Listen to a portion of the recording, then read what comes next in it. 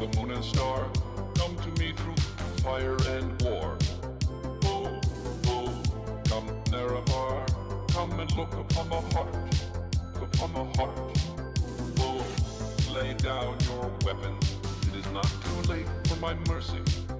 Oh, oh, come and look upon the heart, upon the heart. Oh, oh, oh, I'm a god. How can you kill a god? What a grand and intoxicating innocence. I'm a god. How can you kill a god? Shame on you, sweet Nerevar. I'm a god. I'm a god. I'm a god, god. I'm a god. I'm a god. I'm a god. Cloud the moon and star, come to me through fire and war. Oh, oh, come Nerevar, come and look upon the heart, upon the heart. Oh, lay down your weapons, it is not too late for my mercy. Oh, oh, come and look upon the heart, upon the heart. Oh, oh, oh, I'm a god. How can you kill a god? What a grand and intoxicating innocence. I'm a god. How can you kill a god? Shame on you, sweet Nerevar. I'm a god. I'm a god. I'm a god, god. I'm a god. I'm a god. I'm a god. No recall or intervention can work in this place. There is no escape. No recall or intervention can work in this place. There is no escape. No recall or intervention can work in this place. There is no escape. No recall or intervention can work in this place. There is no escape. Oh, I'm a god. How can you kill a god? What a grand and intoxicating innocence. I'm a god. How can you kill a god? Shame on you, sweet Nerevar. I'm a god. I'm a god. I'm a god, god. Okay, we're gonna end that. How is it going, everybody? Nefarious Man, Yerp, welcome to the stream. How's it going? We're gonna swap the channel over to Baldur's Gate 3. And I've got a few things to tell you guys. So first of all, happy Friday. I hope that you guys all had a good week. My week was pretty decent overall. Obviously yesterday I kind of called off work so that way I would have a reason to stream this game a little bit longer. But in between that, today was a pretty good day. And I am excited to get through the rest of Act 2. I did a few housekeeping things, so I cleared out my inventory quite a bit. I tried to manage just a few things off stream that I thought would not be too interesting for people to see. I still unfortunately have all of these alchemy ingredients, which is kind of annoying, but that's okay. But I did wind up going back to camp. I'm actually, well, I'll go back there. I was going to say I'm not going to go back there, but I will, just to show you guys what I did. So I wound up selling a lot of items off stream to get us a little bit more money. I believe we were at about 15k for the party's gold at the end of last episode. Right now we're at 17k, which is very, very nice. And I wound up getting this guy. So... I wound up getting us Halsin, in quotes, and this is going to be our replacement Halsin for the time being. I just thought it'd be fun to get us a camp druid, because all we really need is Farquaad. So having a camp druid here just feels kind of appropriate, because, you know, we lost our poor guy. He kind of looks the same in the picture up here at the top, but yeah, he just is carrying a lot of items that we otherwise might not want to use. So yeah, that's about it. Other than that, like I said, sold a bunch of stuff, and that's about all. Good day / evening all. Yes, welcome, Archmagister Hikaru. I've been meaning to ask you, is your name a reference to chess grandmaster Hikaru Nakamura at all? Or is that just simply the name that you chose? Okay, you know what? I do need to go back to camp to grab Gale, because we have a fight upcoming with Gale that I think would benefit him more than anyone else. Because Gale should have access to Ice Storm. I believe I chose that for him. Coincidence, but not one I've thought of. Okay, gotcha. How can I help? I'd be delighted, though. Cool, actually, yeah. I mean, it's cool. It is very cool. Let's trade out. Let's trade out Astarion for this fight. So I'm gonna double check what spells Gale has prepared. Looks like he already has it. Do that. A lot of level 3 spells that I've been liking a lot on Gale. Ophelia Drowning, good evening, how's it going? Welcome to the stream, glad you could make it. So we're going to be taking on a particular fight today. And it's one that Gale is going to benefit from a lot because the AoEs are super, super important for this fight. So what are we calling Discount Halsin? He's just Halsin with air quotes. And he serves no real purpose other than that he's just simply Halsin.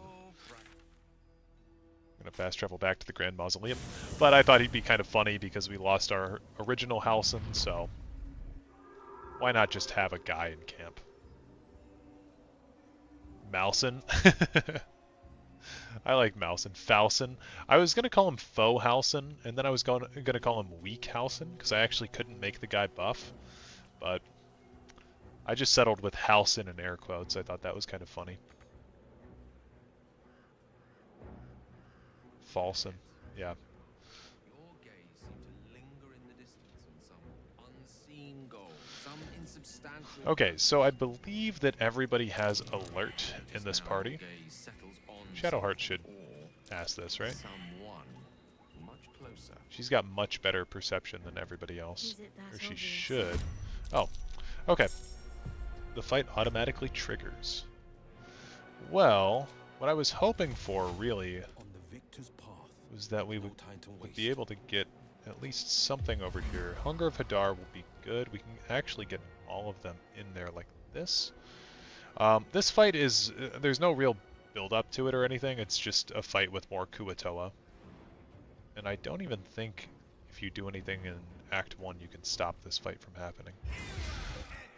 So, because they're drenched also, they'll take double damage from lightning and from cold, which makes Hunger of Hadar very valuable here. And oh, Gale doesn't have Long Strider. Very unfortunate. He can get like 3, 4 of them in this AoE. So that's good enough for me. We get a quick 180 XP. We're going to do Spirit Guardians on Shadowheart, and I'll upcast it to 4th level, just to get this out of the way. Cheers on the new profile image. Good old Rado Pombo. Yeah, I'm very happy that he decided to do that for me. I mean, I paid him, of course, but, you know, the fact that he accepted my email is enough, honestly, and we talked back and forth, so that was pretty cool. Twink Halsin, yeah. I could name him Twink Halsin. We could just recreate him. Okay. Oh, how long does this last? 1 turn, okay. That's cool, yeah. No, it was very cool, and I've talked with him on Twitter, or not on Twitter, on Reddit before. But actually, like, you know, emailing back and forth with him was very cool.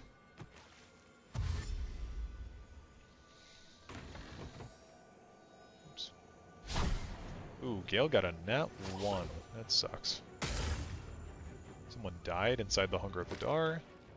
Love to see it. Hopefully this guy slips on the ice. He did. He's not inside the Hunger anymore, but we can shoot him back in with Will. Gotta remember too, Shadowheart has... She just killed 2 people. She has a 20 AC, so it is pretty hard for people to hit her. And then Will, honestly, is just going to, I think, Eldritch Blast these 2 back into the Hunger of Hadar. We should both... Oh, that guy's not. Annoying. Coming through. Oh, we'll walk him back this way. Outflank, outsmart. I mean, Lightning Bolt's a pretty fun spell. But it's probably totally unnecessary. Grotto Pamba has a cool love and knowledge of Tess. Granted, some goes a bit too true STL occasionally, yeah. But you know what? That's okay. True STL is a pillar of the Elder Scrolls community, to be honest with you. Knocking people off ledges is a gaming classic tactic, from RPGs to strategies to fighting games. Yeah. You know, if you guys have ever played the game For Honor, there's a lot of ledging that happens in that game too. People do not like it when they get ledged in that game.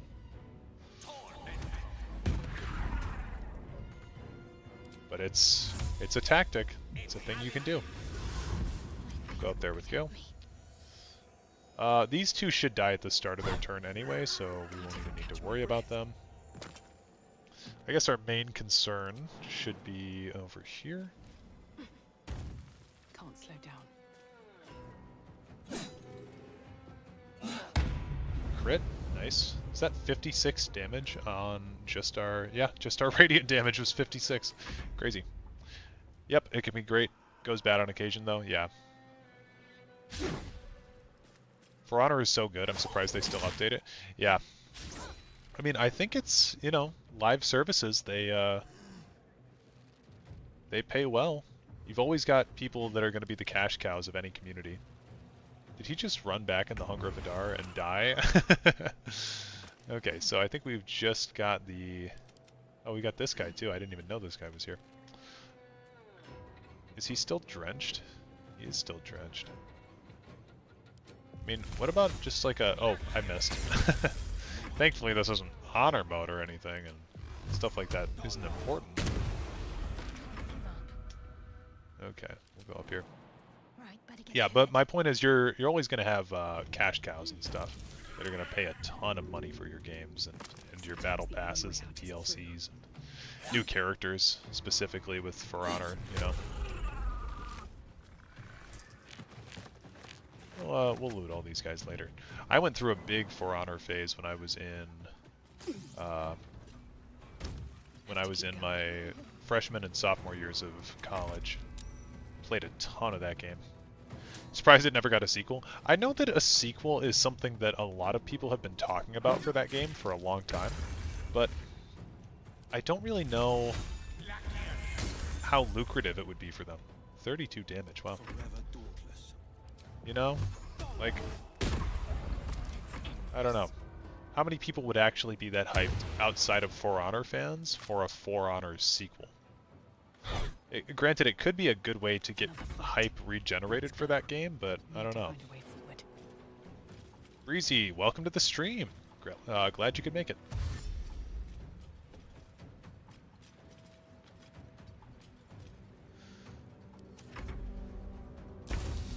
Okay, this guy should be dead. Nemesis. Nice. Okay, so this fight is just really easy XP. That's why I wanted to get it out of the way. And these guys have okay items, like nothing crazy. This lightning jabber is kind of funny. When launched at a target, you deal an additional 1 to 4 lightning damage, but we're not really doing that kind of a build. Who knows what For Honor's future holds with how Ubisoft is doing. They're in a precious situation. I guess I haven't heard that much about Ubisoft yet. Like, what's been going on with them recently? Anything major? You've been playing Legends, you're awful at it. Legends is very difficult to get a hold of.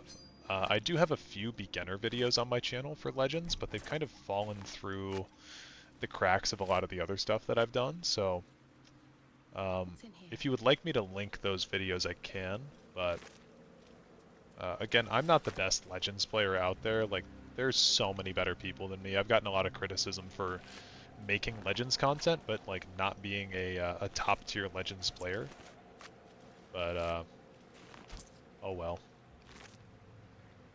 I still love the game. I think it's a lot of fun. You beat the main story, but dang, there are such great players. Yeah. Well, and a lot of people too, I'll say, they're not very good at the game. They just use cheap tactics. So you play Legends entirely for the lore. That's valid. I mean, the game is still very foundationally solid, I think. The biggest problem with Legends is the player base. I've always said that. It's the people that actually play that kind of ruin the experience for other people.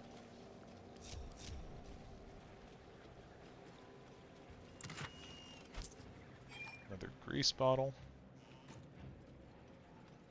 AC Shadows has a lot of problems in development, extreme historical inaccuracies, bad writing, etc. Studio's been struggling with toxic positivity lately. Is AC Shadows, that's not the, is that the Japanese one that they made? Also, we're going to keep Gale with us because he's got Fireball, and that'll be useful for the next fight that we're going to do. And I can actually give him Longstrider, finally. Where's he at? Oh, he's stuck up here. He'll just jump down. Japanese, yeah. It got a delay.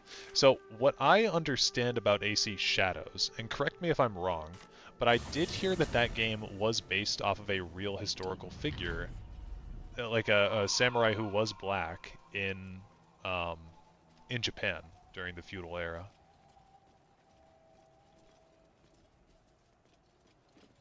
But it's like the first time that Assassin's Creed has ever done a real NPC, or I guess playable character, that's been like a historical figure. And I think that's the real problem here, because like with someone like Ezio, you can write anything for them, right? Yasuke, he's cool, okay, but it's still historically inaccurate. Because I've seen people saying that it's historically inaccurate that he was a black samurai, and I'm like, okay, hold up, wait.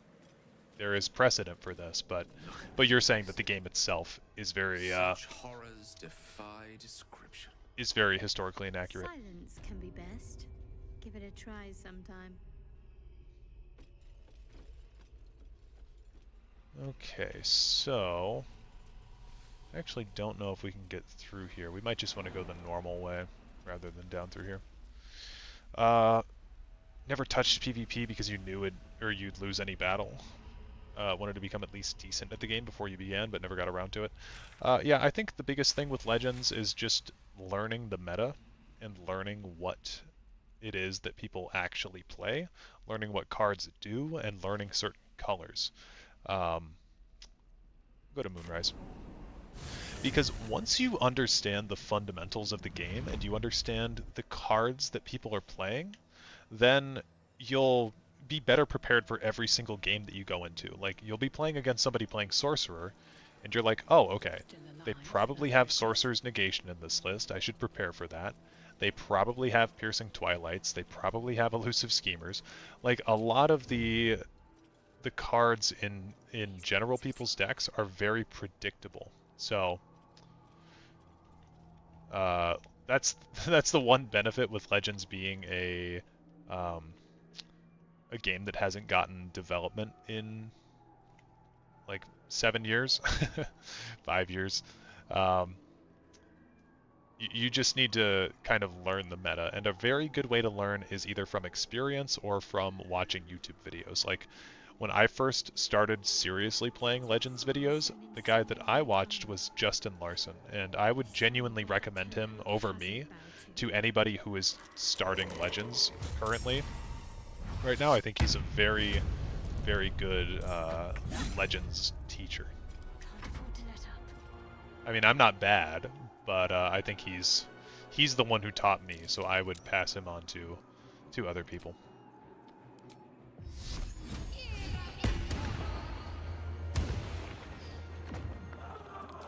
We'll summon a spiritual weapon as well. You don't know shit about almost all these cards? Yeah. have such a short attention span, so I would start to watch someone play it, and then I would go off and do something else. Yeah, that's a habit that I got into a little bit. Like, I'd be watching Justin's videos, and then I'd be, working on homework or something like that. Justin Larson, loved watching him back in the day. He was great. Yeah. A very surreal thing for me was when I realized that that I finally got, and this is not a flex, by the way, it's just a story that I would like to tell. When I got to 10,000 subs on the channel, one of the first things that I did was I looked at Justin Larson's channel to see what the amount of subs that he peaked at was. And he peaked at like 10,000 or like 8,000 or something. And so I've got more subs than he did in his heyday, which is very weird to me because he's sort of the guy that I based my channel off of, to be honest with you, at the start. Now it's become something very different from what he did, but yeah, very weird. Okay, cool. That guy's frightened now. Good to know. I want to play through the game completely, free to play, and unlock all the stories. Kind of pissed at the moment. I lost my progress after finishing the main storyline. For Legends, honestly, Legends main story is not too difficult to complete. I've been wanting to do that on the channel at some point, is like actually play Legends story mode for people. But there's plenty of people that have done that already. They made some very bad Japanese faux pas with some things they revealed, very culturally insensitive bits. They also used some Chinese cultural bits, thinking it was Japanese. Oh, that's never good. That's never good. Oops. How a spiritual weapon can take necrotic damage, I don't know.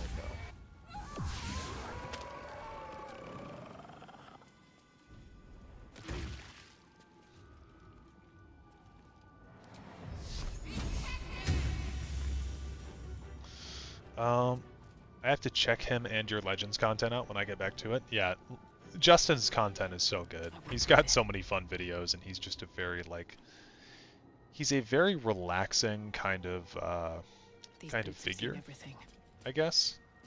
Very fun to watch. And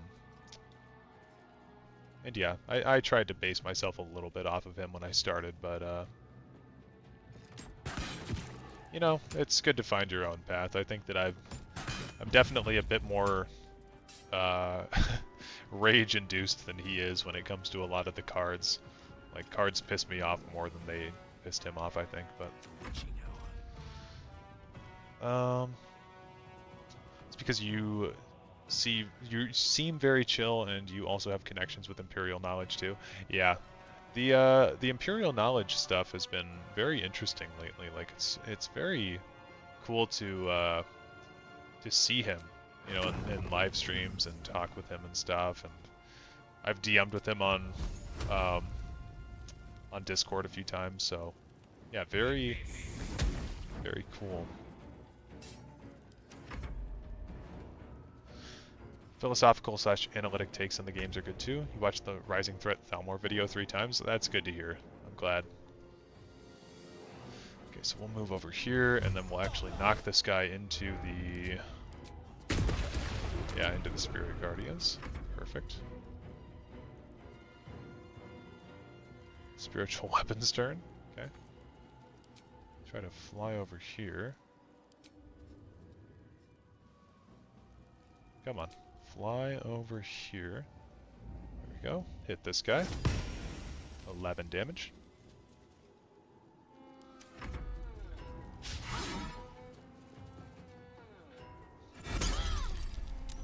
One day, maybe we should all try D&D through Discord. It'd be a nice way to make friends and connect. Yeah, I think that one thing that I would like to do eventually is to do ESO through Discord. And I may have talked about this in the last stream a little bit, but I think ESO would be a good way to get people together for stuff. I was a long time ago, when I was like a young kid, I was the the event manager for a guild on ESO, and I met a lot of really, really cool people through that, honestly. The dice roll in my favor. Just quit out through this. You can't play MMOs? Oh. That's rough.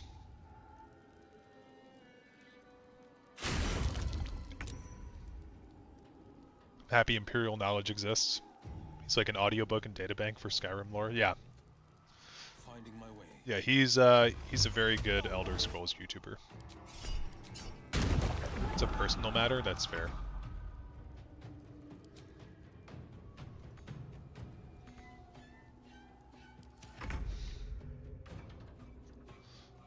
Just hit him with that Sacred Flame. Cool. No one back home will ever believe this. Okay, we've got 2,000 camp supplies. I think we'll be fine to take a long rest here. I'm trying to think of the Act 2 recap here, and it's gonna be short, I think. Compared to the Act 1 recap, Act 2 has been a complete breeze. Good evening. I'm here on behalf of Gale of Waterdeep. He wishes to extend you an invitation for a private conversation in a more suitable. Yeah, not interested. Shame. Sorry, bud. Also, who's missing? Oh, Gale's not here because he was having that conversation with me, and the real Gale is somewhere else.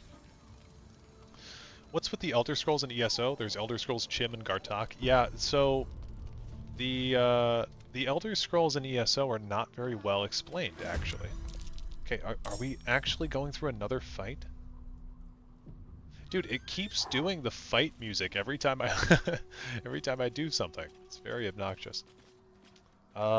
Let's get Lord Farquaad. Oh crap, it looked like Muscle Mommy wasn't wearing anything on top. Oh, I didn't even notice. Dost thou require Uh-oh. I think we'll be fine for a fraction of nudity. But the vessel only stares blank. No one back Okay, home we're will gonna ever bring believe this. Farquaad over here. All right. What now? Never wanted the easy path. You'd love to watch a stream of a group run? Well, really what I want to do on the channel soon is, like, I would like to do dungeon runs on ESO. I think that'd be a lot of fun. And then I would also like to do, I'd like to do a little bit of PvP. I've never been good at PvP myself, but I think having a group of people that's, like, actually coordinated would be a lot of fun. You actually found my channel through Imperial Knowledge? That's cool. That's awesome. I mean, networking is such a huge part of doing YouTube stuff, honestly. Who am I missing? Will. So we need to grab Will. Defender of the people. We bring him over here. We bring Farquaad back over here. Catch a break. Okay, hold on, I lost the spell. 2 steps at a time. Still alive, so that's progress. Damn. Well, we might as well get as many people as possible. So did you. That's very cool. Well, and when he shouted out my channel, I gained like 2,000 subs or something in like a month, which is pretty wild considering that I only have 11,000. I say only, like I have 11,000. It's Go ahead. wild. I'm listening. I'd be delighted, though magical. Lord Farquaad here. But yeah, I mean, considering like how close 2,000 is to 11,000 in the grand scheme of things, you know? It is pretty wild how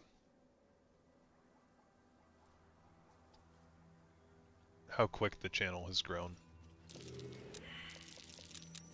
Something over there. Okay. I've seen your handle as Emmer Daraloth and knew it would be good content. Yeah. Yeah, I'm glad that you understood the Emmer Daraloth thing, because a lot of people don't. That's my name on damn near everything.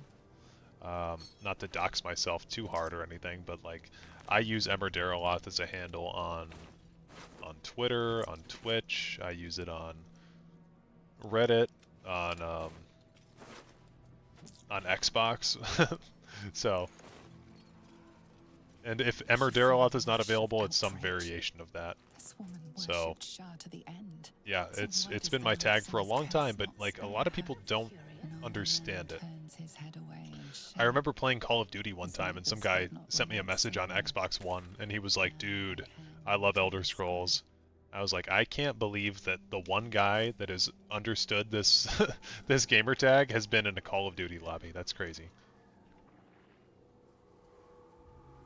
Daraloth has become the John Doe of Tess. Yeah. That's actually so funny.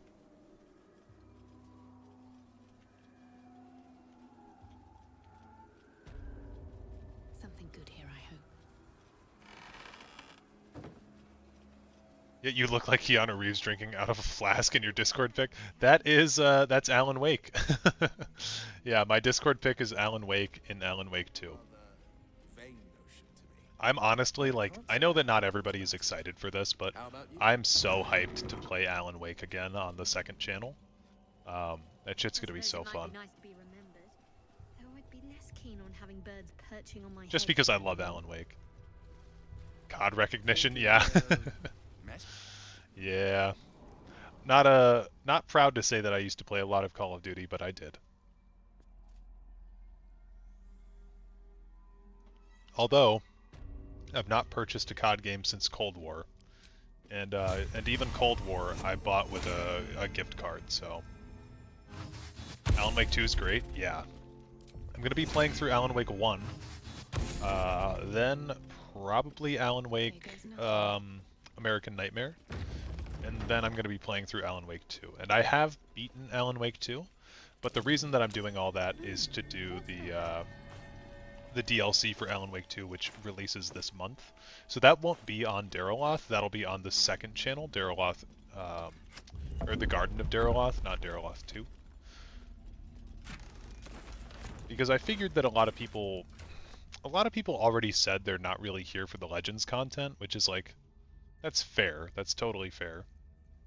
But it's what I built my channel on initially, right? So I was going to move all the Legends content onto the second channel, which is part of the reason that I made it, but also, like, I do want to play other things outside of Tess, and I do enjoy streaming and talking with you guys, so I thought it would make sense to make another channel for all that stuff to go on. Maybe I need more pockets. Yeah, but I think Art the Clown avatar in COD, or was it Fortnite? I have no idea. I'll probably be there to see what it's about. I don't quite remember watching my brother play through Alan Wake, though. Yeah, Alan Wake has a really good story. I'm definitely going to edit the video differently than how I edited the video for Baldur's Gate, because I think, like, with the Baldur's Gate video, I'm guessing that a lot of people that are going to watch that are people who have already beaten Baldur's Gate, so I'm kind of trying to speed through those a little bit quicker. Okay, so what we can do here. Do you ever feel like playing Fallout New Vegas? I would play New Vegas eventually for sure. It's just not, like, high on my list. But if people wanted to see it, I would. I just don't typically consider myself to be a Bethesda YouTuber. Although that's, you know, that's what I'm most known for, but it's not what I want to be stuck with forever. I'm glad to continue making test content, like, for the foreseeable future, as long as there's content to make. But if I'm going to be making videos, I want to make sure that it's on stuff that I'm actually interested in. And so that's my main issue, I guess, with TAS, is that there's not a whole lot to talk about anymore. Like, I'm making this video on the Hist, and I'm trying to make it somewhat original, but it can be difficult. It really can be.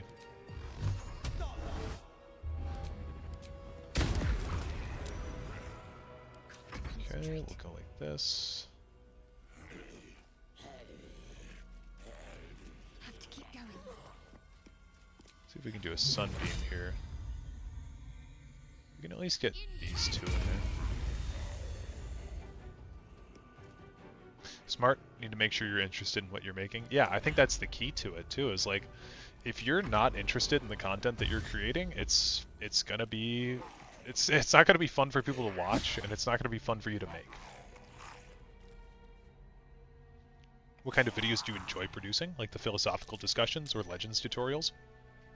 I really like producing the philosophical takes on Test lore a little bit more, because I think with Elder Scrolls we have such a like varied amount of lore, you know?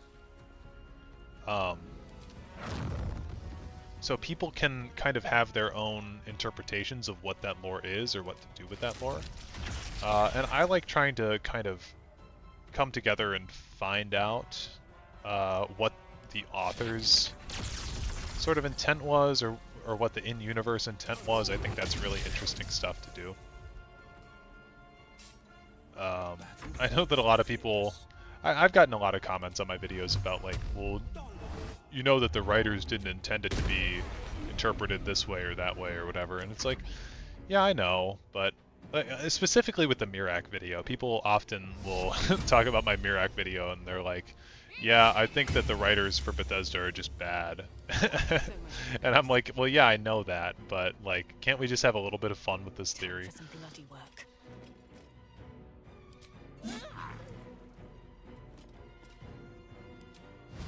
I don't need to use the channel oath charge. Do that. Somewhat random, but if anyone has not seen the official D&D 5e conversion, it looks fantastic. I read through it yesterday. It's improved so much over the years. Official conversion for Tess.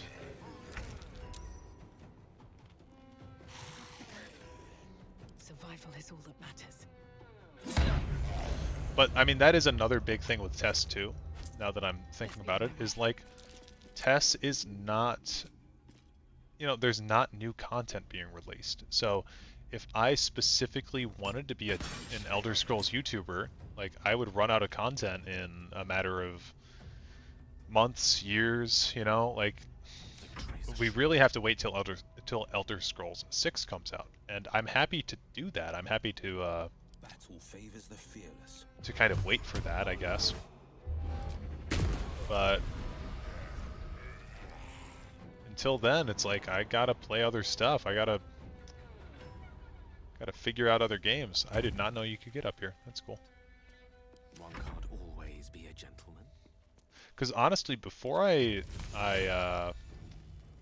really fell into this slump with Elder Scrolls, and what I mean by that is, like, I have not been super satisfied playing Elder Scrolls games for the past, like, couple of years. I've been a little bit, like... I've been feeling a bit betrayed by Bethesda recently, to be honest with you. So, honestly, the last time that I played Skyrim was that Skyrim playthrough in the past, like, 2 years that I did live streamed on the channel. And so... I don't know, like, I've been feeling, like, disrespected by them for quite a while. Which is unfortunate, but it's true. Not that it's true that that's how it's happened, but that's true that that's my feelings on the matter. Go, we got that guy. But yeah, I really hadn't played too many other games outside of the Elder Scrolls series, and like Call of Duty and, you know, a couple basic other ones like Pokemon and whatnot. But I'm kind of happy for the Elder Scrolls drought because it made me play other stuff. It made me play Dark Souls. It made me play Pillars. It made me play so many other different types of games and different genres.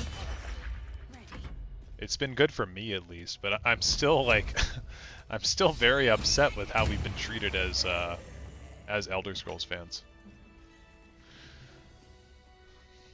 It's probably hard not to try and copy and paste what other YouTubers have already covered. So that's an interesting thing too, because I have not watched a whole lot of Elder Scrolls YouTube in the past, I want to say like 5 years. I really have tuned out from the Elder Scrolls YouTube scene. And so I think that's helped my content because I don't want to be copying what other people are doing. So I've been trying to make my own stuff and trying to come at it from my own angle. Because honestly, my favorite way to absorb Elder Scrolls lore is either from the games themselves or from the unofficial Elder Scrolls pages, and I'll just read it myself. And but I do like watching video essays a lot. I just don't really like watching test video essays. I think I like to interpret the lore for myself, which is why I implore you guys, every time that I make a video, you know, I put in links and stuff to the UESP pages that I used to find my conclusions for that lore that was used in the page, because I value your guys' opinion on the stuff that I've said. So it's good for everybody to kind of go out and figure it out for themselves as well. I bet we can throw this book right on here. Can we not get rid of this? There we go. Didn't work though. That also didn't work.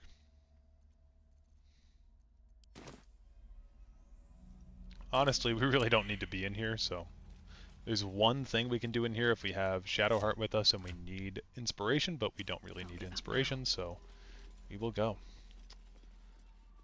Yeah, fair. Bethesda makes some not great choices for long-term players. Yeah, I really like, I was going to make a video recently about how Bethesda's kind of lost me recently. Like, I don't know about you guys. I'm going to wait for this music to end for a second so you can hear me a little bit better. But actually, let me go into the settings real quick and turn the volume down.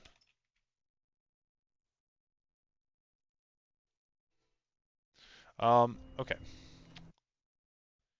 Yeah, I was going to make a video about how I have felt betrayed by Bethesda, because when I was younger, I really wanted to work at Bethesda Game Studios. Like, that was something that was on my bucket list. I was like, this would be the optimal place to work. I think I could provide so many cool ideas for this series, and now it's like, honestly, I just want I just want Bethesda Game Studios to shut down. I'm so 180'd from my previous position. Okay, there's the ladder.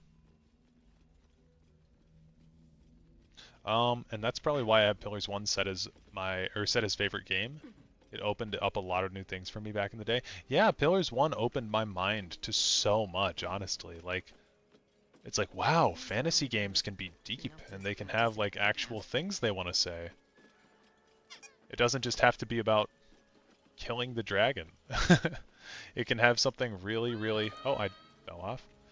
It can have something really, really compelling and interesting to say.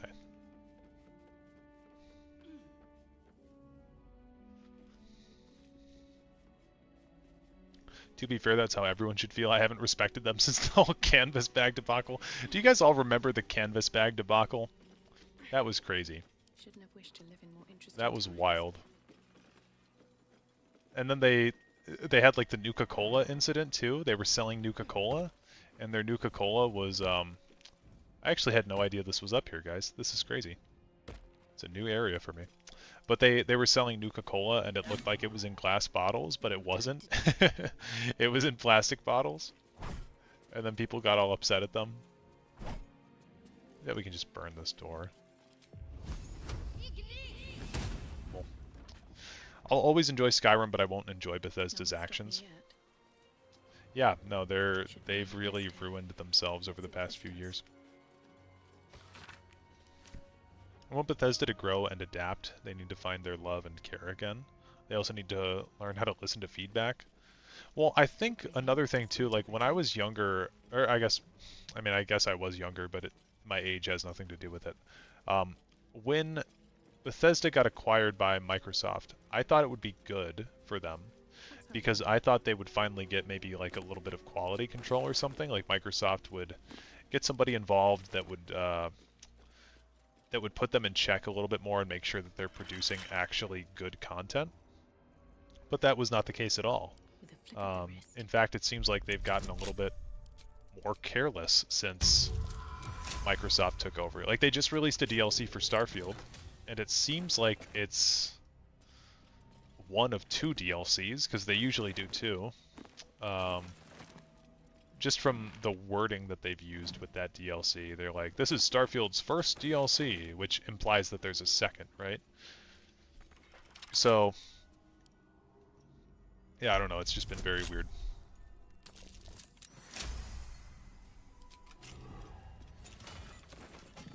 Yeah, I'll always enjoy Skyrim, but I won't enjoy Bethesda's actions. Yeah, me too.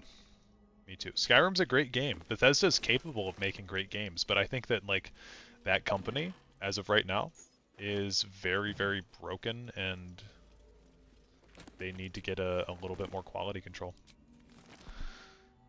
Deadfire might be better overall, but it wasn't the opener. Yeah, Deadfire is better in terms of gameplay, I think, and it's got some good character stuff, but I do like Pillars 1 more in my heart, I think, just because I like the story a little bit more, I like the characters a little bit more in that game, and really that's all that it comes down to. There's a big-ass nest over here.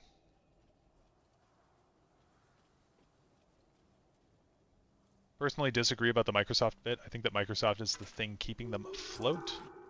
At least at current. Not sure if it'll pay off, though. I mean, I hope so. I just think that, like, recently they haven't really... I haven't really noticed, I'll say, the Microsoft stuff. I wouldn't say that they've gotten worse, I guess, but I haven't really noticed Microsoft's influence on them. From what a lot of people said about the, what was it, Dead Space DLC? I don't know what it was called. Shattered Space? Seems like it was rushed in a lot of areas, is what I've been told, which is a little bit unfortunate.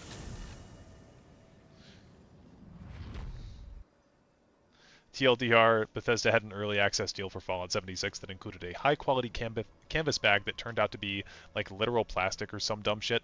Yeah, so they had this, they had this, what was it? The helmets, right? It was helmets for the power armor suits would come in canvas bags. And correct me if I'm getting this wrong, but the helmets would come in canvas bags, is what it showed on their website. And then when people got the actual product, it did not have a canvas bag. It had like some shitty plastic bag. So there were a bunch of refunds that happened during that time. And they were like, I thought that the canvas bag that was in the picture would be included with the helmet. And so people were pissed. And so then Bethesda did some re-releases and stuff of the content. They gave people their canvas bags, like they actually got some canvas bags processed. But then the helmets that came with those canvas bags also had mold inside of them. So it was just like, it was a double whammy of a shit show. And then there was the Nuka-Cola stuff that I said before too.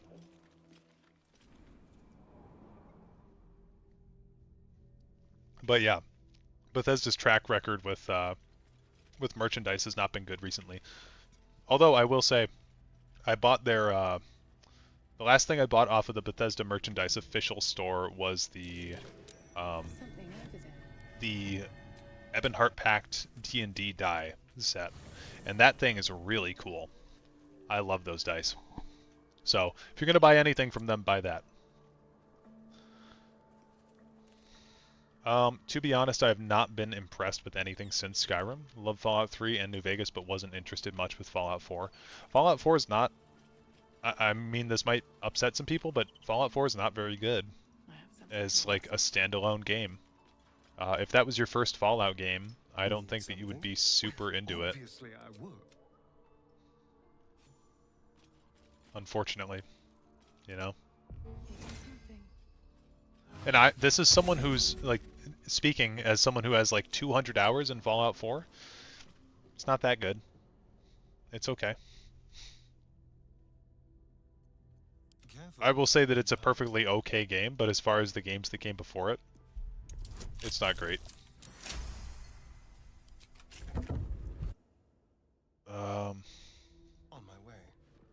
Pillars 1 is also a bit more personal with main story, your past life, and how it impacts. Yes, Pillars 1 is much more personal, I would say. Pillars 2 is much more like about the actual fate of the area that you're in, whereas Pillars 1 is definitely much more of a personalized story.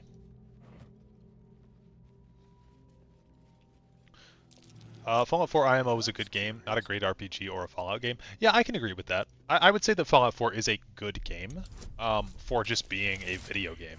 Oh wow, a 4 and a 3, that sucks. Well, let's burn some inspiration. Why not? Yeah, 20 and a 1, nice. I'm of the mind that Fallout 4 is a decent game, but in no way a good Fallout game. Yeah, again, I can agree with that. I guess that's what I meant by, like, it's not that good. It's just that it's not that good when compared with the other Fallout games.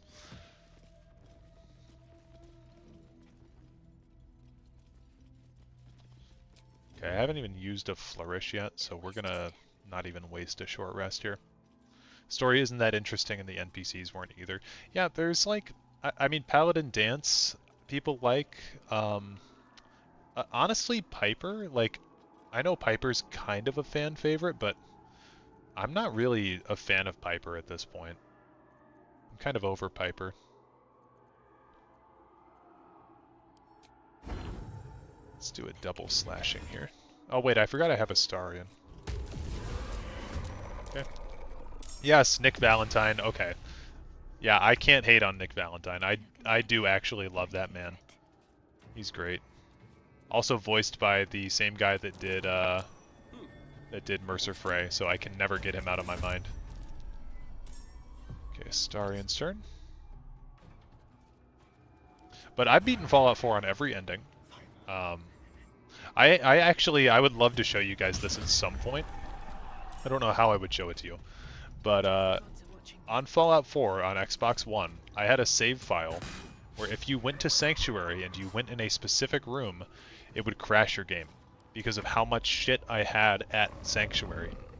I played I played that save file so much that that Sanctuary would bug out if you went into one of my rooms because I had gathered every single piece of armor and weapon in the whole game and I displayed them in one house that I built. And that house would actually crash Fallout 4.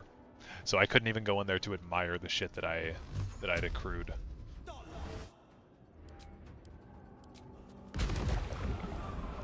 From what I heard, Shattered Space was okay. It was short with very little content, not worth the price. Yeah, that's what I heard. I actually went to go see Joker 2 the other day with my friend. And we talked to this guy at the concession stand at the movie theater. Because him and I were talking about Bethesda, my friend and I. And then this guy chimed in, because we were talking about Shattered Space, and I was like, did you hear that Shattered Space came out? And this guy chimed in, he was like, it wasn't that good. He was like, it was okay, but it wasn't worth $30. And I thought that was pretty funny, that there was a guy in the theater that had played it. So what test topics have interested you lately, Daryleth? As far as test topics go, I've got a handful of stuff that's very intriguing to me that I would like to go over at some point. I'll share my list with you guys real quick, actually. I have a list on my phone of stuff that I would like to make as videos on the channel. Let me just find it.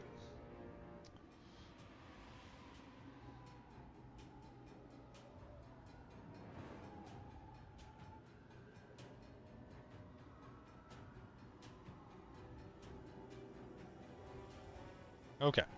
I want to talk about Ardent Soul from the Mages Guild, or not. Sorry, I want to talk about Ardent Soul from the Shivering Isles questline. I do want to talk about what happened at Red Mountain. I would like to talk about.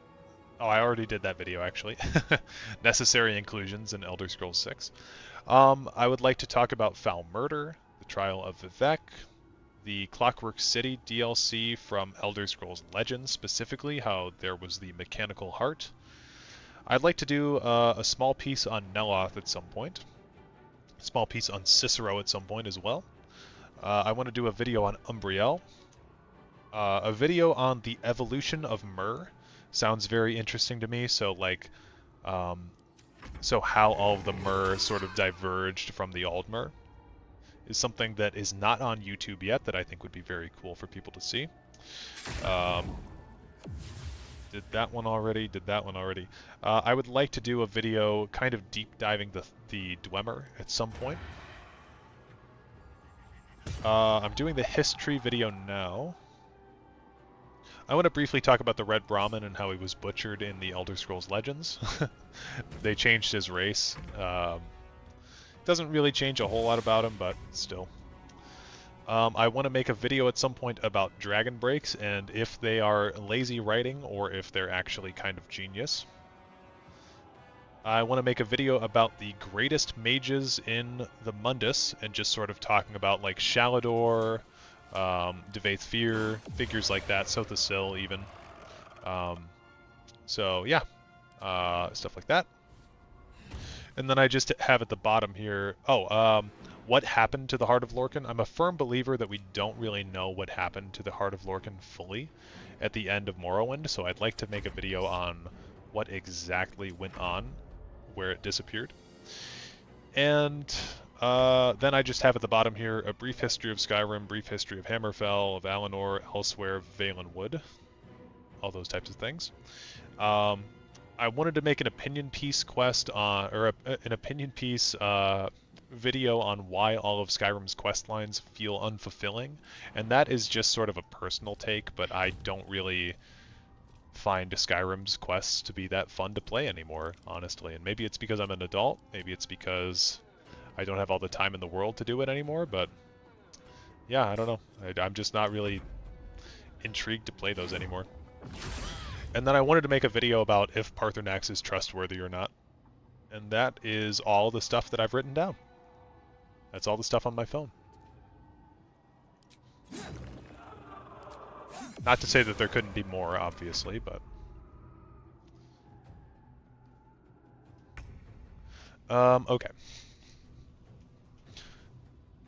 That's literally like an endgame goal of mine in Skyrim in your current playthrough, collecting every valuable thing you see. Yeah, I was so proud of my house that I had. I had a full setup in Sanctuary with all my cool shit, and then, yeah, my game bugged out completely. Very sad. Really been enjoying the Magna Gee /9 Corsic or Cora. I always forget how to say that word. Coruscations? Coruscations? Yeah. Defeated that Nick in the mod that let me romance him is the only reason I played. I did romance Nick one time, because you can kind of romance him.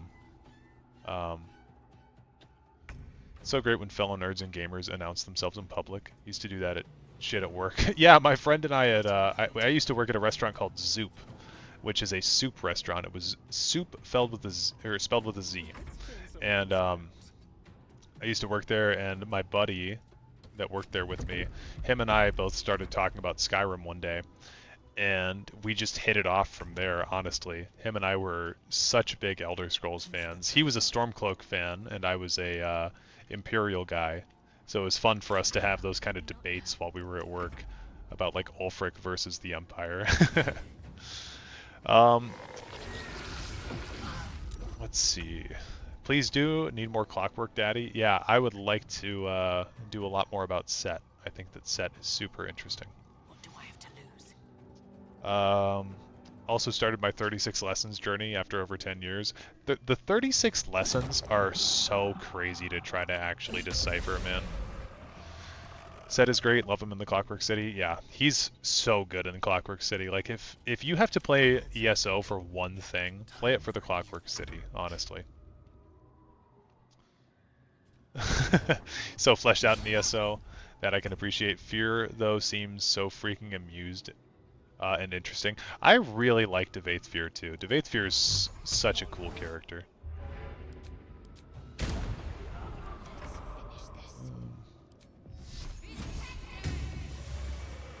Paarthurnax is fighting against his true nature indefinitely. The real question to me is how long can he continue? That would basically be the premise of the video. Is if Paarthurnax is actually as trustworthy as everyone wants him to be. Because obviously we all love Paarthurnax, right? But like, you know, it is something that should be investigated. Is he actually like? Do the Blades have a point when they say you should kill him? And again, probably not, but it's something that's worth investigating at least. Oh, tough-soled shoes. Those look important. How interesting would that be if there had been a DLC set a few years where Paarthurnax just couldn't fight anymore? Yeah, that's a really cool idea. Well, that's the thing too. I think that Bethesda really dropped the ball with Skyrim, specifically the Creation Club. And that's even before Microsoft bought them. Like, the Creation Club is nefarious, honestly. It's predatory, really, with how it preys on people. Preys on people's nostalgia to want them to pay for stuff. And then when it was so unsuccessful and nobody was doing anything to pay for their crappy content, they released an entire new edition of Skyrim just to sell off that crap on there. So that's one reason that I'm very anti Anniversary Edition. I think that a lot of it is fluff. I assume the Heart of Lorkhan essentially phased back into Nurner Mundus. I assume the Dwemer didn't per se find the physical heart, they found its metaphysical location and enchanted it to be physical. Well, see, that's an interesting thought. I think one thing that would be a very interesting way they could take it is if the heart returned back to Lorkhan's corpse. And then that could be the plot of Elder Scrolls 6, is dealing with the ramifications that Lorkhan's corpse is reanimated now. And we would see what he would do walking Tamriel. And he doesn't even have to be a villain. He could just be, I don't know, he could just be reanimated. Now, is there not a piece of infernal iron in here somewhere? Because I thought there was. Must be in this chest. Maybe not. I don't know. As said, they will stop re-releasing it if we stop buying it. Yeah, exactly. Love Devathir too. He's an interesting in-world trope. All powerful mages that create daughters. Magnus Devathir seems like an almost enadiomorph, like a concept. Yeah. Yeah. No, he's a very cool character. Aethys and Pillars of Eternity 2, but Lorkhan. Dude. Yes. Yes, yes, yes. Aethys in Pillars 2 is one of the coolest things I've ever experienced in my whole fucking life, man. Oh, dude. So cool. I love Aethys. I don't know if I necessarily like agree with his plan, but I love his plan. I love it. I love him. So cool. I really need to do an Aethasian priest at some point because god damn. The role playing in Pillars is just at a next level.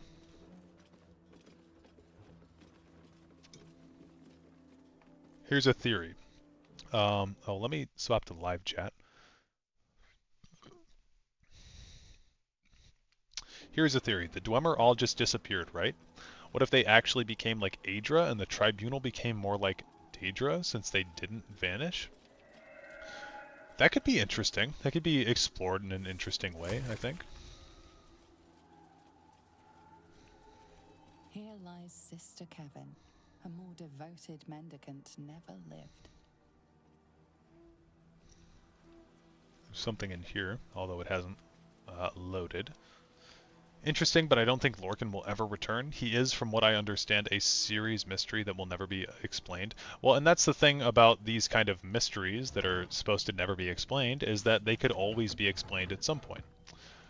They're left open kind of in case the writers ever fall into a hole, and they need to bring something out, I think. So, I think they've kind of fallen into a hole lately. They need to do something interesting, in my eyes. And this could be something very interesting. Also, there's something that a lot of people like to point out to me, is that Shore is is missing from the Hall of Valor. I've gotten that comment quite a bit on a lot of videos that I've done. I mean, what if the reason that Shore is missing from the heart or from the Hall of Valor is that he has reawoken, right?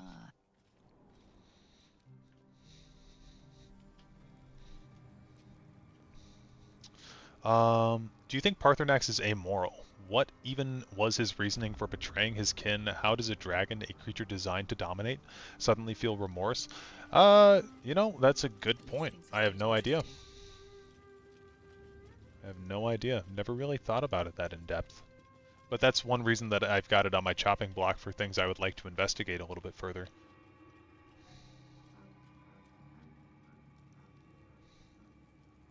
I heard that in order to see Shore, you actually have to be dead. Well, they talk about how the seat of Shore is empty. I believe a few of the ancient Nords talk about how Shore is no longer there.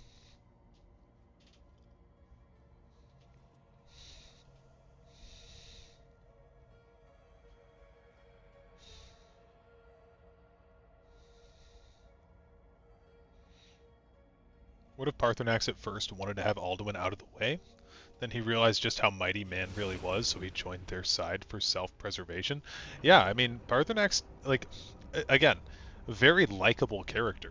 Everybody loves him. Doesn't have to be a good person, though. Like, or a good dragon, I suppose. He could be a bad dragon. But, yeah, I don't know. Like, Parthenax, he's such an interesting point for discussion for me because of how much people enjoy him. It's like, what if we could just ruin people's interpretation of Parthenax? It's kind of interesting to me. Never a dull moment. Shore is missing because he's a coward. Literally, he's the coward god. Bad dragon phrasing. Oh, trust me, it was on purpose. Shah's warriors must not be caught, must not be tricked. Only loss awaits them. Okay. A voice. Is Will? Yeah, Will's in possession of these. Okay, so we're gonna swap these gloves onto Will really quick.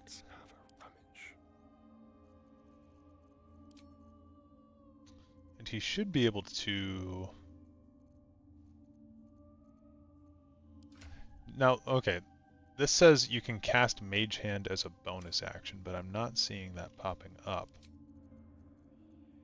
I'm seeing Misty Step, which I don't mind doing a Misty Step. Careful, there are traps about.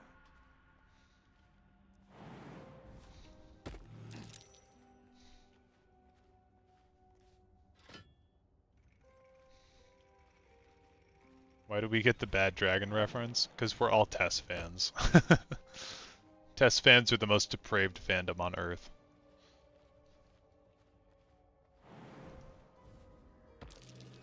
Careful, there are traps about. Or freaky, yeah, I mean, same diff. What have we here?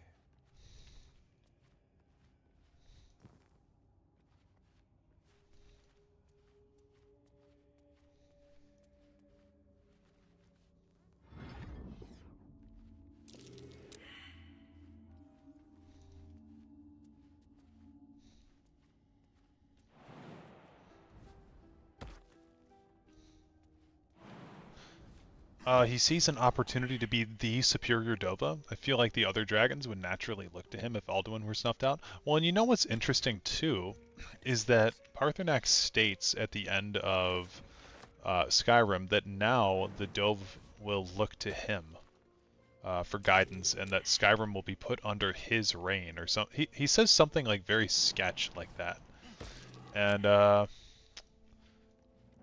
don't know, like. It's something that needs to be investigated for sure.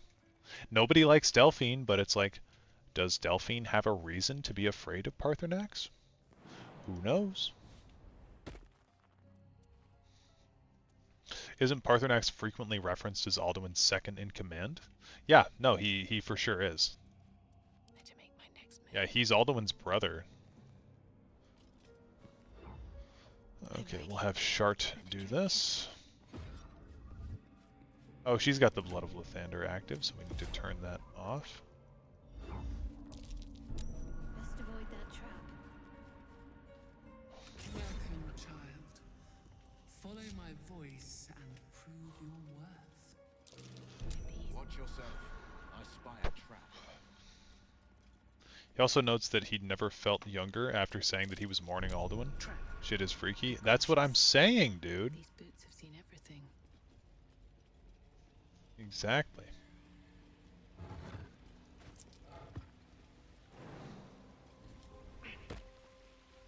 ¿Por qué no los dos? ¿Por qué no los dos? Why not the two? Best be on my way.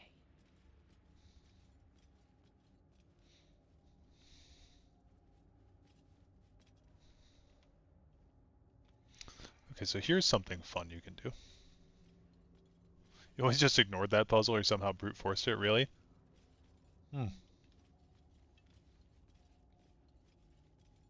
Oh shit, I had Mage Hand this whole time.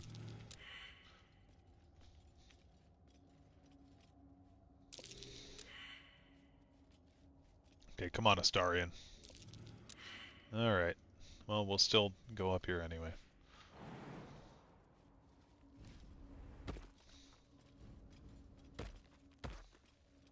There it is. Okay. What does being revealed do to you? Don't know. But you can sneak up on this thing, and you can get a surprise round on it. There you go. I think you can get a surprise round on it anyway. Okay, if not a full-on surprise round, you can do pretty crazy damage to this guy.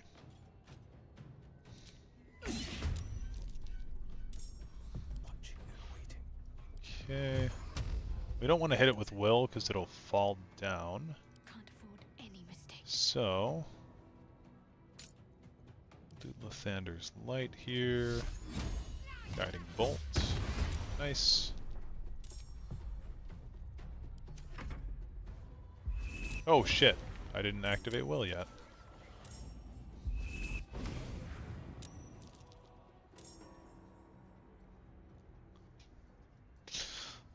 I think my favorite dragon lore is probably Jadiri, her horn, and the Mask of Alkosh. She was such a great person, even a dragon mourned her and felt terrible for not eating his pride to help her. I would honestly need to replay that DLC to fully remember even what happened. Okay, this cloaker fight is getting way more out of hand than it should.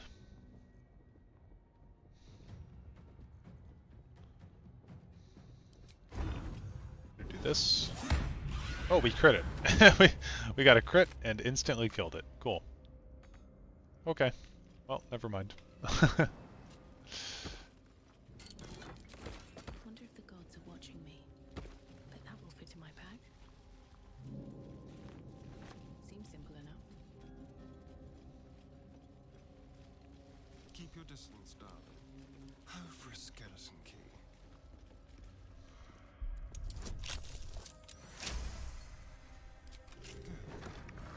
Let's move. Swift as my feet can carry me. Okay, so again, we might want Gale for this fight. But maybe not. Because Gale can do something very, very cool here, where he can use Arcane Lock to do some crazy shit. Like it down here. It's nice. A homie. This Collect is the a rest of that dedication stuff to my if we goddess's need to power later. and dark beauty. Homie is not the first word that comes to mind.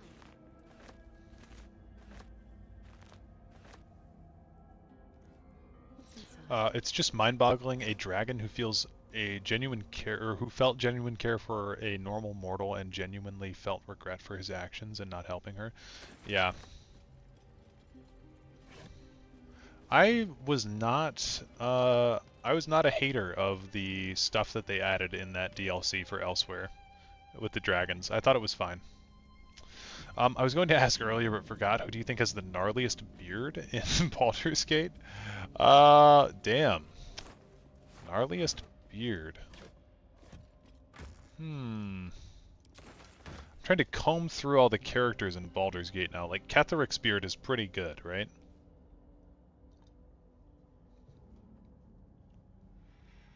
Open Balthazar's room and let him fight the Sharans until one of them wins. Yep, that's the plan. We're gonna grab Gale for that, I think, because we don't really need Astarion for... Well, maybe we do. Personal pick is probably General Thorm. Yeah. Undead ass. Khajiit lore is too good, some of the best additions in ESO. I just didn't like the actual gameplay of the Khajiit lore. I felt that their faces moved really strangely, and I did not like the way that the Khajiits were physically represented, in the sense that, like, the Kate rots were just, or Suthe rots, I can't remember which ones. The really big Khajiit, all that they did with them was they took the model of the normal Khajiits and they increased the skill factor by, like, 1.5 times. So it felt very, like, artificial, you know? Gonna head out? Good night. Peace out, Breezy. Thanks for joining. We want Will for Hunger of Hadar for sure. We want Shadowheart in case we all get downed, so I guess Astarion's the only natural choice here. But just to have Will for... Arcane Lock doesn't seem good enough when we could just pickpocket it anyway. We'll take a quick short rest here. I know I'm getting a little bit lazy with my short rests, but why not, you know?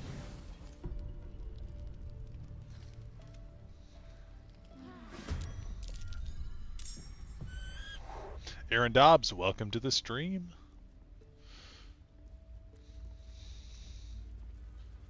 Okay, Scratch has something for us.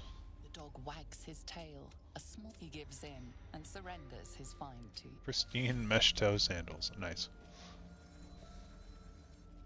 Okay, Lae'zel's way up there being a loner. What's up for discussion? This vessel is at... But the vessel only stares blankly. You'll need to Yeah, get Palmar, your pointed okay, are the face. really big ones like Kunzari. Yeah, those are the ones that I had a big problem with. I also did not like how the Senches talked. Felt like their lips didn't sync up with what they were saying naturally, but I kind of am a nitpicker when it comes to that kind of stuff, because, like, animals don't have the same vocal cords that we do. So whenever I see a kind of, like, anthropomorphized beast talking to me, I don't really like it. Because it's like, okay, they wouldn't be able to actually talk. But it's a fucking fantasy world. Like, it's just a me problem, really.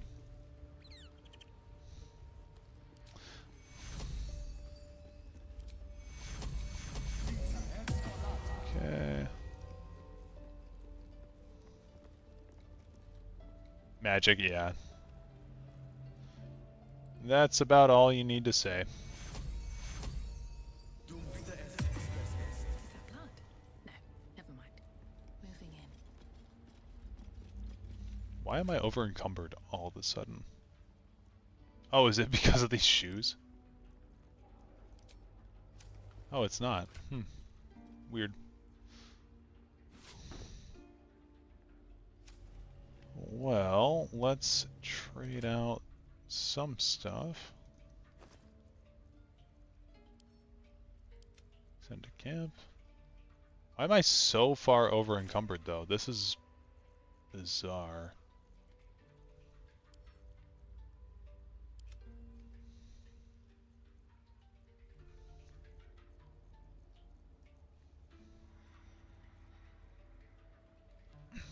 How much of the 36 lessons have you read? I've read, like, I don't know exactly the number, but I've read a decent bit of it. Oh, I've got the money on me, that's why. Send it back to Shadowheart. Just what I need. The Gauntlet of Shah. The old ways were lost over time. Now some. It seems like you have won. Okay, we'll give everyone Longstrider.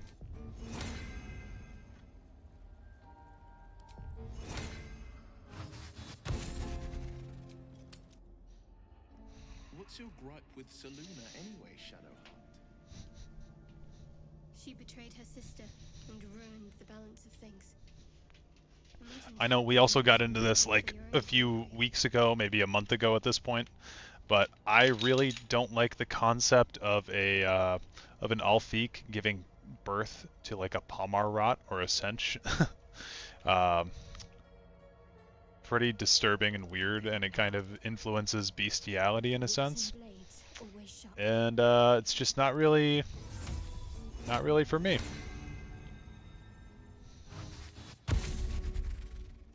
But I think the Khajiit are... No, I'm sorry. Look, if we're talking about the Khajiit.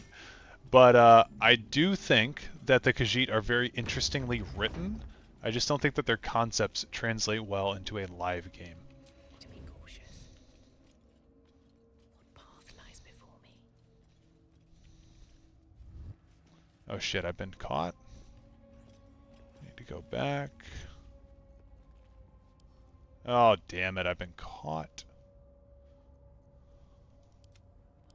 Okay, I can swap over to someone else. Swap over to Astarion. No! Oh fuck.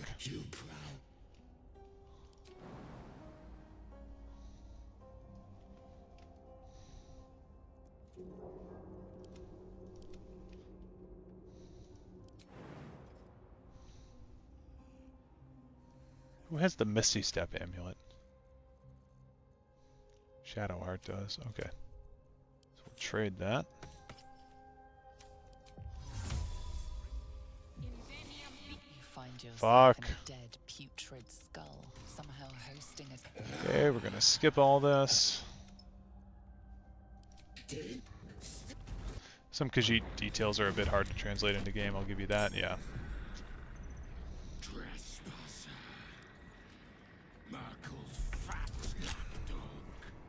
It's a 30 DC to open this.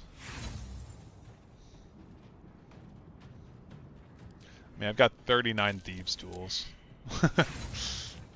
I can use some of them. 7, sure.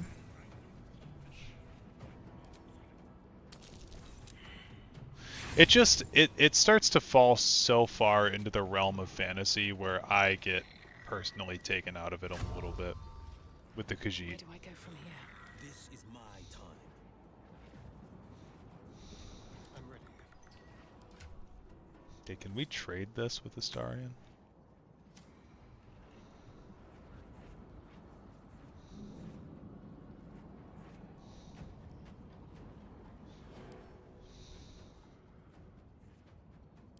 These things take double from Radiant.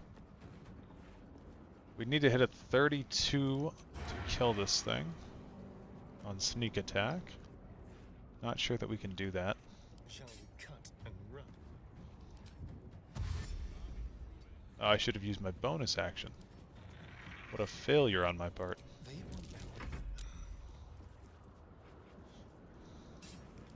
Well, we're really just going to want everybody to be over here. Fuck the Khajiit anyway, we need more information on how the Thalmor were able to manipulate them into thinking they were the ones who brought the moons back. It's really just like a long series of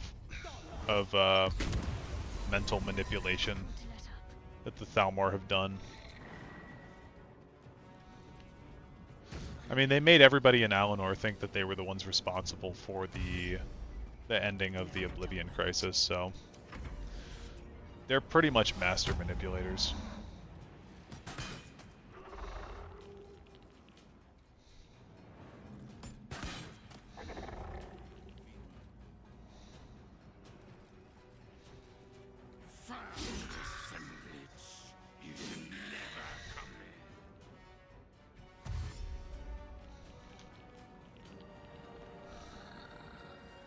In one word, propaganda, yeah. Yep.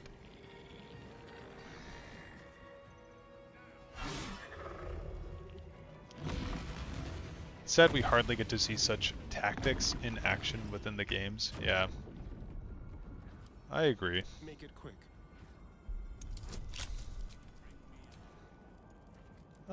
We'll just roll it normally. Damn. Thieves' tools again. Nat 20. Okay, cool. Alright, well, we're gonna get Balthazar involved in this fight. We're gonna hide.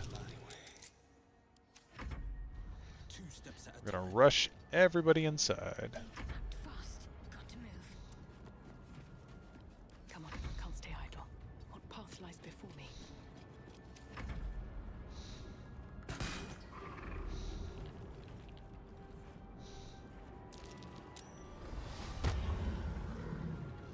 I love both the Altmer and the Khajiit. My assumption is the Khajiit who have an emphasis on cleverness, see the writing on the wall, and realize they need to join the Dominion to prevent the war. Khajiit always play the clever long con. Yeah. That would make sense.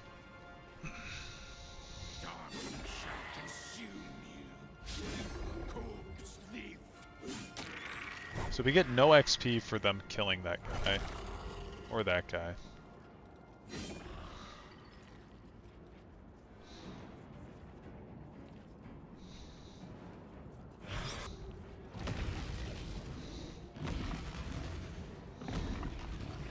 So these guys do have Radiant Retort, which means that any Radiant damage that they are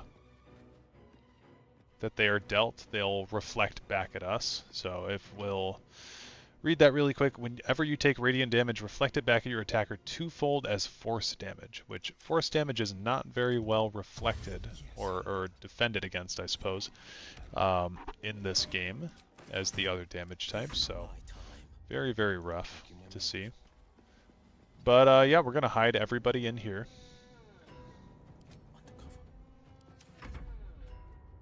Let us make short work of this. Okay, we gained 60 XP that time.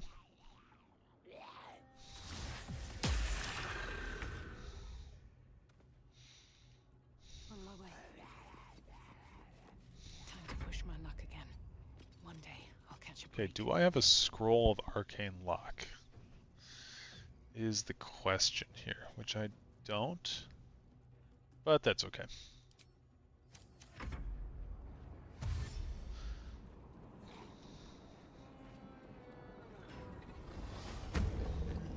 I mean, this is another reason why we could have an Elder Scrolls game where we're liberating the Thalmor, or at least the civilians under the Thalmor within the Dominion. And you could have the Khajiit be easily allied against the Thalmor in that sense.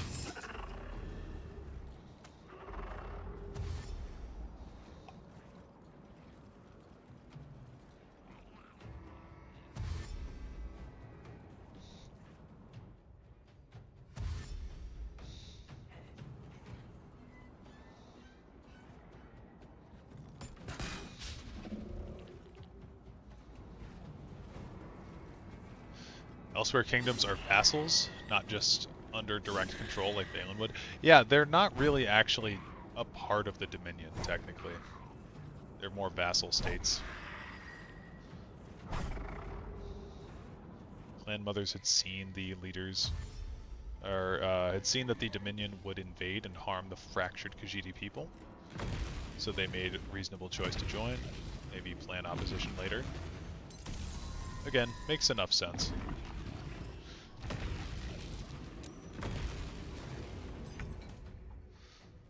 Okay, what is Balthazar's legendary action even? When a creature dies, Balthazar can create a necrotic miasma wherever it fell. It heals undead 4 to 24 HP and deals 2 to 24 necrotic damage. Wow. Crazy. He usually drinks a speed potion at the start of his turn. Okay, he did. Cool. I mean, we could get a sneak attack on him early. Let's do it.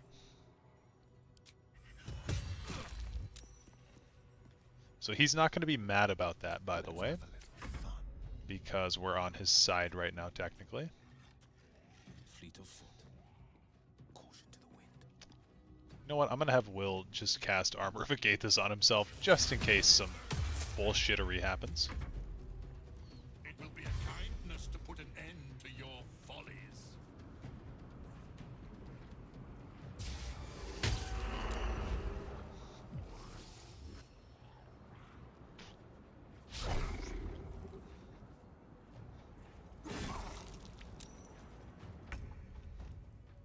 Got to move.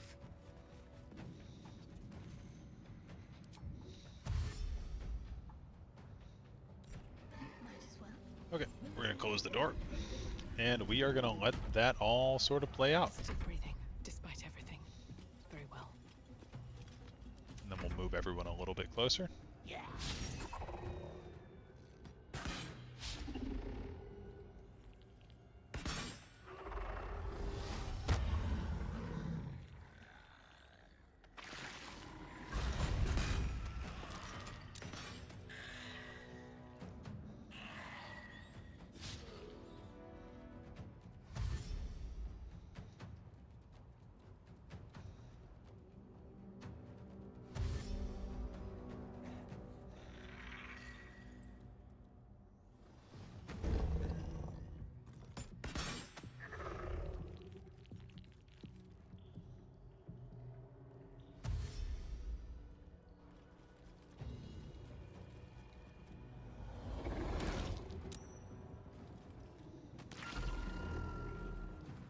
$60 more XP, nice.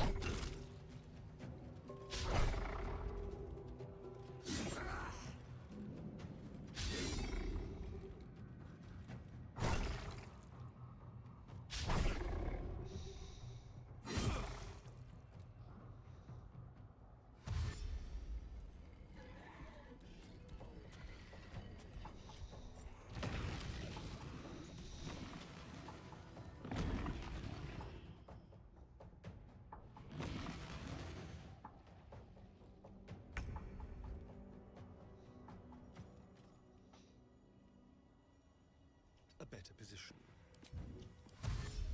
Okay, we're going to have Astarion hide in the corner over here.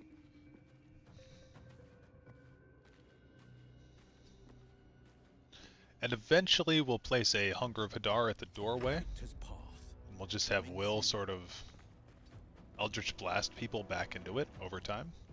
But this fight is very easy if you just follow these few simple rules.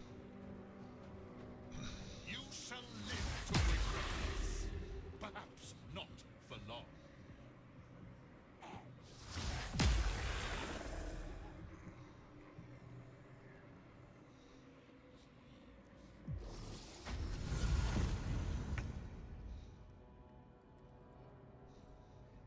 Better get to it.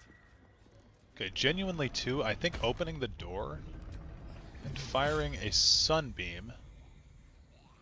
I know that it's going to be damage reflected back, but if we can hit something against Balthazar, where's he at? Okay, he's over in the corner here. So, if we can hit something against Balthazar, that would be cool. Even like a guiding bolt, because if he dies and we're not enemies with him, yeah, we'll do this. Okay, didn't get anything reflected. But yeah, if he dies and we're not enemies with him, we'll get no XP for it, so I'm gonna go hide back over here. Nothing will stand in my way. Oh, you know what? I guess I might as well. I might as well hit him with one more attack, right? Because he's got one more turn of haste. So, we'll do... I don't know. Cloud of Daggers? Or just a normal ranged weapon attack. Okay. And now we are enemies with everyone in the fight. I should have done...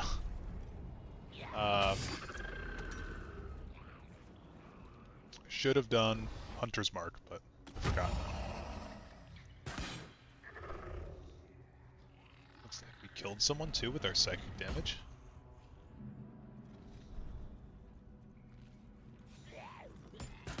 $110 XP too, that's good.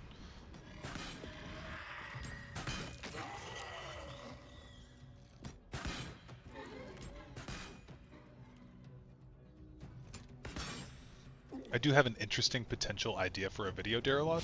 Most influential families in Tamrielic history. Direni, Cameron, etc. Not sure if that's been done. I don't know if that's been done, but that does sound like a good idea for a video. I do like that idea. I mean, I guess if we're counting Dunmer houses as families, then like Redoran, Hlalu, you know, all of those would have some say in that. While those fights, which God's Ending do you think are better in both?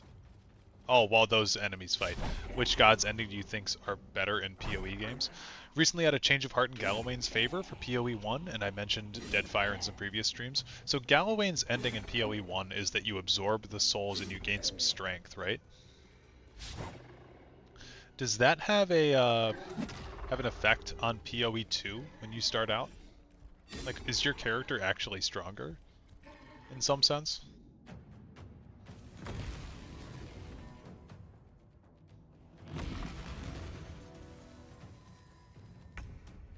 Okay, so the turn's back towards us. Did we get a sneak attack on him? I guess we can kill this one, but that's no fun. Well, we're going to cast our Hunger of Hadar like so. Spectral Aspect, what is that? Resistance to acid, fire, lightning, and thunder, and is immune to cold and necrotic damage. Creatures that strike it become bone chilled for 2 turns. Okay, wow. It can also fly while in this form. That must be specifically for this Hunger of Hadar. Well, I guess I'll just kill this guy then.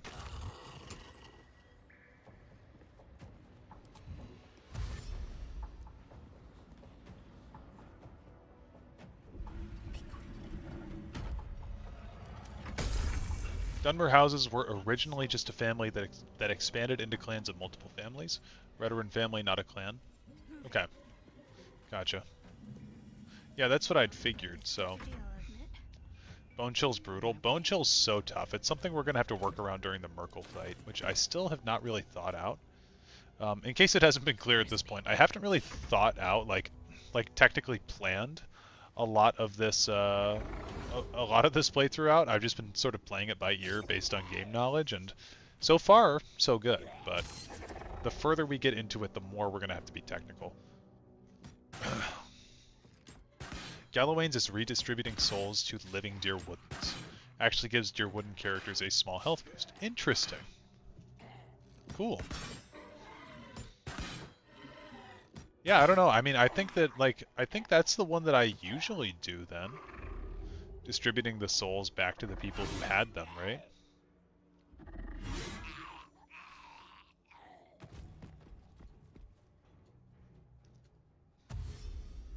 I'm for that plan. I support it.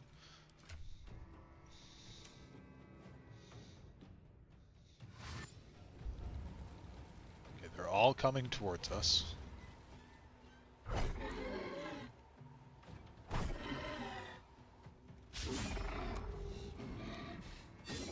I know this gameplay is really fun to watch because there's so much going on.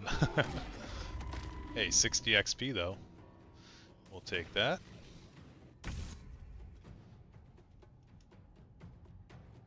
Again, we're just gonna hide. No holding back. And we're gonna take Will and put him over here. We're gonna hide behind the desk if that's possible. Balthazar is resistant to cold damage, but doesn't seem like he was able to fully stop it. And then if he ends his turn in the Hunger of Hadar, he should be exhausted, right? Sometimes the only way out is through. So we'll just continue sitting here with with nothing going on.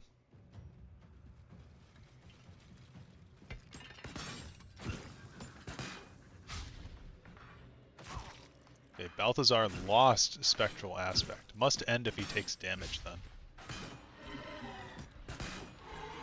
And he's actually really low on health now. Rose at 36 HP.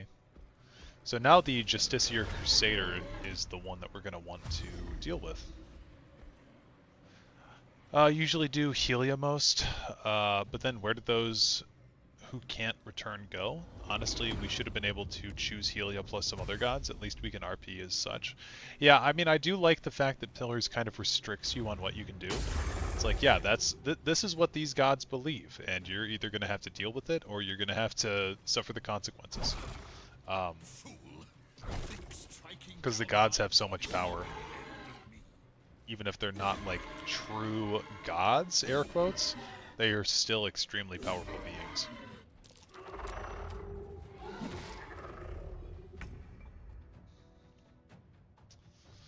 Okay, I'm gonna open the door on Astarion. Hey, what's up, King Blocked? How's it going, man? Trying to stream as much as we can. See if we can take out Balthazar. It's right there. We've also got... What is he considered? Undead, right? Do I have an arrow of undead slaying? I feel like I should. Yeah, arrow of undead slaying. Double damage to undead. Let's go for it. We missed. Oh boy. Well, alright. We're going to use Will's turn to dash. Just so that way he can close the door.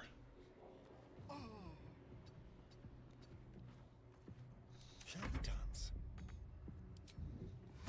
This will do nicely. Go over here. Yeah, I'm very excited to play Pillars on the channel, though. I think it'll be maybe November or December when we do Pillars. But yeah, I'm excited to do it. Another fight. Also, fun fact from my first playthrough, for some reason I also disintegrated the souls in the last moment, even though I did Helia's quest. Actually never killed the dragon, I'm not brave enough. The dragon at the bottom of the Endless Paths of Adnua. Or the Helia dragon, I guess is probably what you're talking about. Time to press ahead. Yeah, I usually talk that dragon out of combat. I don't want to actually fight that thing ever.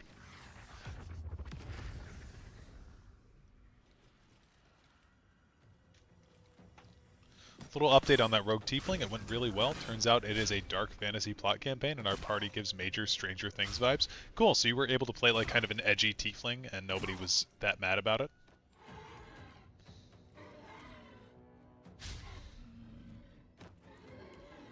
Helia Dragon, the Endless Paths I actually leave for last. The Endless Paths Dragon is so insane. Pillars is not a game, I will say, that I'm comfortable playing on legendary difficulty like how I am with this game. Like, Baldur's Gate I can play on honor mode, because Baldur's Gate has turn-based mode. It's not like Pillars is real-time with pausing. And so I think that it helps out. Oh, 350 XP. Nice. But yeah, Pillars is very complicated, for sure. And I think that the real-time with pausing is very difficult to deal with. Okay. Again, we're just going to keep on pausing and chatting and vibing. Nothing important is ever easy. So, should be fine. Sounds like a fun D&D game, potentially. Cheers on that. Yep. King Block deserves a good cheer.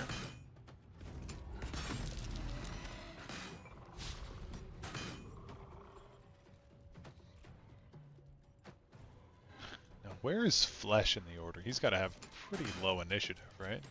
Yeah, he's at the very end. He's at 67 HP. Wow. I'm sort of glad that all the dragon fights are treated very seriously. Yes, the dragon fights are crazy, man. The one in the White March is nuts. That fight. Oh my god.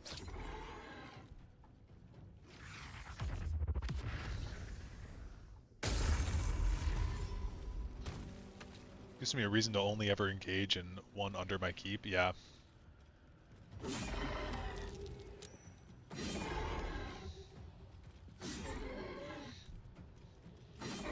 Had Weeping Angels armor statues and a crying mirror ghost lady. No wonder my tiefling became some sort of comic relief. You gotta in that situation. You've almost gotta do that. Okay, well, we should be okay to hide and sneak attack. Nice. Go back here. Will can blast you back into the Hunger of Hadar. And this is the main thing where Arcane Lock comes into play, is that you can lock this door and then people can't ever get through it. But that's okay. I'm gonna stealth Shadowheart here. Swift as my feet can carry me. Stealth my PC in the corner here. Oh, I was already stealth, my bad. I did both PoE dragons for the achievement once, but otherwise it resolved peacefully. Yeah, I think I killed them for the achievement one time. I really want to do that crazy achievement in Pillars 1, which is like, don't take any companions, don't take, don't take any companions, beat the game in, what is it, Iron mode? 180 XP for them killing that guy, by the way. But you gotta beat the game in like the hardest difficulty without recruiting any companions ever. It's just crazy. Okay, here's the boys.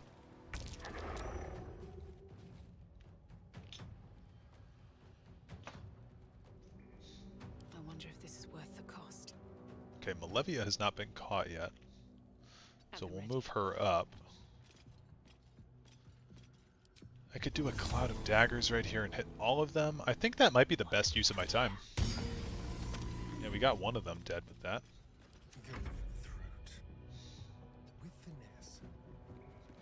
We'll go stealth. Which one of you can I actually hit? Okay, this one's got some decent HP. That guy.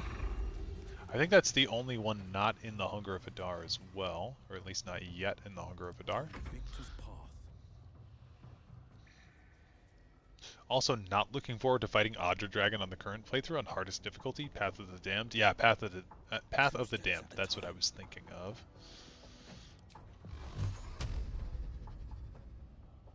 Yeah, Path of the Damned is something I've never attempted because I haven't done that many playthroughs of Pillars. But, it's something I really want to try eventually.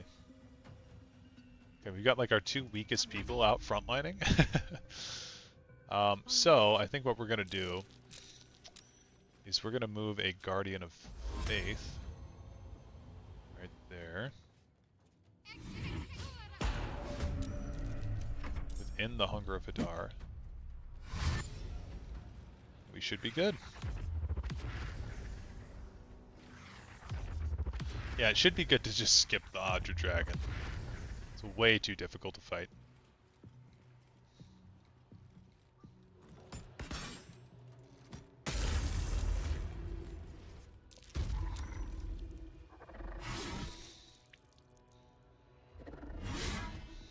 Okay, that was fairly uneventful. Someone died.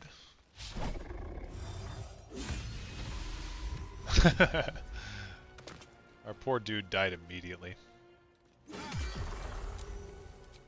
Trial of Iron is PoE's honor mode? Yes. That's the one.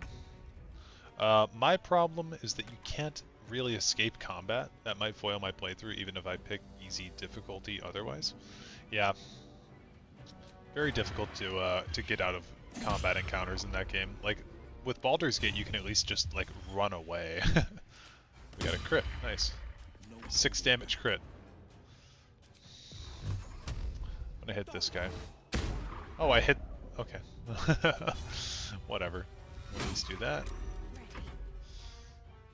Shadowheart actually has not been seen. She's still stealthed. So I think we're going to pop a... Well, Spirit Guardians is going to reflect damage on her. Only if we do radiant damage.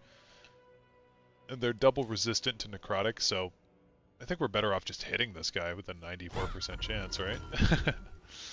That's fine by me. 6 damage crit, yeah, that's what I'm saying, man. It's pretty rough.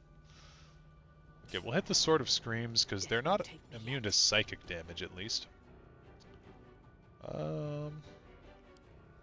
I'll hit a Luck of the Far Realms.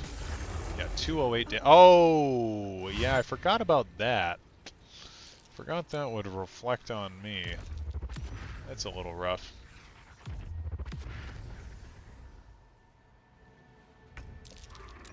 Honestly, everybody's up and in good spirits, so I don't really mind just letting me kind of die there. Hunger of Hadar is going to wear off eventually, and then we're going to be shit out of luck, though, so we are going to have to be... We're going to have to be pretty smart with how we deal with the rest of this. I think Will should go up against here. And then we'll gain sneak attack on this guy. Our melee does more than our... Or no, sorry. Reverse it. But that's okay. Probably sneak here. Nice. Okay. Now these guys do take double damage to Radiant though, right? So if I really wanted to, I could shoot a Sunbeam straight down mid. Oh, I don't have Sunbeam anymore though. Yeah, that's right, because I used it already. Okay, well, we'll use Preserve Life, I guess. Or as a bonus action, we could do Mass Healing Word at 3rd level. I think that's fine. That'll get Malevia back up. And we can still do, like... Now that there's people in here, we could do, like, a 2nd level Bless. That doesn't even call Astarion out. Can't even catch my breath. So that's fine. Another step forward. I'll go over here and I'll cast Hunter's Mark. Not enough movement. What? Cast it on this guy. You get that temp HP. These guys take some damage. This is going to be a little bit tough.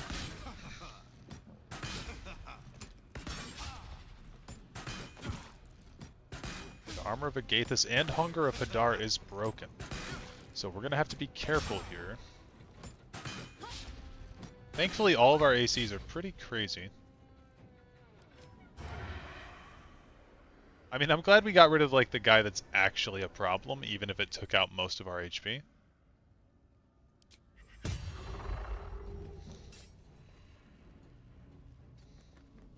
This is my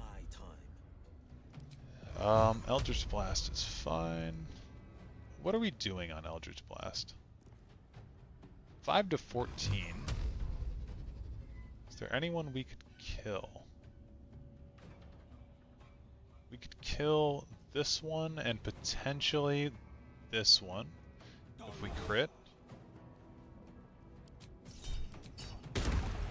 Ooh, actually we got both of them. Wow.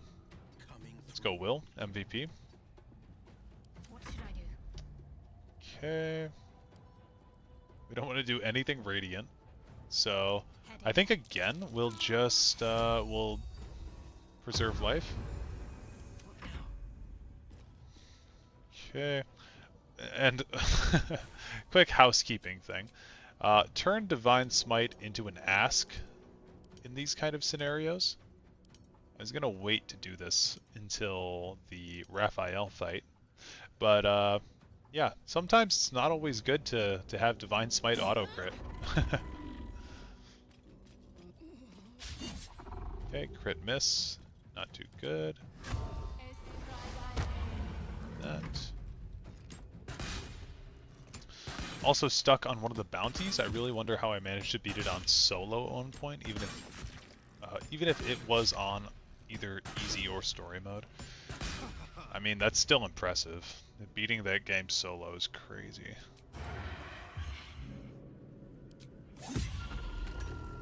Okay, we got that one out of the way. We'll go hide again. A subtle approach.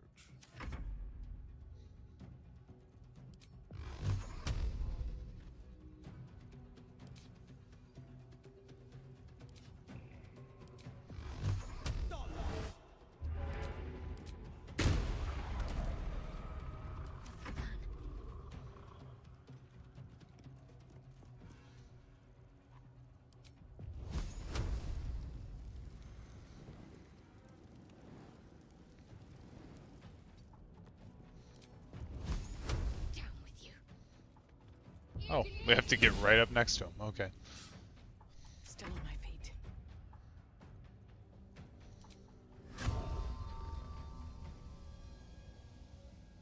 And away I go.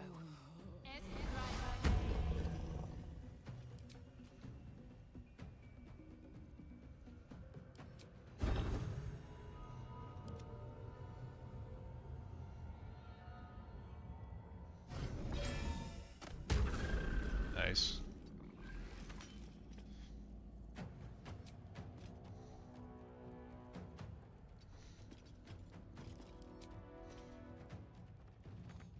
Jesus. Okay, I guess we'll end my turn. Ilya, which bounty are you stuck on?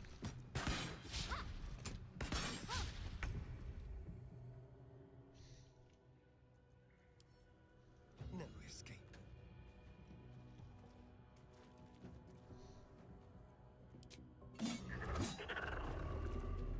Forever dauntless.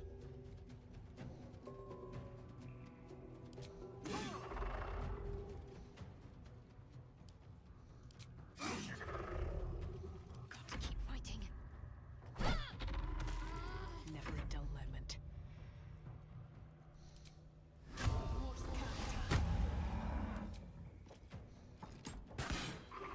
With haste.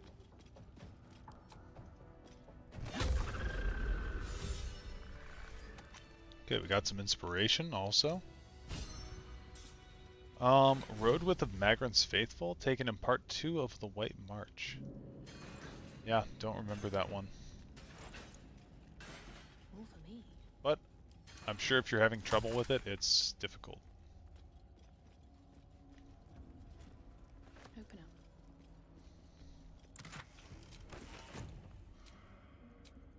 up. Take a short rest. And alert.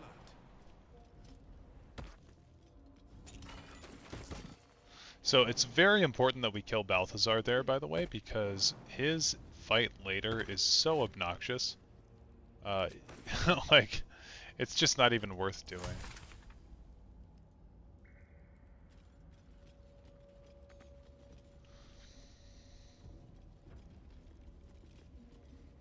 And the information that you get from him is just not worthwhile enough to keep him alive for. Okay, Justiciar Crusader, I think, is the big guy, and he doesn't even have anything on him. Silver Chalice. Where did Balthazar himself go, though? There he is. So he's got the Circlet of Bones, which is a Necromancy Wizard item. There's that.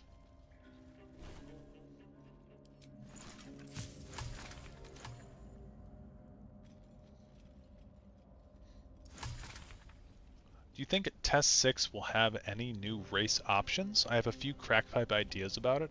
I think not, probably, but maybe, like, honestly, in a DLC, that could be really cool to have, like, the Malmer as a playable race, finally. Malmer, or if the game's going to be in Hammerfell, like, left-handed elves could be really cool.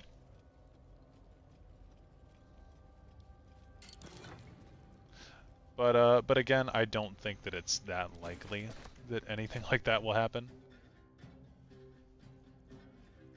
Just technically possible. Okay, let's see if we can spot this out. And this.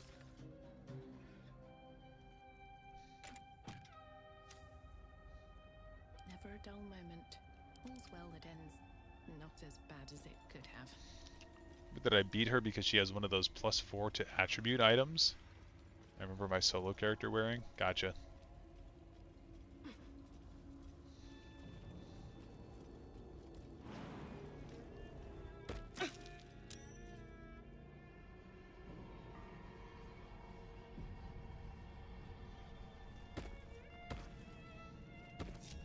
Breathe quiet. Okay, just in case this goes backwards, There's no time to waste. can Shadowheart jump back up here? She can. Okay, so Shadowheart's gonna stay back here. She's gonna stealth. Perfect. And the rest of us will... Oops. We'll join up. Why my eye is itching. Don't want to draw any attention. We'll come through here. Very But this is another one of those moments where the Gith Creche might be so much blood. relevant, right? What the hell has been? What happened to us at the Gith Creche anyway? Feel it.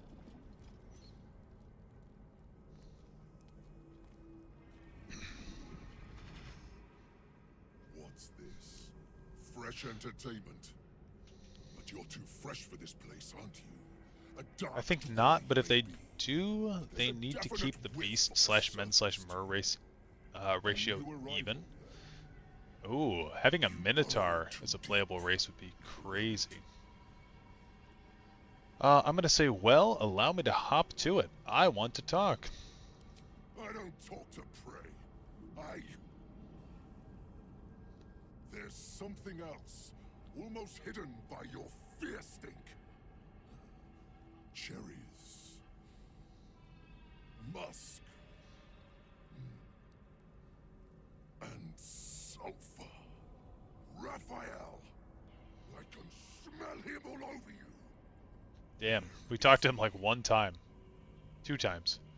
We're gonna say, wait, you know Raphael? That perfume trickster swindled me. Trapped me. I'm gonna say, I've had dealings with that devil. Maybe we can help each other out. Where is he? Spit it out. Now! What are you doing? The devil told us to kill this thing, so let's stop chatting and kill it. Let's share our experiences about Raphael. Perhaps we can help each other. Bargaining, are you? A Karator warlord once tried the same. I made him watch as I ate his concubines in young, then fashioned a codpiece from his skull. You can't help. Honestly, Not bring just cod wolves pieces that back. came here. Not the traps, the dark, or the creatures it hides. Something stronger holds me. A contract. Either I fulfill the contract, die trying, or forfeit my freedom. If I leave this place now, I'll become Raphael's slave. We're gonna say diabolic deals and legend always have loopholes. We just need to find it. Raphael is no foolish story devil. His mind is different, sneaky. Listen.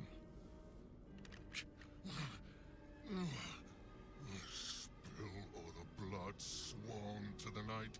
Silence all prayers. Smother each rite. Wander Shah's halls, hungry to slay. Leave no justice here, alive to obey. Leave none to hear it, then be set free.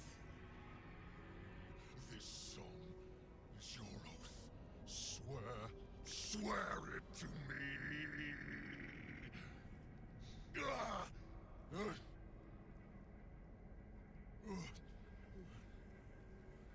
Well, that explains where all the Dark Justiciars went. This song differs from others you've studied. The final couplet contains a trick, a clause not easily fulfilled. That's it. So he's the one who slaughtered the Justiciars. Can we kill him now? Because if he doesn't die, then Raphael won't tell me a damn thing about my scars. Yeah, that's fine. I'm gonna say quite bloodthirsty as lyrics go. Have you considered some instrumental accompan? What is that word? Accompaniment? Have you considered some instrumental accompaniment? Wow. I don't want to make it pretty. I want to silence it. Anyway, enough prattle. The lyrics are clear. All who hear the song must die. Time to die. No, no, no, no, no. Bard Persuasion. Raphael's a sly lyricist. He tricked you. Your followers heard your song and still live. Oh, we don't have Shadow Hearts, we don't have Guidance, but that's okay. I think we'll be fine. The Meridons. They barely have a thought to share among themselves. But they do have ears. Kill yourselves. Back to the hells with you.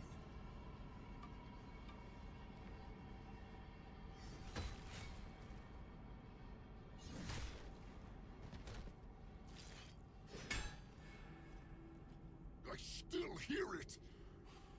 Seems your theory is wrong. You're not finished yet. The Displacer can hear you too, can't she? Need to kill her. Yeah, we'll cast Friends on him. If we can. We can't.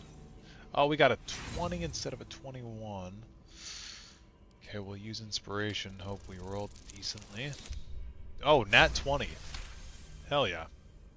Kill Nessa.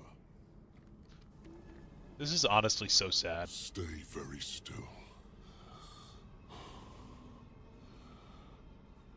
My beauty.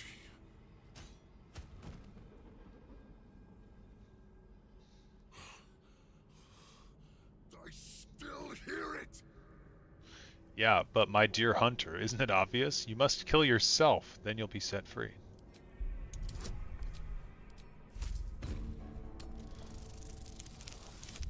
$15, easy win. Easy dub.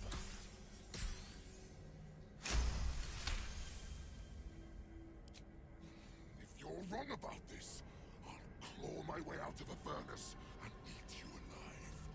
Contract be damned. Nicely played, Raphael. Bastard.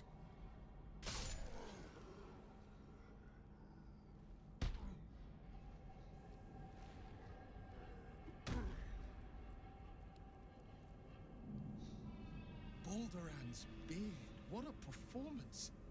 You'd put the 5 flagons to shame. Okay, we got our inspiration back from Astarion. Let me catch up on chat. Malmer fits well into the sea theme. I've theorized for years. A lot of other people now too. Yeah, a lot of people are thinking that it's going to be some kind of boat-themed game. But again, I don't really trust Bethesda to make vehicles of any kind, considering that every vehicle they've ever made has been pure and utter shit. So even counting like the horses and carriages from Skyrim. So boat combat, I'm not super thrilled with the prospect of. Take this, send to camp. I've said it already, but just give me more options like Pillars does. Subrace / culture / background. Yeah, a few more options in character creation would go a long way, especially if they actually, like, I don't know, made the options seem important.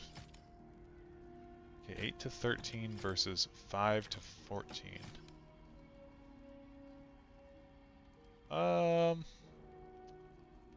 I actually think I like the Herald better.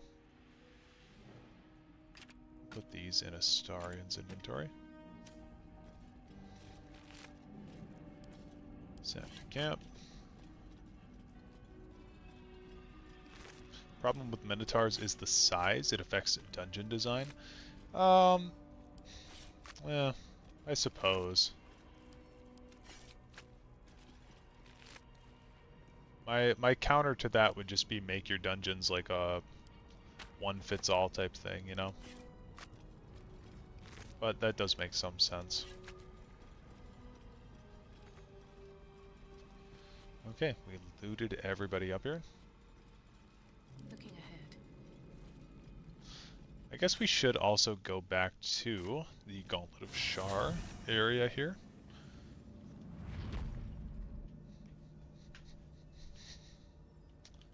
And we should get this Shadowheart dialogue out of the way.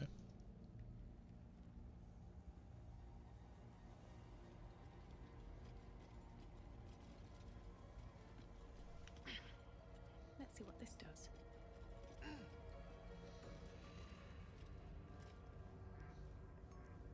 She is not even with me, because I split her off from the rest of the group, but she can make it.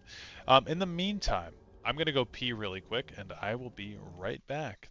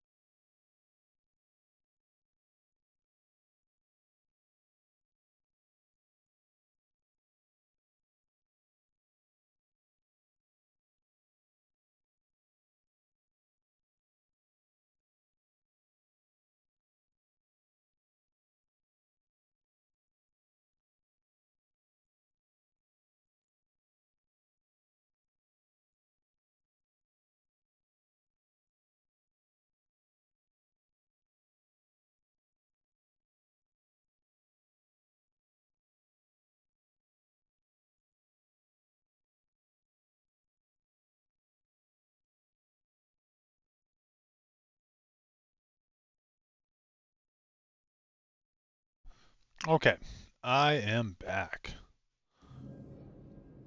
Okay, so I wanted to click on this. We can put in one of our gems.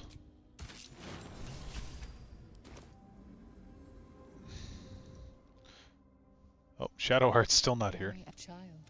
Indeed. Oh. Welcome. It has been a long road to bring you back to me. But there is more I need of you. Listen closely.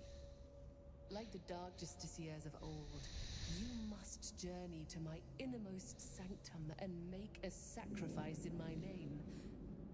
You will become my voice made flesh, to command all who bow to me. Seek out the library. It houses more than just knowledge. Find the Spear of Night. You are ready.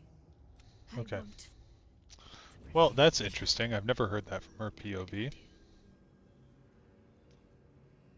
Might be a good hydration reminder time, Mr. Streamer in chat. Yeah, definitely get some water if you're not imbibing right now.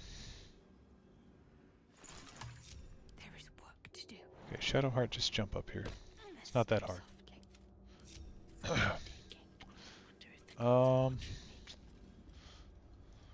You know what? I bet that I can give us all Featherfall and we can just jump down here. Skip us some time. So many must have toiled to make a visage so grand. One of my crack pipe theories for Test 6 is the return of Morahouse. Perhaps with him bring Minotaurs. I also definitely do not have a thing for big muscular Minotaurs. Definitely not. Yeah. Morahouse would be very interesting to see again. I find it strange that the Pelennor that we saw in Oblivion was just very, like, basic, you know? Overcome my trials and win my embrace. Oh, interesting. Myself worthy, Lady Shah. Okay. Oh, this one's pretty damn easy, honestly. So, this trial, as you guys should know by this point, there's a way to sort of make every trial a little bit negatable.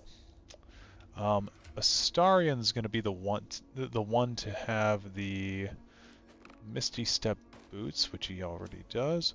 So, oh, but he can't use them. Why not? Ah, I see. Okay. So, probably want to have his bar like this.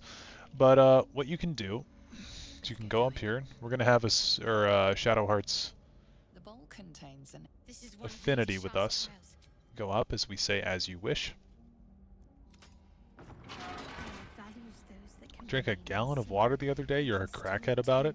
Crazy. I drink a lot of water at work, to be honest with you. I guess we should have Shadowheart be the one to do this. It doesn't really matter, though, does it? I don't think it really matters. So, we're going to have Astarion go through here.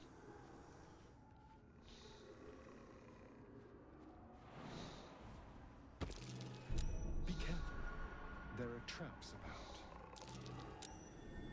Okay, we're going to jump through here. And then, yeah, we just want to make sure that we have a character with Misty Step to go through this window here, which I think is the entire reason they put that window there. Now we can go up.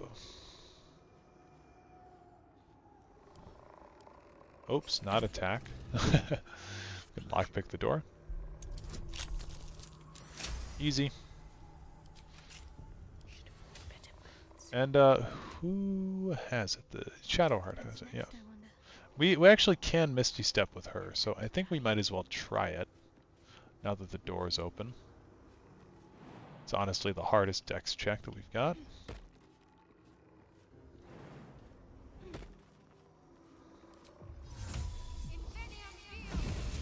Okay.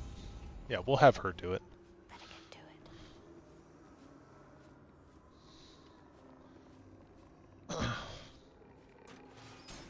You're the #1 Pelennor hater? That's fair. Disarm everything in advance of invisibility potion done. Oh yeah, in the next room, yes, I would agree. This room, not so important. We'll actually just take everybody and... Oh, we cannot fast travel from this area. Okay, hold on. Keeping my head down. Have to keep going.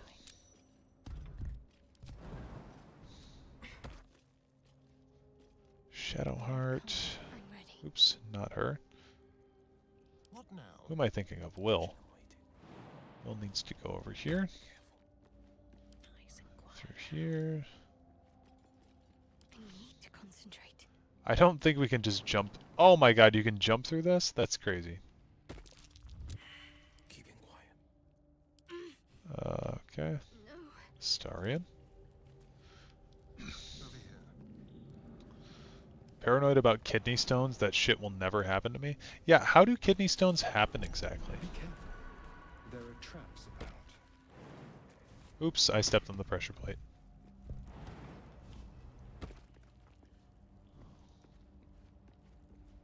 I've always been like a little bit unsure about that.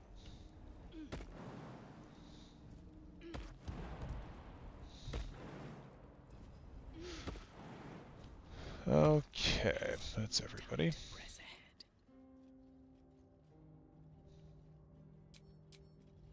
On my way. Cursed to put my hands on everyone. This initiates walk these halls once. Kidney stones are not fun. I've only had small ones though. Yeah, they sound horrible. Okay, yeah, so for this room we want to disarm everyone. We want to make sure that our inventory is like at least organized on each one of these characters first. That way we can easily get our build back together. Sharp as ever. Lots of ways. Essentially you have a buildup of something in your kidneys. It calcifies because it sits there for too long. Gotcha.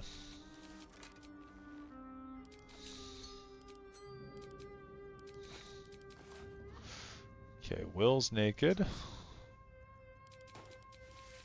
Starian is naked. My faith will guide. Shadowheart. Oops. Is just about there. Okay, Shadowheart's naked. And finally,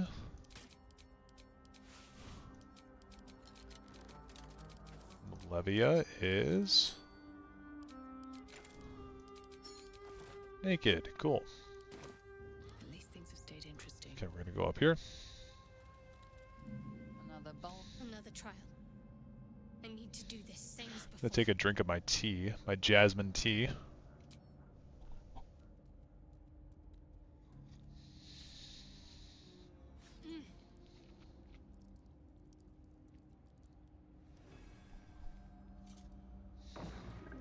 Teaches us that we are our own worst enemy much of the time. Her embrace will elude us until we shed Okay, that now we which just holds put us everything back on, I think, once we walk in here for a minute. Oh, self-same trial. Okay. So, what I always wind up doing is walking over here to the right side of this arena, and it never causes any problems with me. Prime spot for an ambush. Yep, prime spot for an ambush, I would agree. Something good here,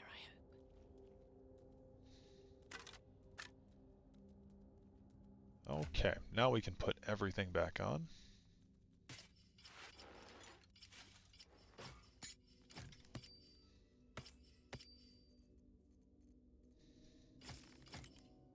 Oops.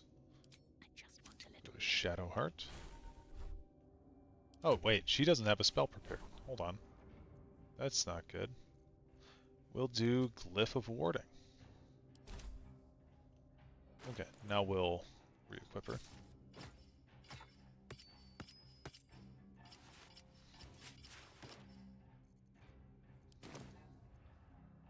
Time for a little dip.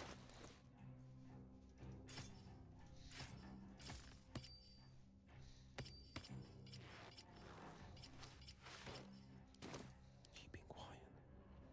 Yours is mine.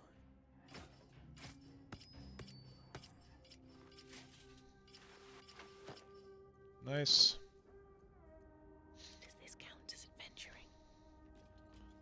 They can be caused by all sorts of things, sodium, sugar, etc. Your kidneys just don't have the capabilities. Where there's an overabundance of something to process, your kidneys remove what they can. Sometimes that's not enough. Yeah, that sounds really rough. I would not want that to happen to me. So I think I'm up here. Yeah, female drow. I'm up there. So, something that I don't know how many people are aware of, but you can get past this part here. Just have to go up here and do this. So the thing with the self-same trial is that you can only hit the character that is you. So we're going to have Astarion go up to fight Astarion. We're going to have Shadowheart go over to fight Shadowheart. And then we'll have Will go up to fight Will, who should be up here. You won't feel a thing.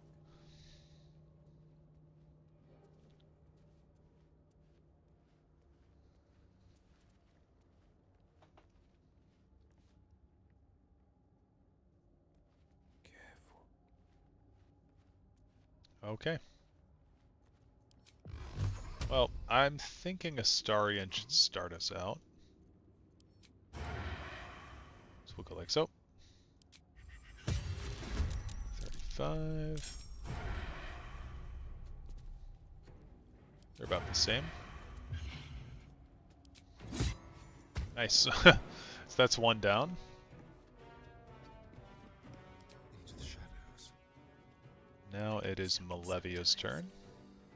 The crit. Damn. Gonna head out now. Have a good rest of the stream. Yeah, you as well.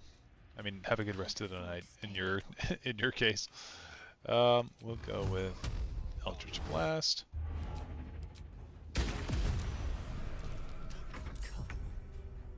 Ready. Unseen. Here with that reverb. Hungry for the slaughter.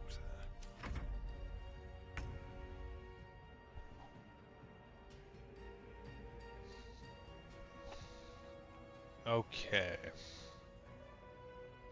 Inquisitors might actually seems fine. Do this. There we go. A bit more damage.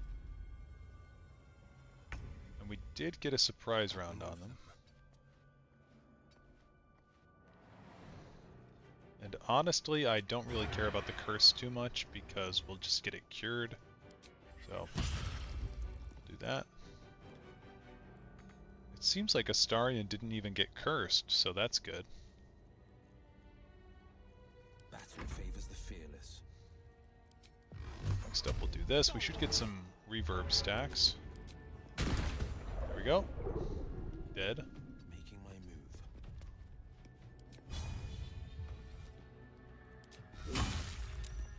Let's end this. And Shadowheart will eat that. Perfect. So much for peace. And that. Easy. These boots have seen everything. Wow. Easiest self-same trial of all time.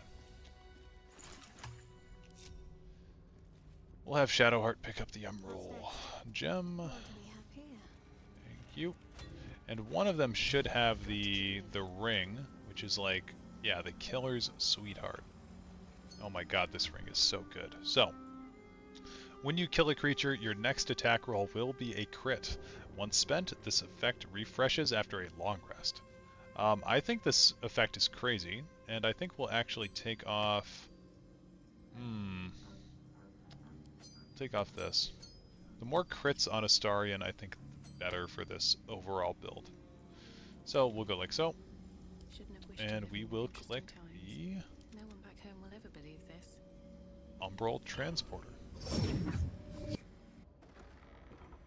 Muscle mom or muscle drow mommy on muscle drow mommy time, yeah.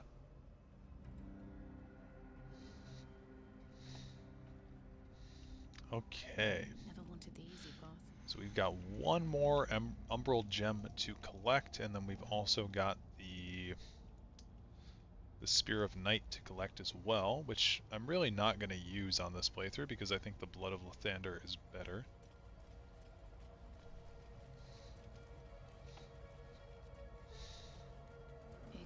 something. I'm exhausted. Better find somewhere to camp soon. Okay, we'll let Shadowheart do this. Another trial. Go ahead. It'll make her like us more. Sure of foot in even the darkest recesses of Now, I Lady don't Shaw's know if embrace. you need to have the Lathander's light unactive or something like that, or inactive. But regardless, one thing you can do is click O on your keyboard and it'll open up this menu for playing the game.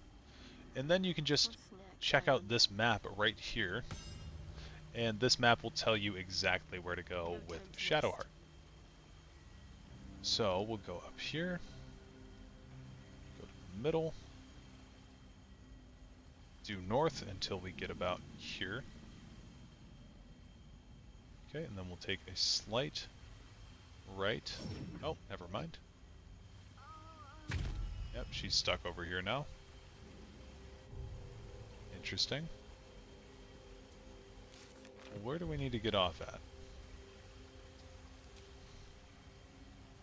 Forward. Okay. Well, let's try it. Okay. We're here.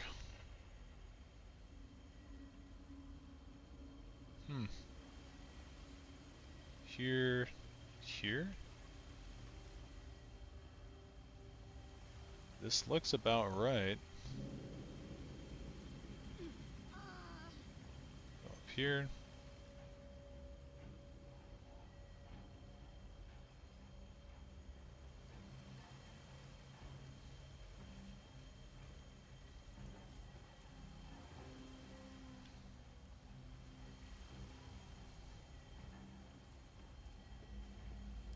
Let me see if I can't borrow a arrow of transportation here.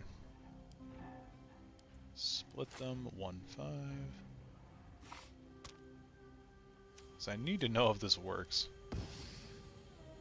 Path is interrupted. Is there any way? No. Okay. Good to know. So where are we going from here? We're up, kind of in the middle. Go a little bit further, maybe like right here. And does jumping over do anything? I feel like jumping right there. There we go. Okay. Grab the gem. The inner sanctum is within reach now.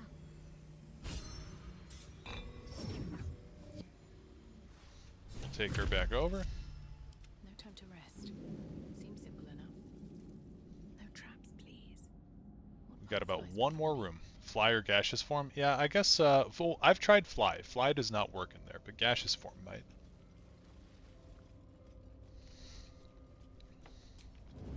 At least fly does not work the way that I would want it to in there. Okay, so the easiest way to deal with this entire room is to take Shadowheart. This thing has 32 health. It'll take double damage from Radiant, right? So you just cast a first level Guiding Bolt from outside of the room. 26.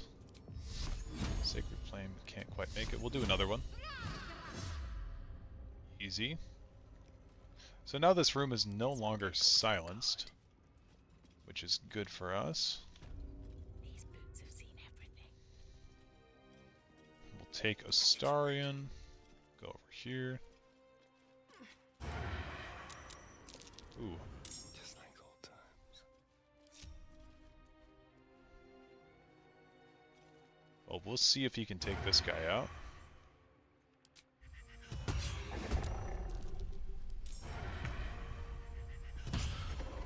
Yeah. Now they see me. Don't mind me.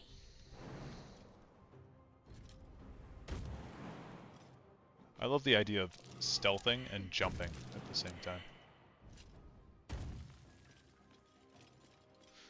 Okay, we're gonna attack this guy. 2, 9, and 2. Not as good. Miss. Damn. Strength in silence. Not a peep.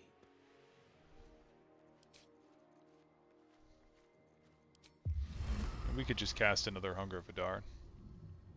That'd be fine. Be perfectly acceptable. We actually regain our action too for some reason. Fleet of foot. We'll go down here. We'll see if we can hit this guy.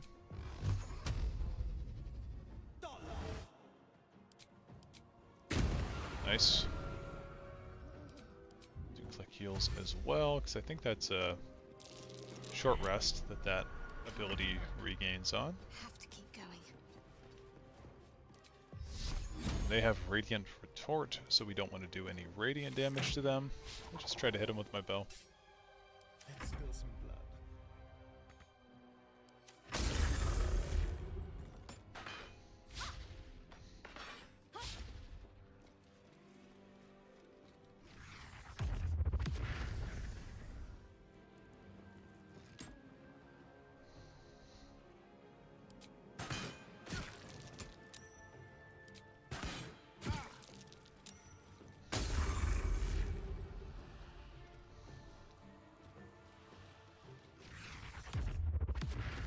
How rude.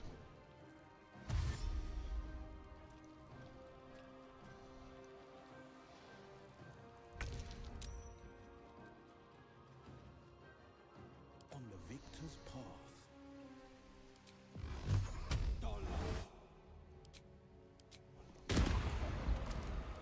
Got to concentrate. Come on, can't stay idle.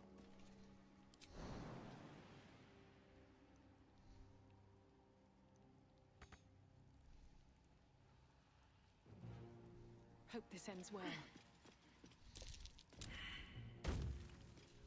My faith will protect me. No mercy.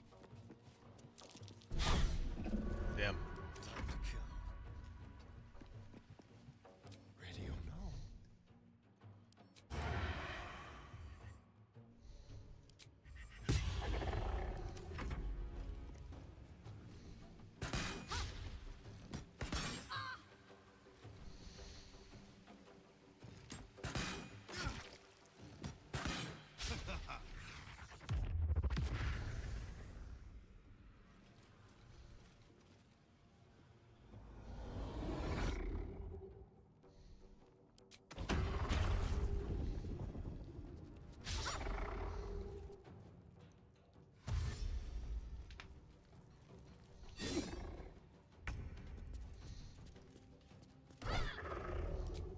Let's have some fun. Let's have a little fun. Blood comes easy these days. Okay, easy. What is your favorite of the Cyrodiilic Empire? Second, I assume? No, third is my favorite. Although I do like the early part of the first quite a bit. Really just Alessia's reign and then Belharz's reign is very cool to me. But a lot of the first era is kind of muddled with the Alessian order, unfortunately, so... Second era is a lot of third SMH. Dude, second era is not that interesting. Second era is like... I don't know. Second era doesn't have any Dragonborn Emperors or anything like that.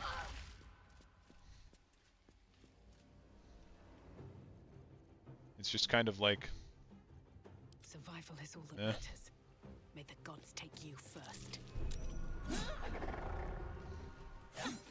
A lot of it is very ESO coded. Can you feel death's cold grip? Just like it was always. Can't give up. Focus straight through. Forever dauntless. Fleet of foot.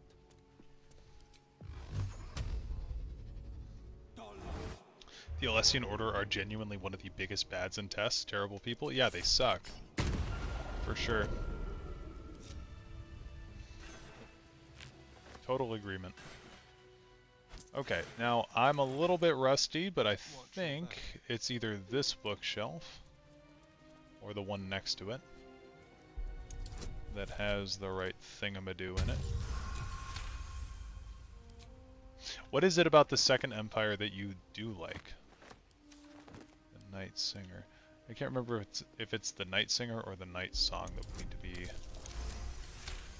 worried about gathering here. Tome of the Soft Step Trial. Yeah, not super interesting.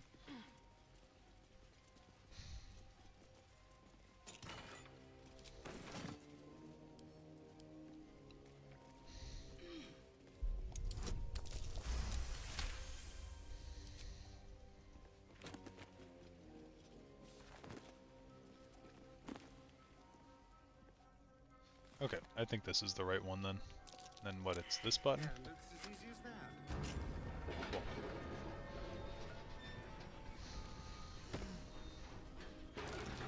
What to do? The trap. Watch it. I'll give it a shot. What can silence the night song? Yeah, what can silence the Night Song? The answer is...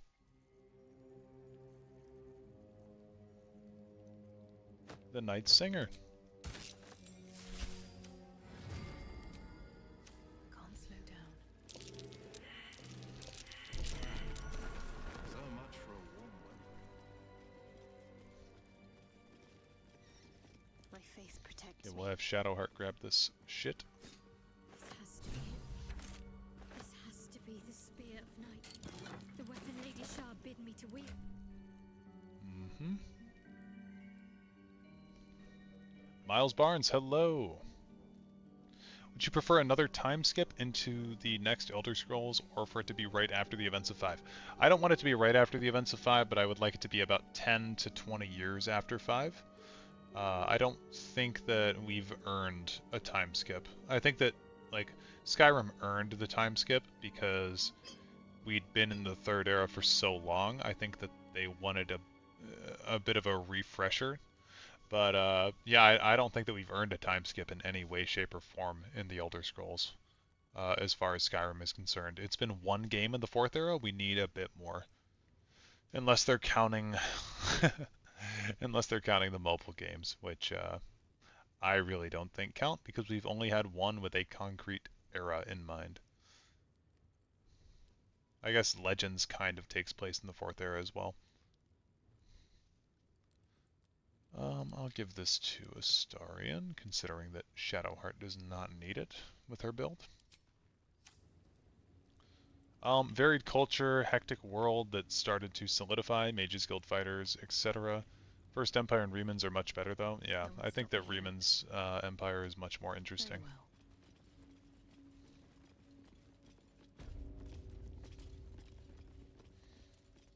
What's inside? Careful. There are traps about. Go here. Also, welcome to the stream, Unveiled Arcana. Thank you for showing up.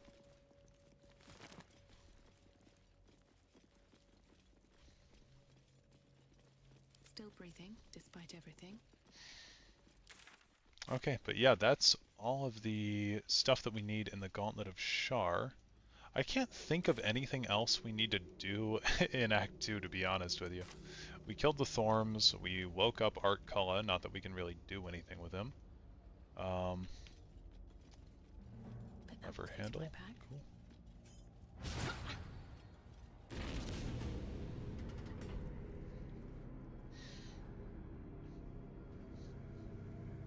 Did you see the lore books discussing that Alessia was most likely a prisoner? You mean a prisoner as opposed to a slave specifically? Like she was more of a prisoner of war? I have not seen those lore books.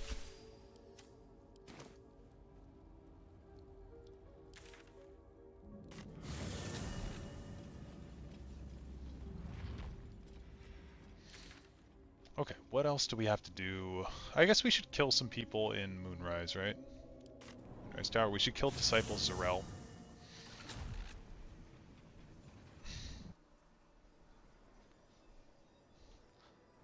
Also, if you guys need to stretch your back or your legs at any point right now, go for it. No metaphysical prisoner like the main character. Okay, here's my hot take on that.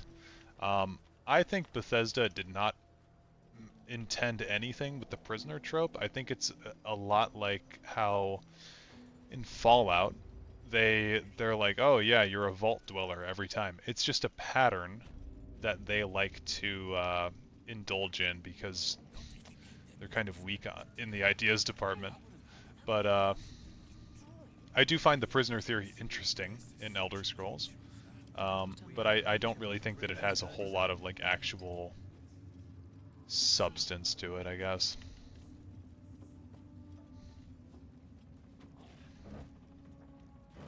Given like that the writers for Bethesda just probably wouldn't actually indulge in that type of thing, but no, I have not seen that theory. I think also like the fans, Bethesda fans, put in more effort into interpreting the games than the actual people that work at Bethesda do. Okay, Astarion is finally at a fair relationship with me. Oh, we should long rest because now Raphael will show up and help us out, right? But let's go do the quest here first. Raj Oblodra. Just a pinch of... Raj, I'd like to offer my services, if you're willing. Sure. With one drop, I can brew a rather... We can learn exactly what that means together. Just... There we are. Let's Or then do it. Oh, don't worry. Oh, I assume he belongs to you? I'm sure... Good. To feel... I'll leave... It's not... Can't you talk some sense into your obstinate charge? I'm sorry. Are you... Because there's something wrong with her blood. I can smell it from here. It's rank. Easy for you to say. Darling, after... Okay, so we're gonna gaslight him into biting her neck, which I don't really care to indulge in. Welcome back, true soul. But we'll trade with her now.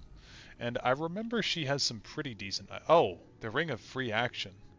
And the Rescue Ring. Yeah, those are supremely important. I can't believe I didn't get those already. That's only 443. Wow, these rings are really good. Totally forgot about these. Come back. Let's see if we can steal them with Astarion. Quick step. So we'll have Shadowheart cast Guidance on him.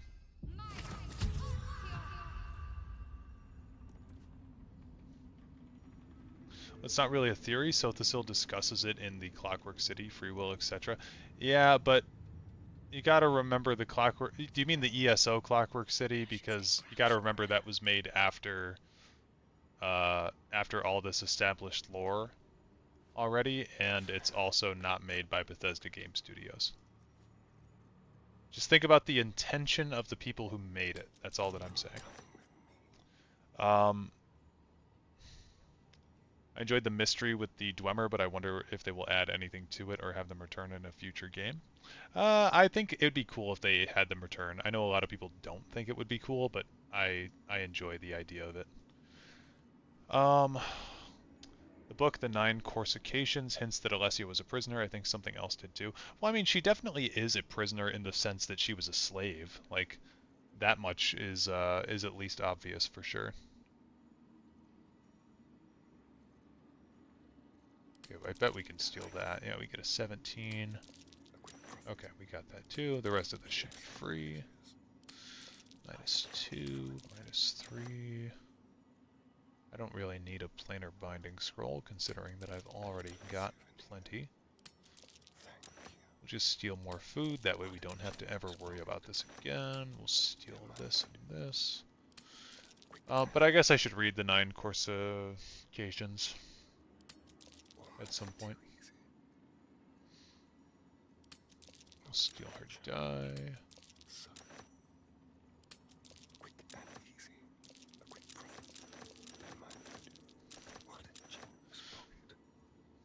Got a 20 on that?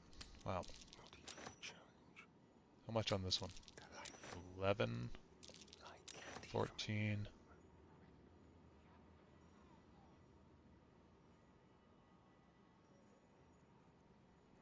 $15 to steal all of her gold back.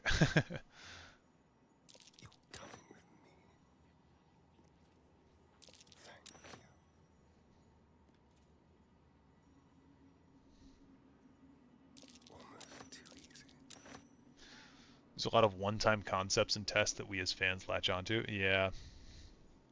I mean, we're all starving for lore or something interesting in this series, right? So we kind of cling on to whatever is thrown towards us.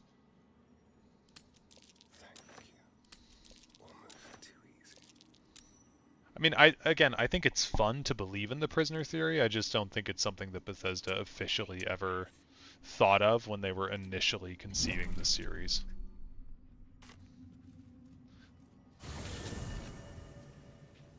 Like, everyone knows, right, that Arena was not even intended to be like an Elder Scrolls game necessarily. They just sort of continued writing lore until they were like, well, this is like its own thing now. We need to make a name for it. But yeah,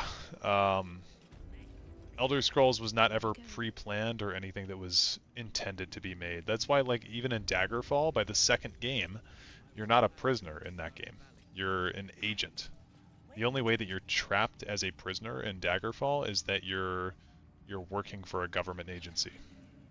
Arena was supposed to be a bunch of dungeons and nothing more. Exactly. So, I mean, by the second game, they'd already broken the prisoner theory trope, which is kind of why I don't really think that it holds much ground.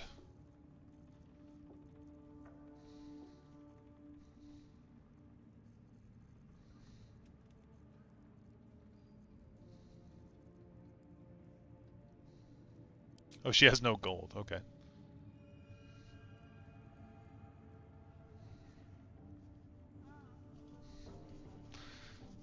Shezarines was something that was overblown. They did touch on that again recently, I think. Yeah, Shezar is a topic that hasn't really been touched on again in quite some time. Welcome back. We'll trade our blood for a potion. Do you know of any other true souls willing to aid my research, though? Well, we'll get some blood from Will. So I think the human potion's very good, isn't it? Should you be interested, I have a particular offer I'd like to make. With one drop, I can brew a rather potent potion for you. There we are. Okay, human versatility. Long way to go still. Let's get the elven one. Should you be interested, I have a... With one drop, there we are. Half elven, my bad. Don't touch me. I don't know if Astarion can do it. Welcome back, Truce.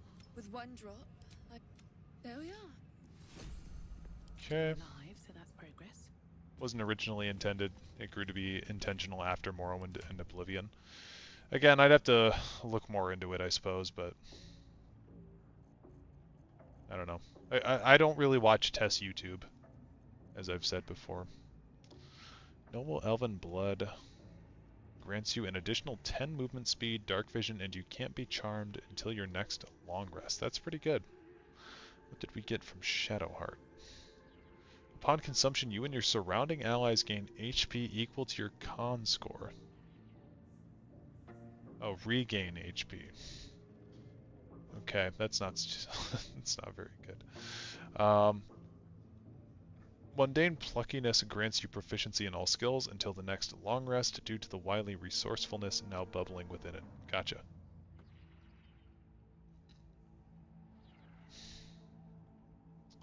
I really love the lore, but I don't have much interest in lore outside of non-mobile only Bethesda produced games and DLCs for those games. So you don't really have interest in non-mobile only.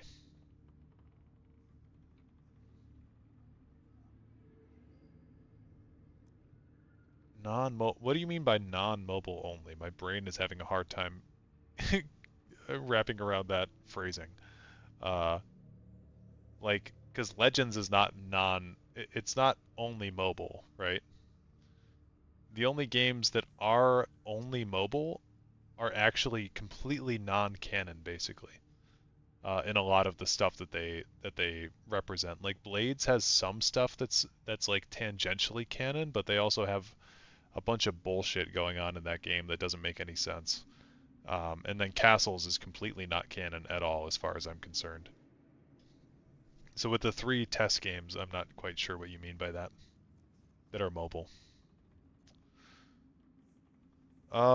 In concept, you needn't be a literal prisoner. It's more that you are a person that understands that they are a prisoner in the way the world operates and its existence.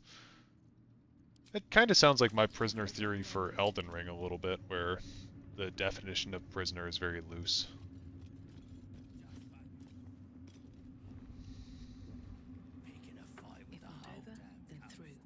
Essentially someone who's trapped.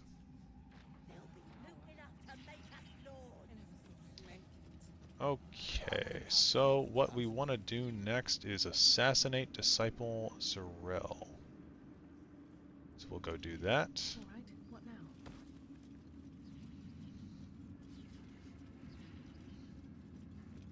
Oh, and we got all that cool shit from her, so we should equip some of that. The Fairy Fire and Hunter's Mark and True Strike thing. That's very interesting.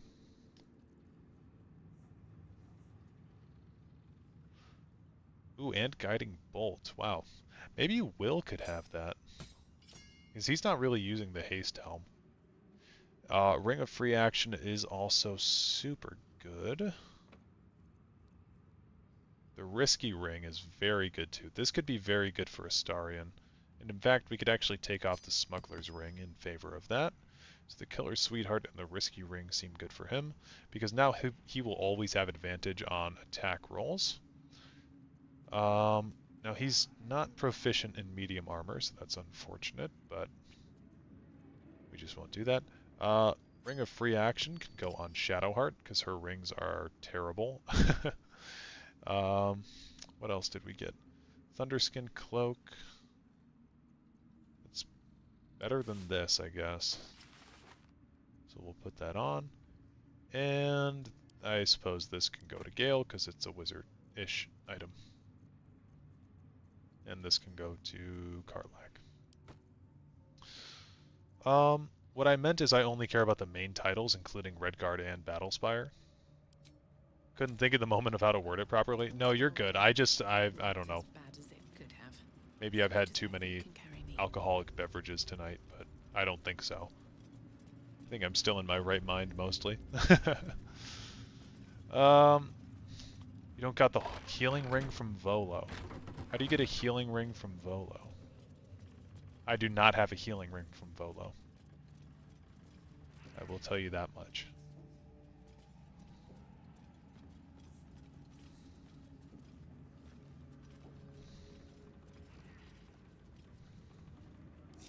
Where am I needed? Oops. Well, it's a rundown bearing the weight of centuries sort of grand. The Orthon is nothing.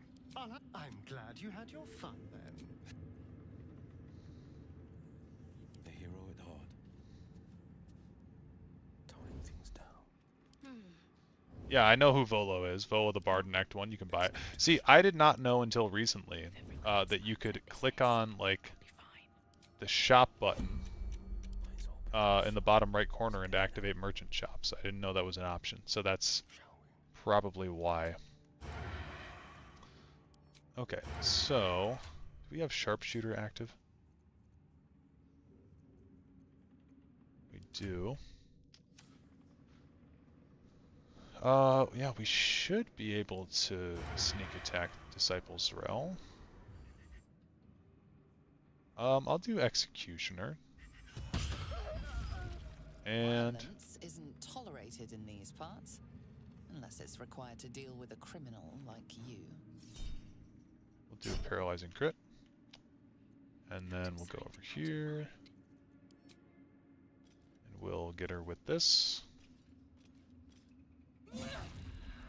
Do a level 1 Divine Smite. We'll attack her again. Nope, don't need to waste another smite. Another parasite. Collect it. It might be useful. Cool. We'll take all of her items. We're in encumbered now, but it's turn-based mode, so the game is basically on easy mode. We'll drop that, honestly, and drop that. Why does she have rotten food on her on her body? I will give this to Shadowheart, and I'll throw that back to camp. We should be able to instantly send everybody back outside of Moonrise. Smites won't auto-kill you here, thankfully, unlike the Temple of Shar. Yeah, I think on Honor mode, it is good to have everything on, like, an ask basis, though. Like, hey, ask me if this is what we want to do, you know. Very much despise ZeniMax as a company. I can't bring myself to even watch videos on ESO lore. Damn, that bad for you? I don't mind ESO that much. I mean, I like some of the stuff that they've done. And I do consider it canon, because ESO... I mean, they've said that it's canon in the past, but I don't know. It's definitely not, like, the most ideal lore in the world. Keep forgetting that Will has this robe on. Man, this robe is not very good for him with Armor of Agathis, right? At the beginning of your turn, the robe activates, granting them temp HP equal to their charisma modifier. So that just destroys Armor of Agathis every single round, but it makes his Eldritch Blasts better. Interesting. Figured out the shop feature after you figured your whole first playthrough. See, I have 600 hours on this game, and I have not figured that out yet, so you're doing better than I am. Better not be cursed. Okay, so to level up, we need 600 XP. I bet we could kill this room. No problem.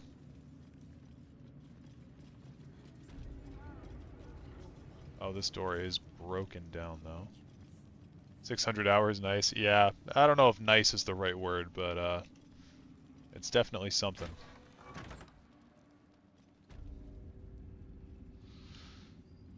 Okay.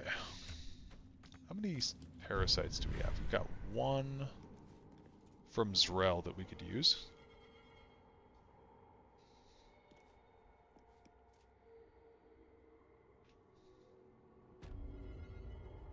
Yeah, I don't really need any of these other things. Like, the charm thing I always feel like is automatically resisted by people. Okay, we're gonna just take this guy out for the XP.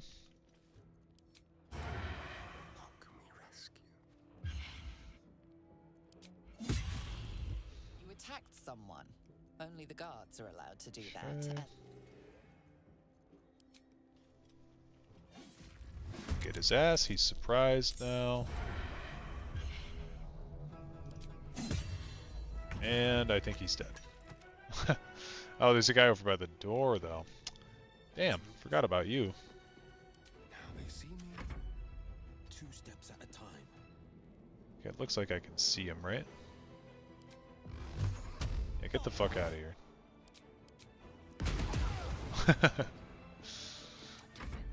Okay, can I still see him is the question. Yeah, we got disadvantage though. That's fine. Oh, that was Shadowheart. Oops, I meant to do that on me. Okay, we baned him. Real gamer hours, it really is.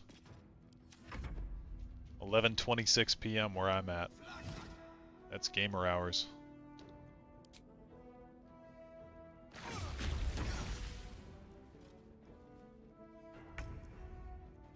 Okay, he's got Death's Ward, right? So we'll No holding back. honestly, yeah, just do that. Coming through.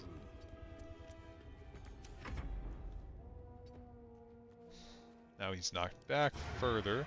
Should be able to get that sneak attack. And now he's at 1 HP actually. And can we do a little bit of Sacred Flame here? Easy. No one back home will ever believe this. No bit of food. Don't get me wrong, a friend got me the base game for sale for PS4 many, many years ago, but to this day, you still need PS Plus to play that on console? Really? I thought BG3 had only been out for like a year. One day I'll catch a break. Or are you talking about... Oh, ESO. ESO. Gotcha. Yeah. I know that a lot of people, one of their biggest criticisms with ESO is that they feel like they need to have the subscription in order to play it. I don't agree, as someone who's played that game without the subscription for many, many years.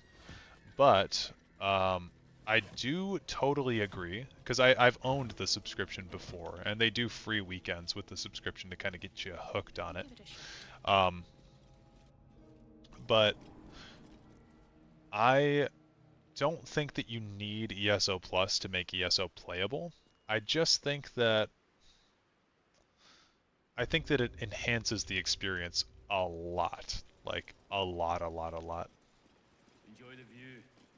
This feels like it stretch all the way to the Sea of Swords in a clear. Yeah, we're gonna have Will actually do the conversation here because I don't want to lose my paladin oath here. As the symbol glows, power courses through you. We'll do... Authority.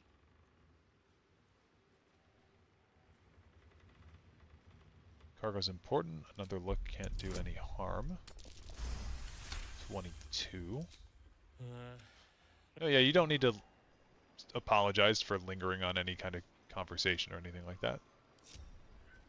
It's all good. Now I would like to kill these people and keep their loot intact. So I don't want to knock them off the side necessarily because like their armor is really good to sell. But also, I mean, we got 20,000 gold, so I don't really think we need to be that worried. So this is fine with me. Another one down. Exit turn-based. Any of these Zent crates that you see are going to have something nice in them, by the way. I can't waste any more time. Same time zone here. Nice. With haste. I also think the base game and expansions are overpriced for what they offer, but I live a very frugal life. Now, they are very overpriced. I totally agree. I mean, every single DLC in ESO is kind of predatory. I think their last like fair DLC was Somerset, but that's just me.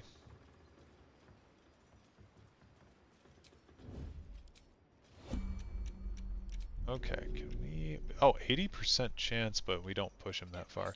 So we'll have Will do it. Shout out Will. The Eldritch King. We got a level up there. Stealth failed.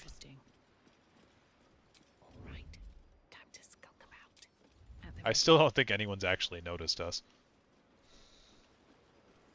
So we'll do this. I'm not even going to level up these guys because I would like to level up everybody all at once. But now this guy's not over here, so we can just kill this dude.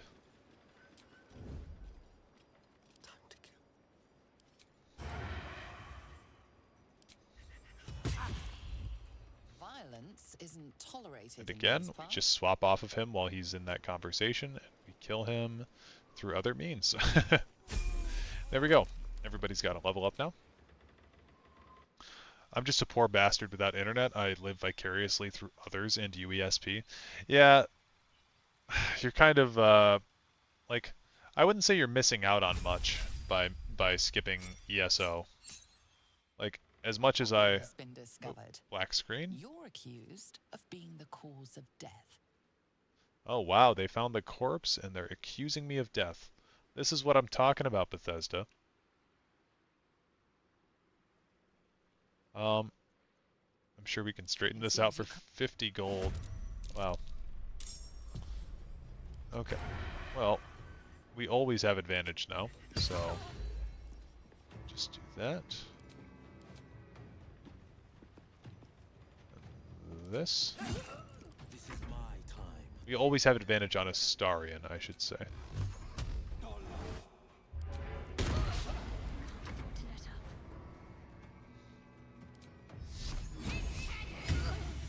Okay, with Sacred Flame hitting, I bet we can kill this person. Well, we do need to hit a 19. That's kind of asking a lot. Whoa! We got him because... because this right here, Cold a Weak, is insane. When you bring a creature down to fewer hit points than your maximum, or than your number of evolved Illithid powers, it dies, and all nearby creatures take 1 to 4. So we've got 5. So because we got it down to 5 HP, Cold a Weak activated. Crazy ability. Send to camp. This Acolyte. Send that stuff to camp. Cold a Weak was your favorite? Yeah, Cold a Weak is so good.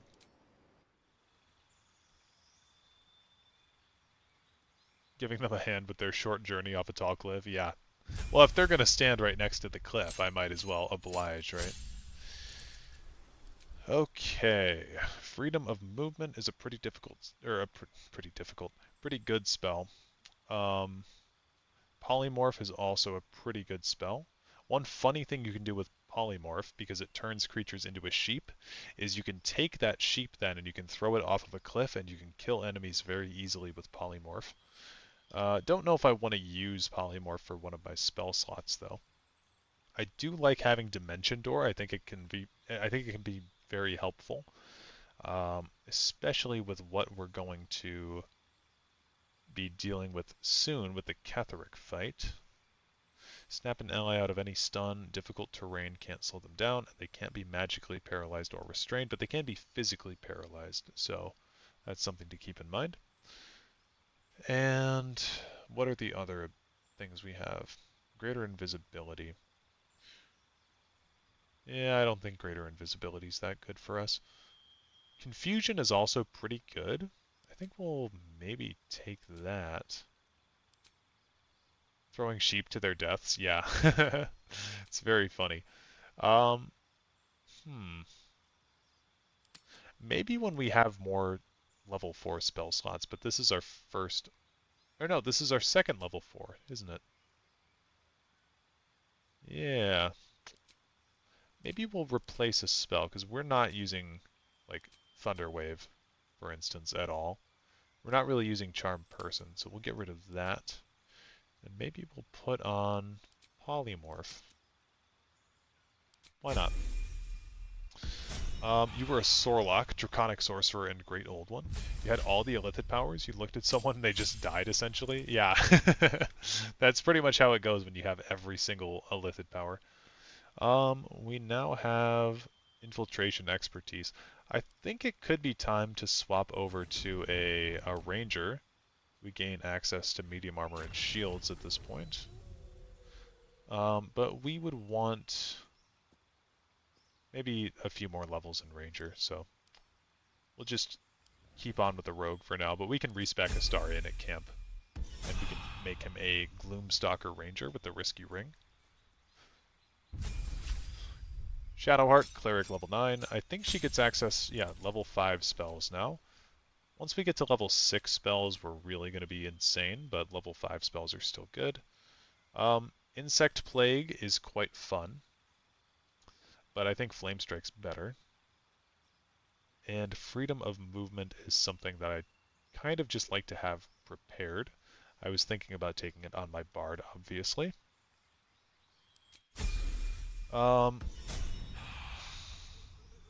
It's funny that I'm not into the meta of pushing enemies off cliffs, but Barrelmancy, that's your meta. I have so many barrels back at camp, and I have not pushed into them at all yet.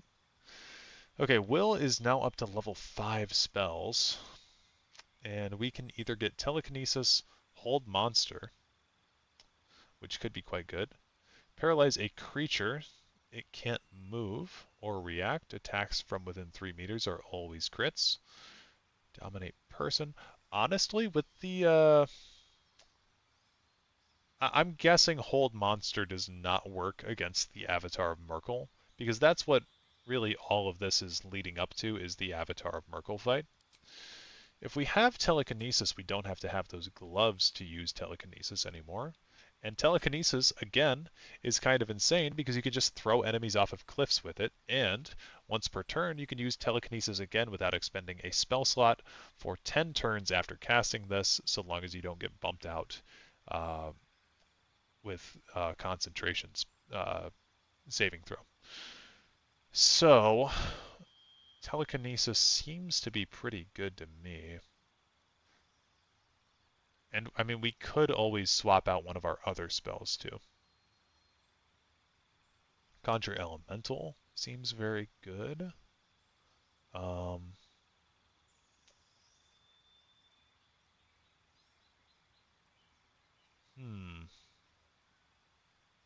Yeah, I think that's what we're going to go with. Armor of Shadows could be good because we're not wearing armor right now with this setup, so we could automatically get our AC up to 13.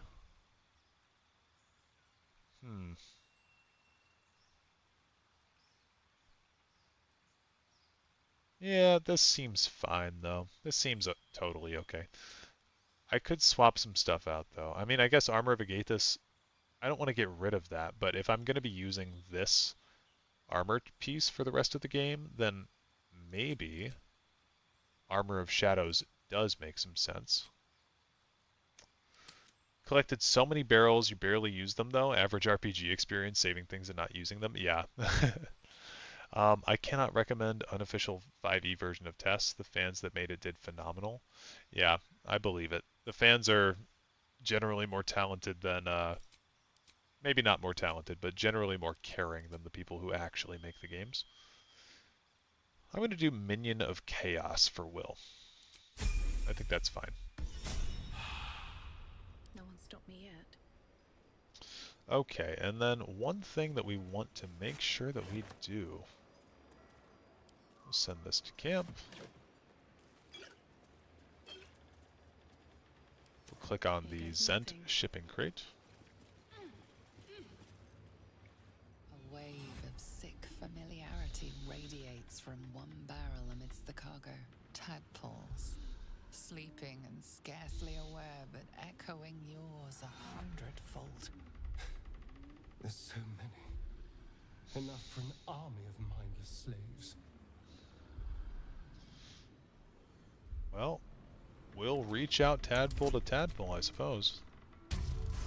Ooh, exactly a 14. That's what I like to see. A pattern of blank minds, newly born. They carry only a bare shred of memory, inherited from something older. A sleep of centuries. The birth and destruction of a settlement above, forming only background noise to the dream, until something descended down into the darkness, and the dreamer awoke.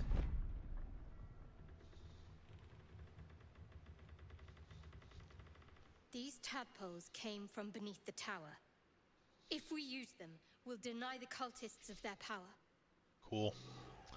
So I think what you do is you pick this up. Yep, so we gained 2 tadpoles from that. And I'm going to send this Zent shipping crate to camp. We'll see if we can do anything about that. But yeah, we gained some extra tadpoles. Again, I don't really want to use these until we evolve our Illithid powers. Which is going to make us ugly as fuck, but that's okay.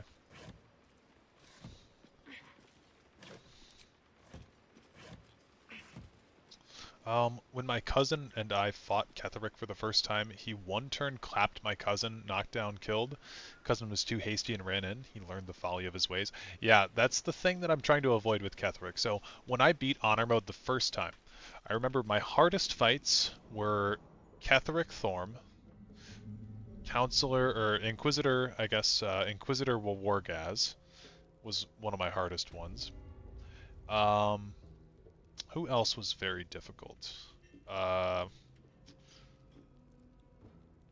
Orin. Orin was actually way tougher than I thought that she would be on Honor Mode.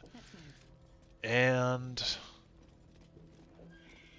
oh, the dragon at the bottom of the... at the end of Will's quest. the dragon at the end of Will's quest. Was very difficult for me. And then the final fight, of course, was actually way harder than I thought that it would be. Yeah, Answer, that's his name. Who else? I felt there were a few more Act 3 fights that gave me a bit of a challenge. But other than that, my honor mode experience was pretty tame. But Ketheric is definitely a big gatekeeper to get into Act 3. So we want to make sure we're... I want to say level 10. I think you can get to level 10 before you fight Ketheric. We just have to be very smart about this. And so we need to get the Night Song. Unfortunately, Halsin died on this playthrough, for those of you who have not been keeping up with everything. And because Halsin died, we can't do any of the Thaniel stuff. And the Thaniel stuff is actually so important to getting up to level 10, because there's so much XP in all of the Thaniel content in Act 2. There are still a fair few things we haven't done over on the eastern side of the map, so we could go do a few of those by TPing back to Last Light, but our XP is going to be hurting quite a bit. Yeah, Halsin died. yeah, Halsin died in the Goblin camp. He got he got crit by Dror Ragzlin, and the crit hit him so hard that it pushed him immediately out of bear form, and then he got hit one more time by Dror Ragzlin's extra attack, and he just instantly died. I have a full recap on my YouTube channel. Let me try to find it here.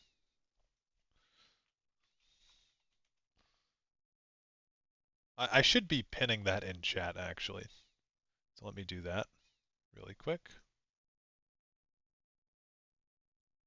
Copy the link. Go here. And we'll say link to Act 1 recap. And then that should be pinned. There we go. Yeah, I don't think we can get to level 10 either, but I do think we have some nefarious options for how to get to level 10. We could go back, for instance, into Act 1 and we could kill the Myconid colony. That could give us some XP. We could go back and kill a few of the druids at the Druid Grove. That could give us a little bit of extra XP. So, not really my favorite methods, but definitely a possibility. Maybe you could get it by maybe even killing the people in the Zent hideout and everyone not important in Act 1. Yep, exactly. We did kill everyone in the Zent hideout already, but we could kill a lot of people that are not essential in Act 1.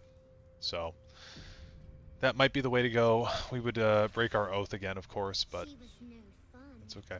Can we still do the Thaniel stuff over here, though? Can we do the Thaniel boss fight? I've never tried to do this without having Halsin alive, because usually Halsin, honestly, outside of my Dark Urge playthrough, Halsin's always survived for me, so this is kind of a new one.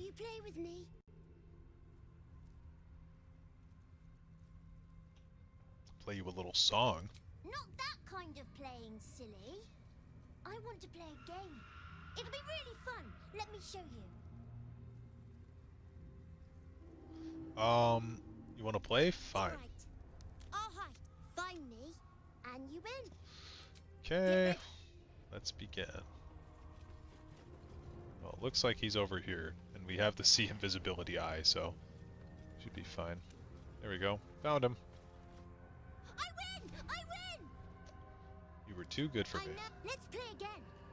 No, I'm finished. Okay, so he's gonna summon some stuff. I have done this before. And these things, they're not actually weak to... Oh, Daddy and Mummy and Doggy get summoned. Okay. What should I do? I guess I must have done this on Dark Urge before. Onward.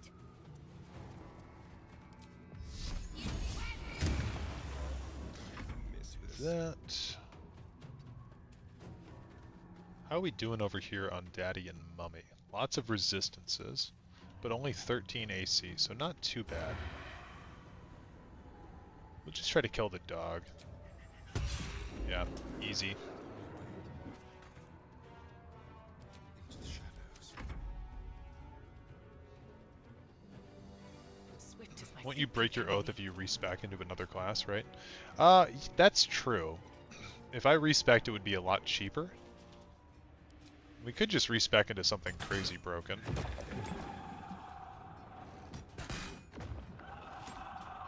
But that's a very good point. Okay, we'll focus on Daddy. Strongest Daddy ever.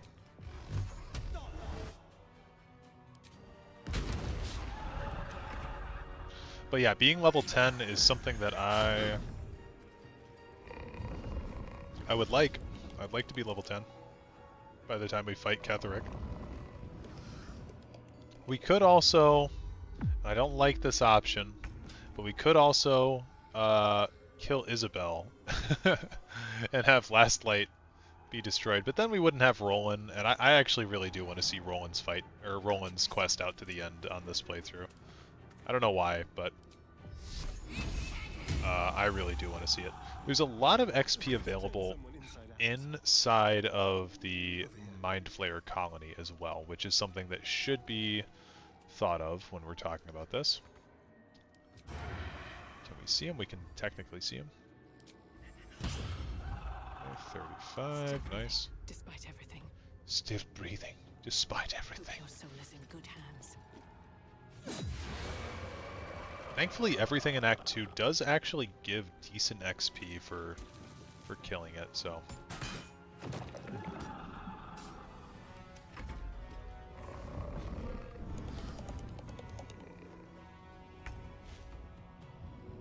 Why is why is Will sleeping? Did I miss something? I'll do it my way. I'll strike you down.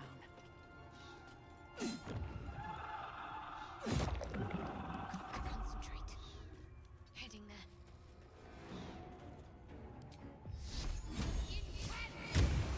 7 damage. And Sacred Flame feels like it doesn't ever do as much as it should. Something I want to try is if you kill everyone in Moonrise before the Night Song, does more... No, I've actually done that before. Fun fact. If you kill everyone in Moonrise, people do not respawn.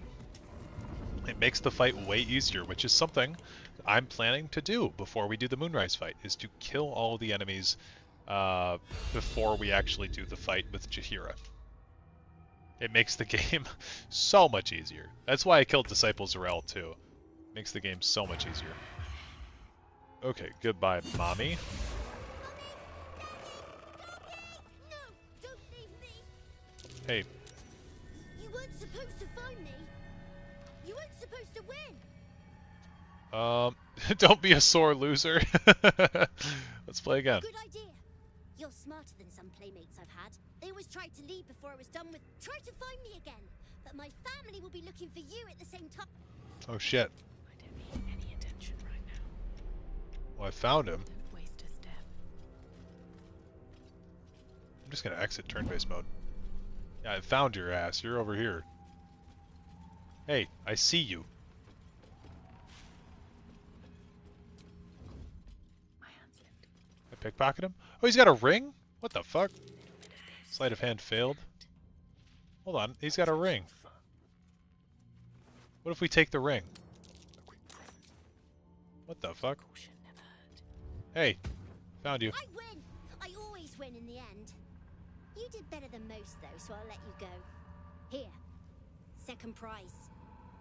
You'll need it. He gave me a ruby ring. We managed to beat Oliver at his own game. He gave us a prize for finding him. Okay. Stealing from a child, SMH. Dude, it's like stealing candy from a baby. It's easy. Honestly, I'm surprised that more people aren't stealing candy from babies. When a foe fails a saving throw against one of your spells or actions, they gain mental fatigue for 2 turns. This is actually a good ring. I think this should go on to Shadowheart. I believe I've run this on Shadowheart before, actually, because I use Spirit Guardian so much. We could also do this on Will, because I use Hunger of Hadar quite a bit. I think Hunger of Hadar is going to be better. So we'll take off the Warding Ring. We'll put that on. And Shadowheart can stay immune to electric damage, or resistant to electric damage for now, but I would like to find her a better ring as well. Stealing from a Fae, even worse. Can we kill... Okay, I'm very confused here about the Thaniel thing. Like, I understand that Halsin's quest is about finding balance between Oliver and Thaniel. But, can we... Like, what if we kill Oliver? If we kill Oliver, would that set Thaniel free? Oh, he has a legendary action. Once per round, Oliver can spend a legendary action to summon the Wasting Queen in an area after a summoned shadow is slain. Any creatures within this miasma of childlike terror are silenced and take 3 to 24 necrotic damage every time they enter or start their turn inside. So it's a bit like Hunger of Hadar. It's a bit like that. Sharp as ever. Wow. Crazy. Okay, well, I guess we'll just kind of keep him intact for now until I know a little bit more about that. But we do have the quest for He Who Was, right? Or He Who Knows, or whatever that edgy guy's name is. We can go do that. We've got a small little combat with some of those guys that do the garrote wire thing. So we've got some stuff to do in the Shadow Cursed lands yet. And honestly, guys, it's Friday. Like, I'm having a good time playing. I don't know how much longer we're going to stay up, but I'm anticipating quite a while, so. I'd like to get into the Mind Flayer ship by the end of this stream. And maybe take on the Avatar of Merkel. Okay, so He Who Was, I think, is up north a little bit more.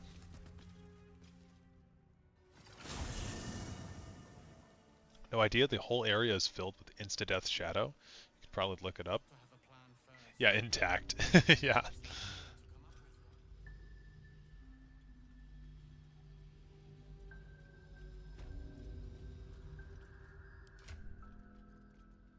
I just feel like with Halsin being dead, there's such a huge chunk of this game that's missing. And I don't know if that's by design necessarily, or if that's like, hey, there's a way around this for people who think about it, like to kill Thaniel, or to kill Oliver and save Thaniel, but I don't know. Seems a little suspect to me. Killing a child might not be the way to go, you know? Also, if I killed a child, I'd probably be off of my oath, and then when we go into the fight, I would be Oathbreaker. But I wouldn't have any of the benefits of Oathbreaker because I would be, I would not have talked to the Oathbreaker Knight yet, and I think that's a prereq for getting those abilities. I'm also about ready to get Karlach for this next fight, because we want to fight the big kind of Unga Bunga thing. We all failed our perceptions, though, against these guys. Can we get closer? Like, I think if we get close enough, we're... Yeah. Shadow Curse Needle Blight. And these guys are plants, right? Yeah. What are their resistances like? They're necrotic resistant. I'm gonna grab Karlach because she has the She has the Executioner's Battle Axe, and I think that's going to do wonders against these guys. Although Lae'zel might be a better recipient of that. Although Lae'zel has the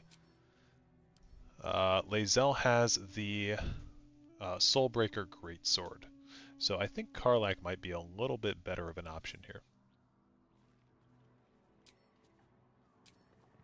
That's another one, actually. This fight with the plants nearly killed me on my honor mode run the first time.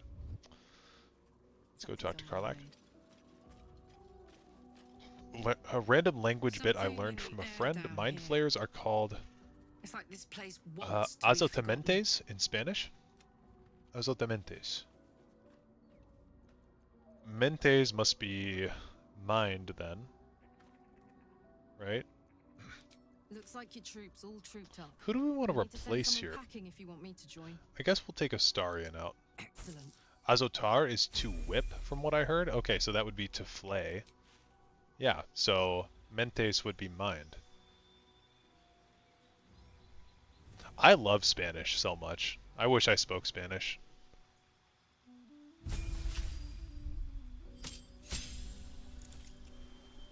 Okay, what do we get here? Brutal crit. You've trained to strike swift and true. When you land a crit, you roll extra damage die as well as the normal additional crit die. Nice. I do think Karlach, I mean, she's not like the best party member that we've got access to, but like, she's pretty damn good. Still. She's got the Jolt Shooter, or the Titan String Bow. Okay. Oops. She's got the Titan String Bow, the Exterminator's Axe. Like, I don't think this combat could go that wrong, could it? Famous last words, right? But I don't think it could go that wrong. Honestly, I don't even need aid for Karlach. She's got 95 HP. We'll be okay. I will use my Lay on Hands on Will, because he's only missing 6 HP. So we'll just go fix him right on up real quick. How much further can I go? Setting up red flags, are we? Yeah. Look, it wouldn't be fun if everything was super pre-planned, right? Why night orchids? Well, isn't it enough that they're beautiful? They remind me of some place. A place I can't quite remember. But I think I was happy there, wherever it was. Sorry, I'm being silly. You're cute. I love Karlach. So great. Okay, so we got the first hit in on these guys. It's one needle blight. Oh, I forgot they all explode and shit. Okay. So this is not even the needle blight fight that I was worried about, by the way. I should do I should rage.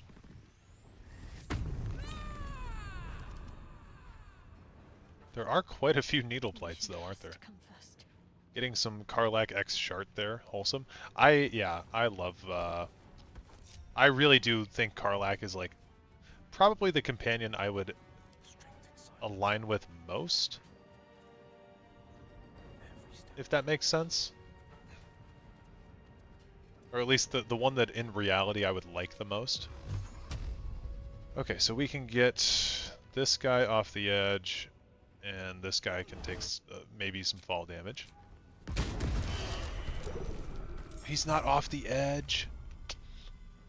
Dang. Well, you know what we can do? 7 damage, not too bad. But we can push this guy off the edge, can't? What? I saw the red beam there after I clicked attack. Okay, we'll keep Karlach there. Maybe Will could do... It's not really going to do anything. Oh well. We're going to get away from the rest of these guys. Who is the companion you have a romance in this playthrough? We actually just romanced for the first time last session, we romanced Shadowheart, and I've actually never done Shadowheart's romance. I've done everyone else's almost, all the females, and I've done Gale's romance as well on a playthrough, where my character was gay.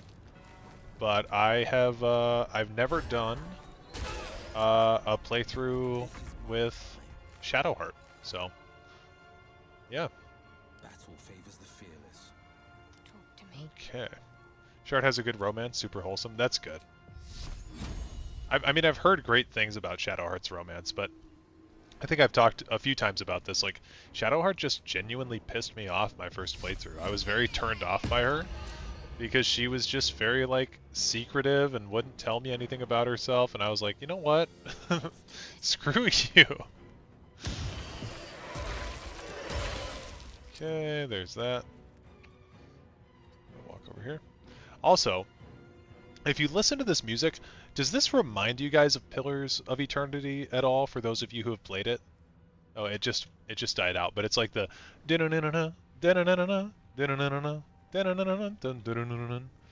I don't know.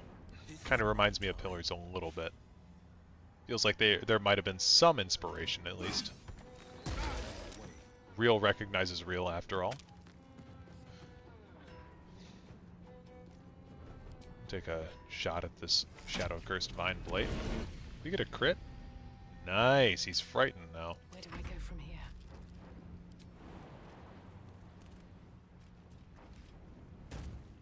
Shouldn't have made me your enemy. Okay.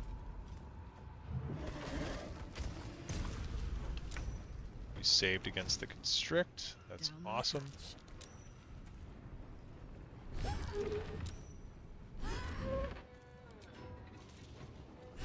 That's the power of Karlach, baby. Bumps in the dark. Wow, what is that? Conquer 3 combat encounters in the Shadow-Cursed Lands. Cool. No time to rest. I posted a Shart meme in the Discord. Okay, I'll have to take a look at it. Shart's romance scene was so scuffed when my cousin did it shortly after release. They were looking away from each other, complimenting each other. Well, I mean, that's just classic. Sounds great. There are quite a few combat encounters left in Act 2, from what I remember, though. And it's mostly stuff in the Shadow-Cursed Lands with, like, Vine Blights and stuff. But I guess I'm the de facto chest opener now.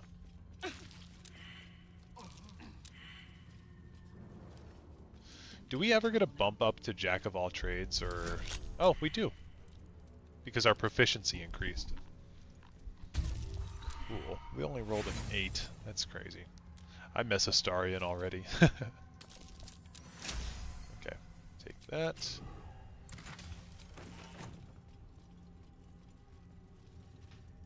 By looking, I mean facing completely opposite of each other. Also, Shart's hair color glitched back too.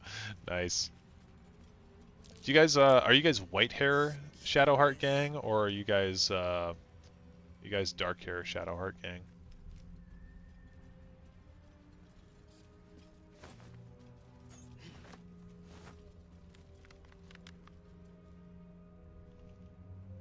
Okay, yeah, he's up here. It's fucking psycho.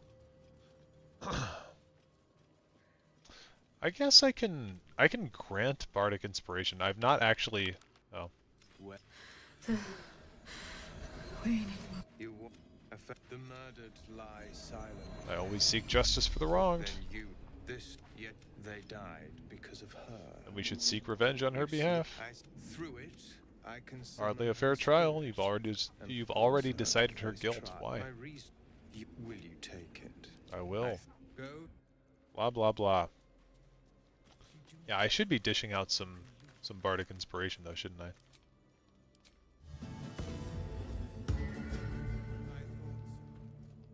Because then I can take a short rest, and it'll all come back to me.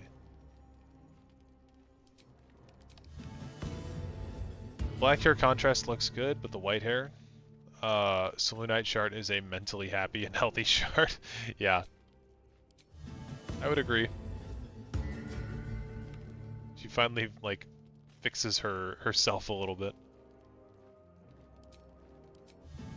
Can't get Bardic Inspiration to self. We'll just do a short rest here and then we'll finish this quest up. I don't think this guy has a legendary action. And again, I'm not really that scared of him. Oh, he's a traitor? What?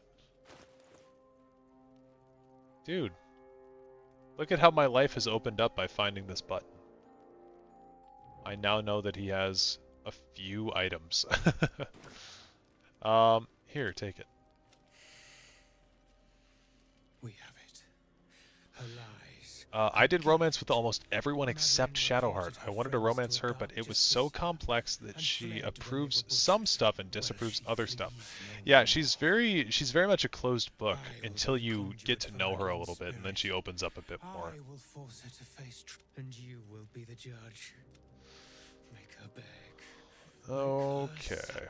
We're gonna just skip through this. The Dark Justicia promised she was gonna This is a very cool quest, by the way. She never said stop. You're a classic tale of cowardice. Were you a character in the tale of mine, I would kill you off immediately. Or we could say, we could have him stab herself. Dark Justiciar, the Dark Justiciar is to blame. 32. What? Put here and thank. Shadowheart disapproves. Okay, we're gonna fight this guy. And we all go before him, so he should actually die. Get our rage off.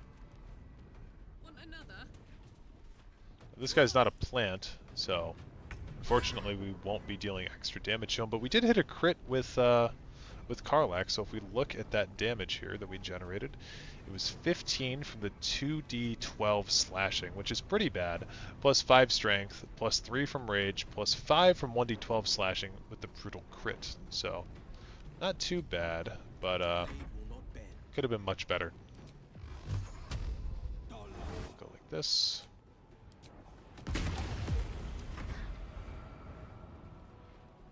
And for me, we'll go next. One. We missed. Not doing too hot, but it's okay. Honestly, because we're going to be taking a long rest at some point here. That's what I meant, doing some good stuff makes her disapproval. It's because we were saying that a Dark Justiciar was the one who was at fault. I think that's what really got her there. Oh, weapon dropped. I didn't know that would happen. That sucks.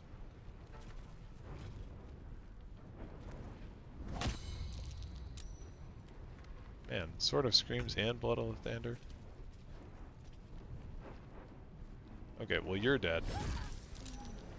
And, oops. You should be dead. Man, maybe I should have had Karlach in this party as a mainstay the whole time. Pick back up the Sword of Screams. Just to re-equip that real quick.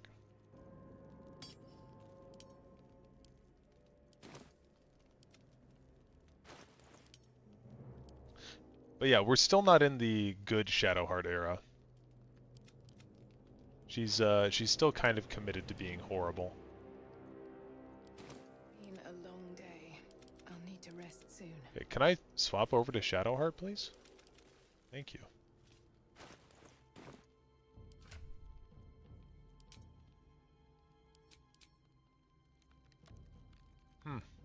Weird. Well, anyway, we'll pick up the Blood of Lathander. Goated item.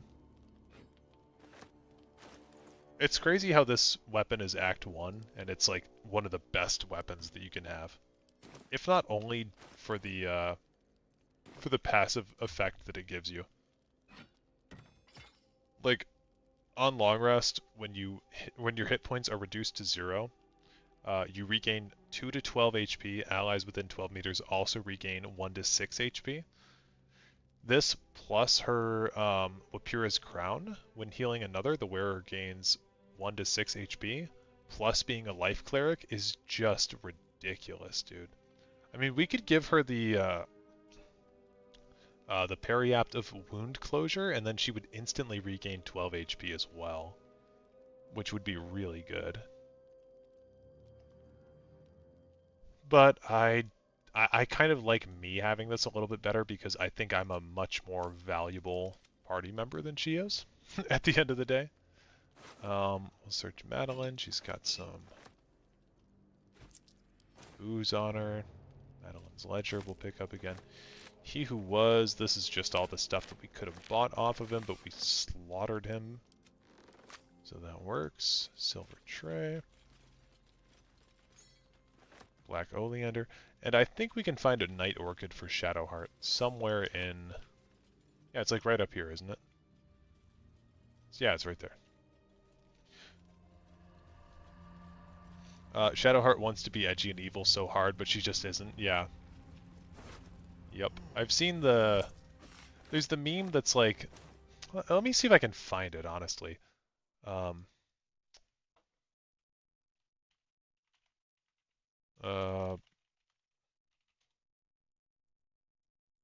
Where is that? Yeah, right here. I'm going to share my screen with you guys. Where do I go for that? I think we do this one.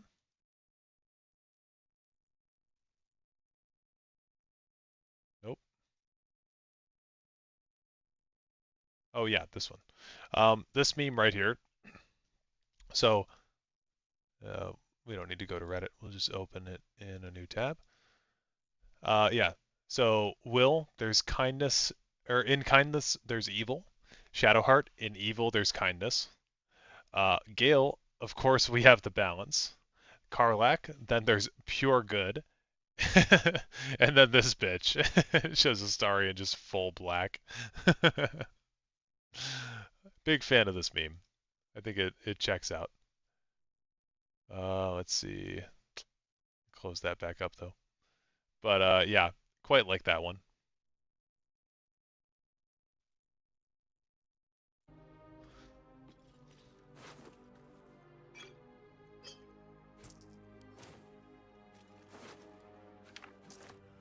Okay. Grab the Night Orchid for her.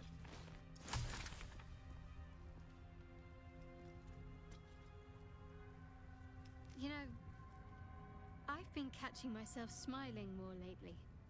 I think that's... What about my favorite frog girl, Lae'zel? Lae'zel's my favorite frog girl too, gotta be honest with you.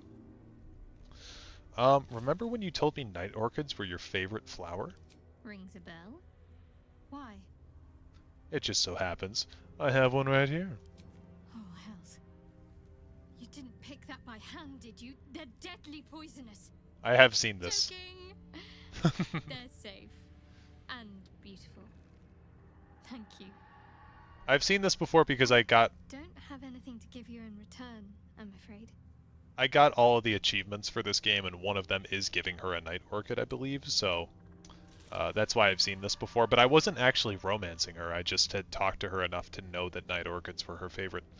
I'm going to say I'm sure you'll come up with something in time. We'll see. Give me a while to put my imagination to work. You and I were something special. I think I want to talk about it. Very serious of you. But go ahead. How are you faring? Well, I'd be lying if I said I hadn't been dwelling on becoming a Dark Justiciar. Perhaps seeing the power of Shah unleashed on that land is keeping the thought in my mind. But don't worry. I still have plenty of room for you in both mind and heart. Yeah, I want to talk about all that's happened to us so far. Fine. What's on your mind?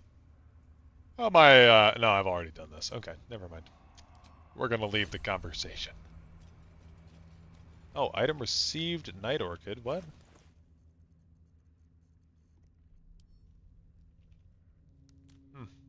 Okay.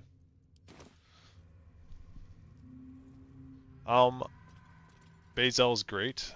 I did get scared for a second the first time I gave her the Night Orchid. Yeah, me too.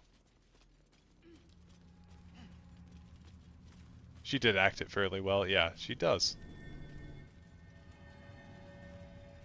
Not a great grave over here, okay. Was that a Gronk impression? Maybe. Maybe it was. Probably an animal's doing. More of a just general Patrick Warburton impression. Damn, I wish we had a Astarion here to open this chest. That'd be great. This game has some of the best voice acting ever, honestly. It really does. All the voice actors are killing it. I should have had Astarion die at the crash, and then when you can revivify him and hear him say like, no, no, no! There won't be a next time! Shit's so funny, dude.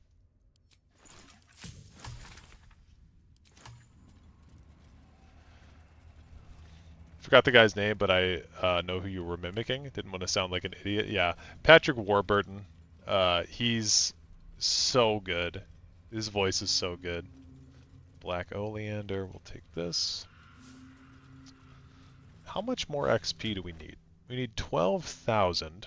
There's a bunch of mind flayers we can fight inside of the Myconid ship. Myconid ship, inside of the mind flayer colony.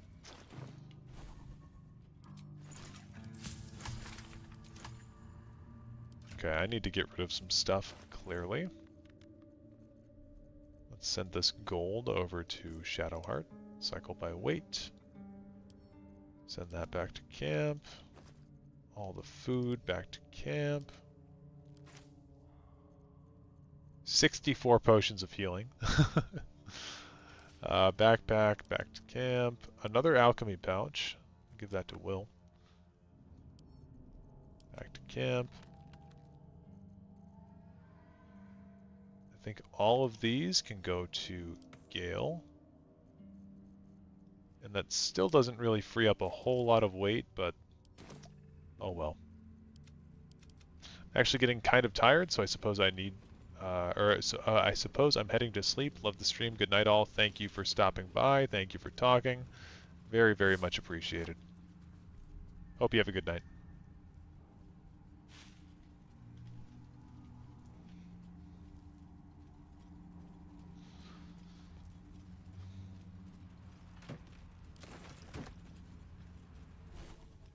We'll just extract those.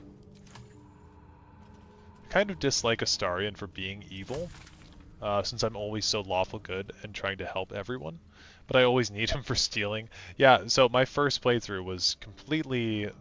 I mean, I wouldn't say that it was lawful good necessarily, but it was very, very close to lawful good. Like, I played very, very... very nicely with everybody. The RP for my character was that I was a drow. I was a Seldaran drow who had escaped from the Underdark, and my whole motivation was convincing people to help me to get on my good side, so that way I could go back down into the Underdark and like breach a revolution for the Lothsworn drow. So I was just nice to everybody, and I tried to always broker peace to get as much allies as possible. And yeah, I hated Astarion. He was just an awful person. He really is an awful person, actually. But he's I've never done his romance before or gotten super close with his character, so it's something I need to do at some point, I suppose. Okay, there's a big fight somewhere with all of these shadow beings. Maybe it's up here. But we'll go this way and try to seek it out while we have Karlach with us. Yeah. Better not be cursed.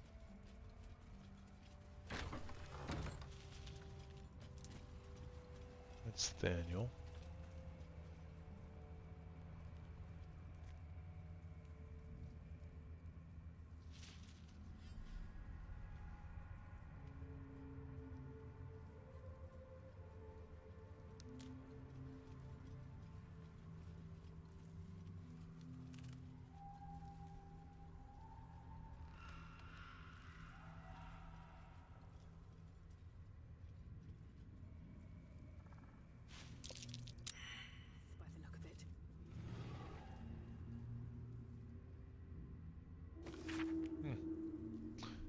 The ox just up and died. It started choking out of nowhere and keeled over. We tried to pull the cart, but the ox knocked the wheel off when it went down. The thing is in splinters. The others want to grab what we can and keep going, but this place feels wrong. My skin is crawling, like something is watching us from the darkness. No one else is talking much, but I can tell they feel the same. Damn. Poor guy. Send all that to camp.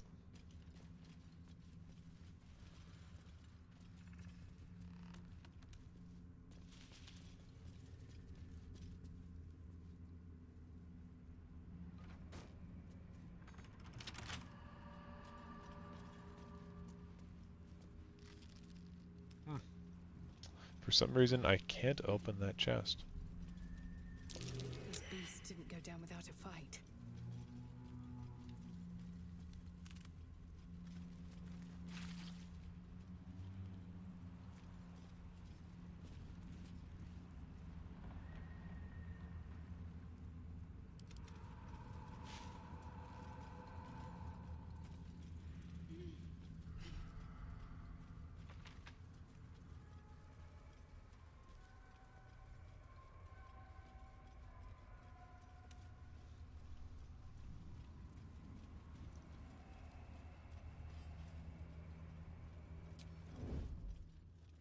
Oh, this goblin guy's down here because we told him to kill himself.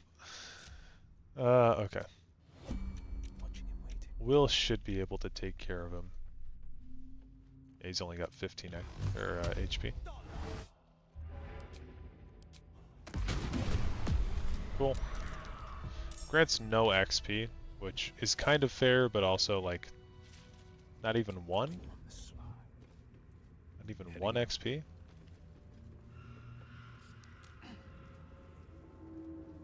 This better be good. No trouble at all. No one stopped me yet. Wonder what's past this.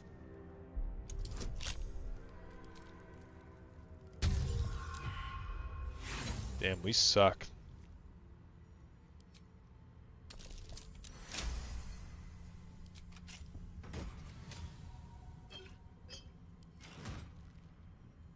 Never wanted the easy path.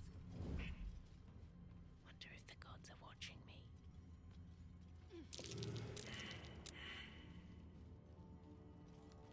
Let's see what you're hiding. That's curious. Don't burn yourself. You're not gonna like this, mate. We got a crit. Rage. Should do a little bit more.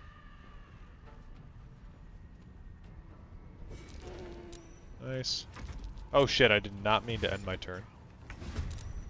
That was a mistake.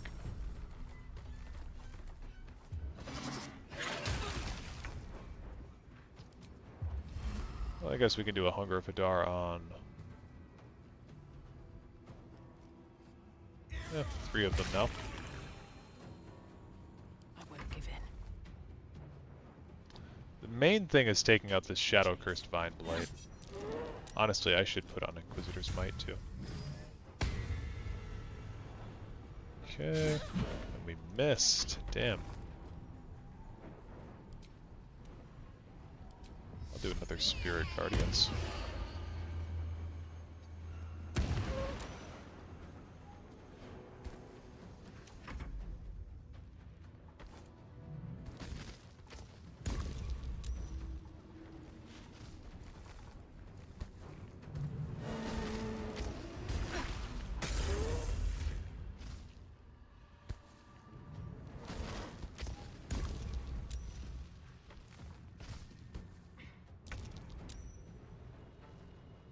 Oh, he's immune.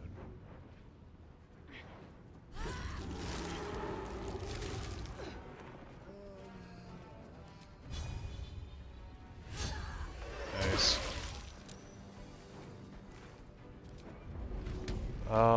We should have something we can throw. Yeah, we got a knife. Well, we can throw the dagger at... I guess this one. Missed. But that's okay.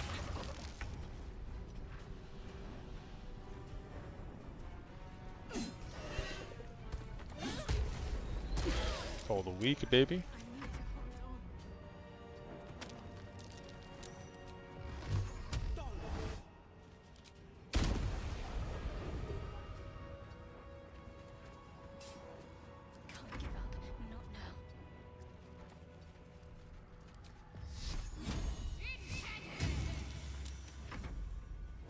Oh, there's another one? Jesus.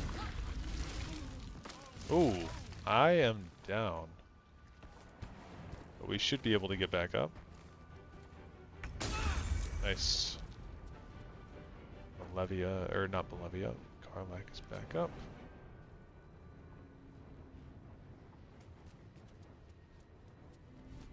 Oh, I didn't know we were in the Hunger of Adarn. We'll do Reckless. Victor's path.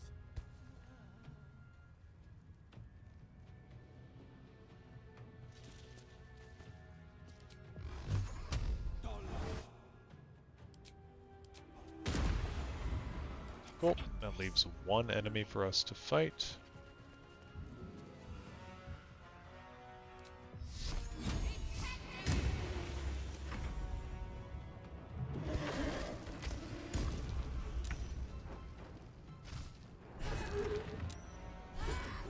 Easy. I needed a hero at heart. Never a dull moment.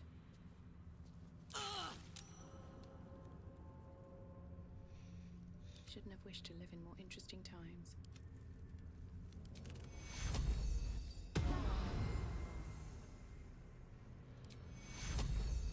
At least things have stayed interesting.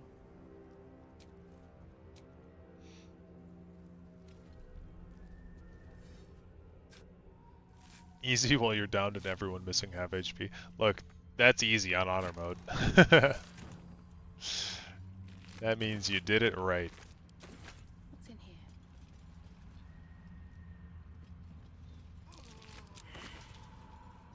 Moving ahead.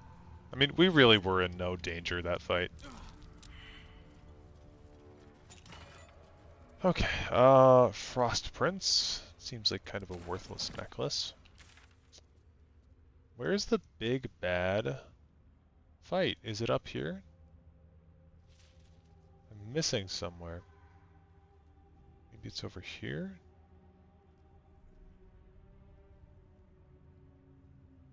Oh, it's up here. Yeah, no, it's right up there. Southeast from last light. This one I do want to be at full HP for. Blood, this is heavy. It's for a good cause. So is there anything else I can do before I long rest? I think there is something I can do. Go back here. Go back to camp. Grab Gale instead of Karlak.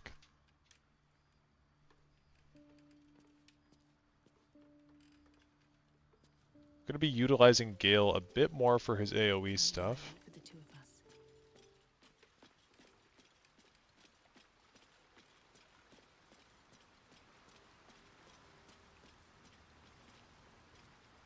I feel the weave growing more distant by the moment. Would that I could.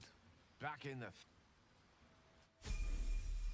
We'll level him up, get him a 5th level spell, I think. We don't want to take Cloud Kill, by the way, because we have a scroll of Cloud Kill somewhere in this camp.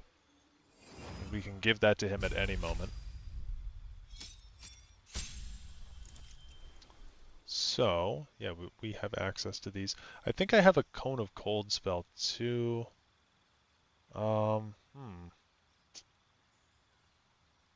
Conjure Elemental.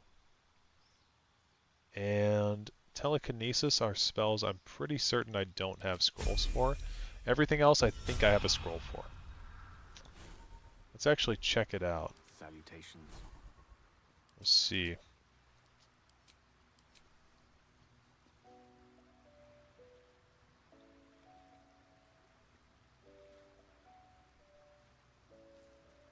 Cloud Kill, right?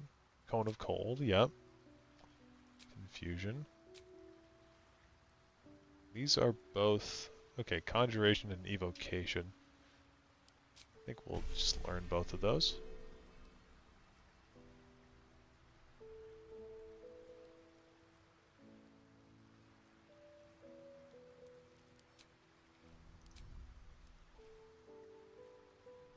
That seems about right. Okay, we do want to keep Ice Storm on. That's the main reason we grabbed this man.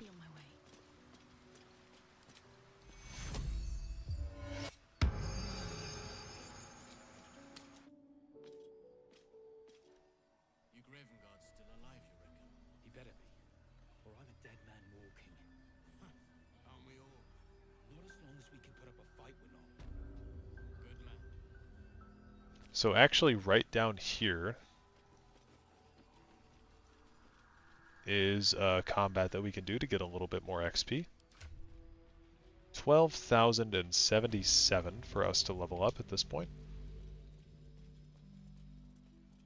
Cursed to put my hands on everything. Honestly, sometimes not being able to see the full game helps me out a little bit, because I can see the interiors of areas a little bit better. Opulent chest, yeah, we'll lockpick that.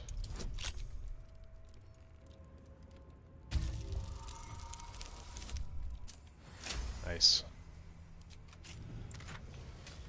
Penumbral armor will obscure the wearer gains a +3 to stealth checks. Wow. That's pretty good, actually.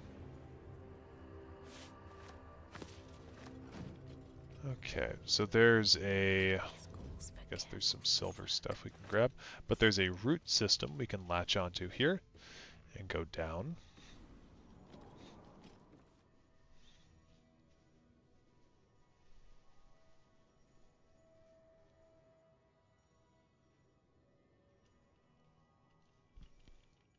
Best be on my way.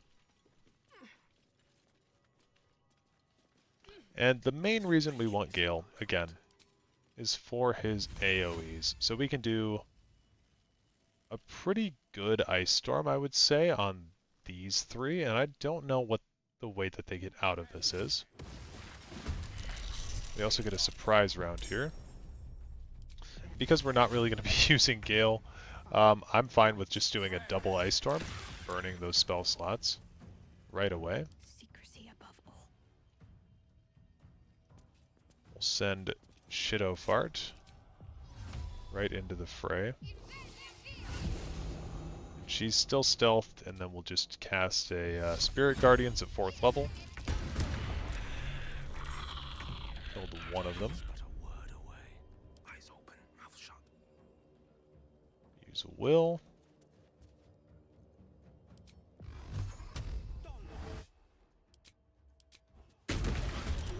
Go. And I guess I'm in the fight now too. A tale for the ages. Breathe deep and move. And we might as well burn some of our stuff, right? Slashing Flourish on you and you. Nice.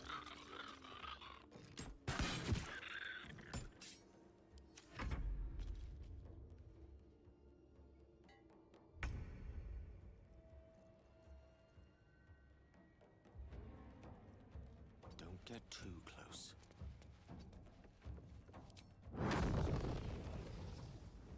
Can't quite hit a fireball, unfortunately. But we can hit a Misty Step with a bonus action. And then we can fireball.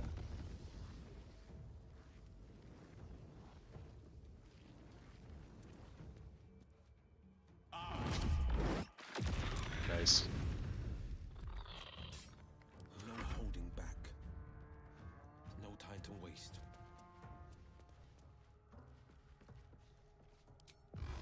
Also, if you're curious how Gale has so much initiative, he has Alert plus the Gloves of Dexterity. So he's kind of stacked.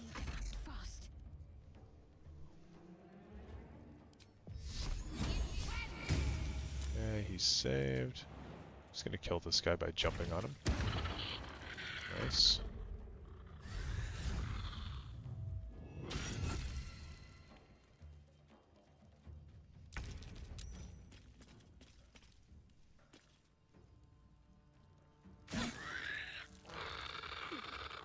Best be on my way.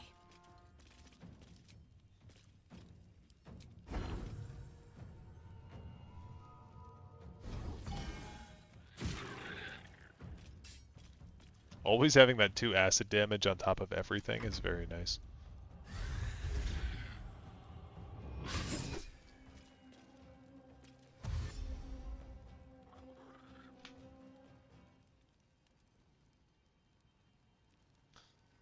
Explains a lot. I did prefer to give him dual wielder to use double stabs. I actually did that too on one of my playthroughs. I gave him a dual wielder to do double staves. It's very fun, honestly.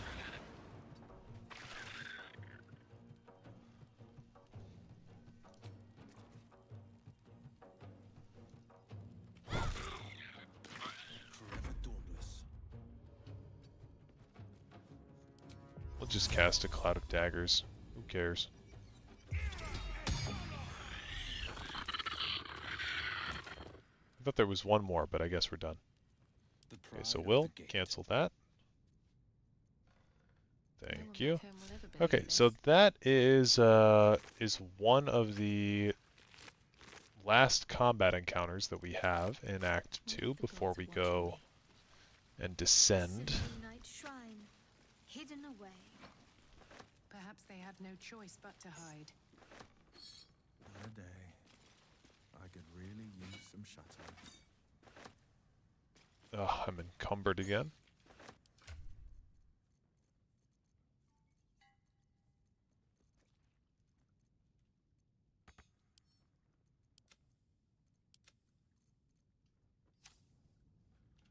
I will hit a quick save just in case something happens.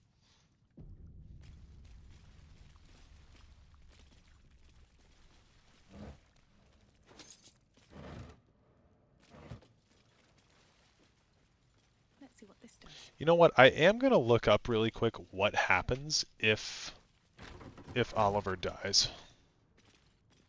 Because I would like to know if that's something I should actually invest in, or if that's just stupid.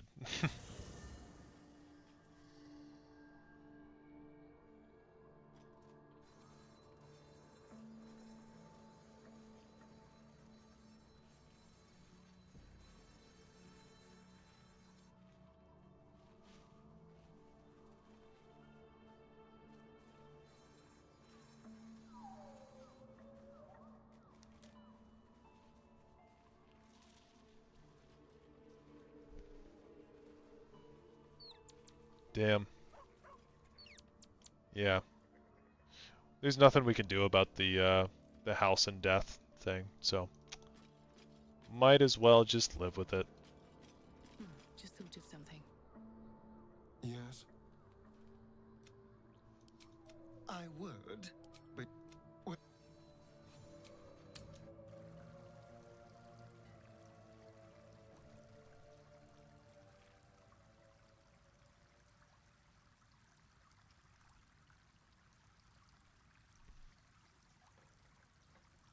careful, I bite.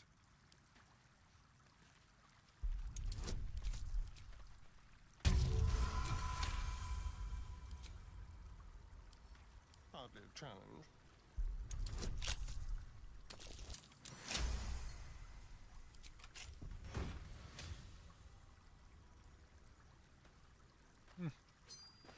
Yeah, not a great spell. Watch the shadows. Not a great item. But we'll take it. Interesting.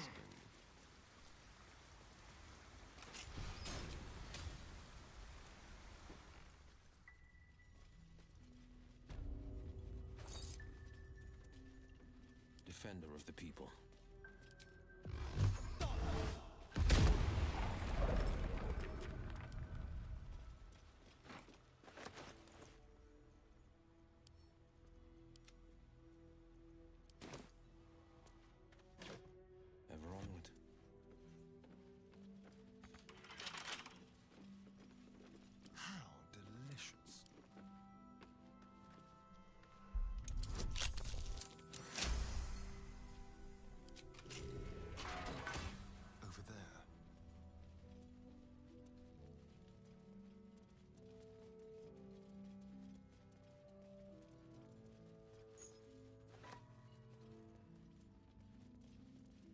Let's move.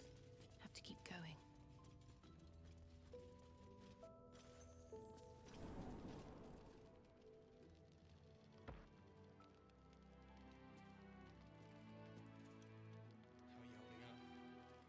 Trolls report more activity among the cultists, Mom. Preparing to march, I wager. Seems that way. Okay. So we got a big fight with the shadow monster guy. Do a long rest here.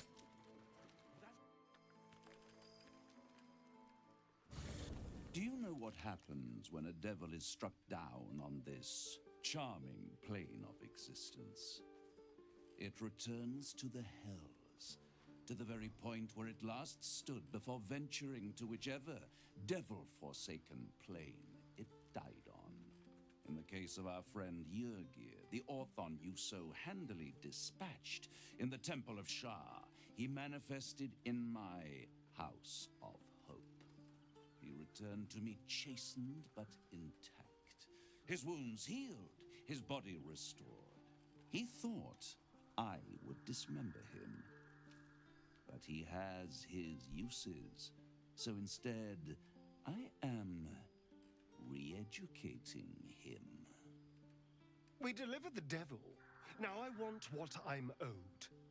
We had a deal. Indeed, we did. I discovered all there is to know about those scars of yours. It's a rather grim tale, even for my tastes. Okay. Spill it. I'd appreciate a little less enthusiasm when it comes to Cazador and his horrors. Oh, come, Astarion. We're about to unveil your destiny. You should be quivering in anticipation. Carved into that ivory skin of yours is one part of an infernal contract between the archdevil Mephistopheles and your former master, Cazador Za. In full, the contract states that Cazador will be granted knowledge of an infernal ritual so vile it has never been performed. The rite of profane ascension. It promises to be a marvelous ceremony, very elaborate, incredibly ancient, and entirely diabolical. If he completes the rite, he will become a new kind of being, the Vampire Ascendant. All the strengths of his vampiric form will be amplified, and alongside them he will enjoy the luxuries of the living. The arousals and appetites of man will return to him, and unlike Astarion, he will have no need of a parasite to protect him from the sun. But the ritual has its price, as all worthwhile things do. Lord Cazador will need to sacrifice a number of souls. The Cazador fight also fucked me up really bad on honor mode. I thought I was gonna die during it. Imagine how he felt then. We might skip it on this playthrough, but we can try it. Into thin air. I'd like to try every The fight. missing ingredient is Astarion. You are the final piece he requires. He did, yeah, he did. He really did. Because I was not expecting it to be hard at all, and I walked in there and I got fucked up. I think it was mostly the stinking clouds that his ghouls summoned that it didn't allow me to take actions. That, my tragic and toothsome friend, is that. Now, if you'll excuse me, I have business elsewhere.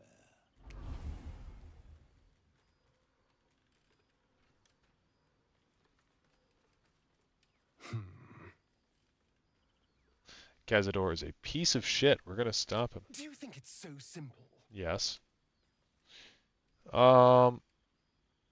Yeah, we can't let Cazador complete the ritual. The end of my life amongst them. You'll never leave me. But if I'm the... And I need you to help me. Yeah, of course I'll help. Thank you. You're welcome.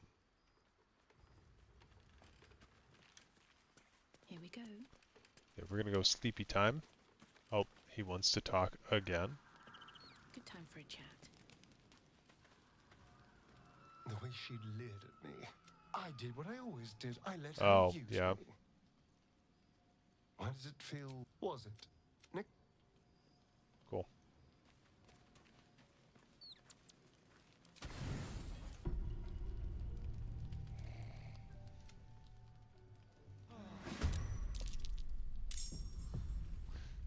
You did use a lot of pets / summons in Tactician. Also use the Light Day spell to weaken him. Yeah, I need to use that on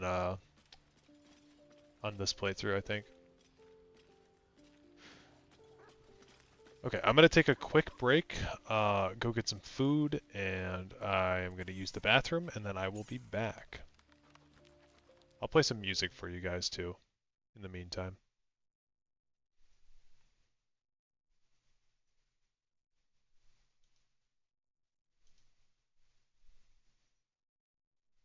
Let's see. We'll go for this one. Then we'll put it on shuffle.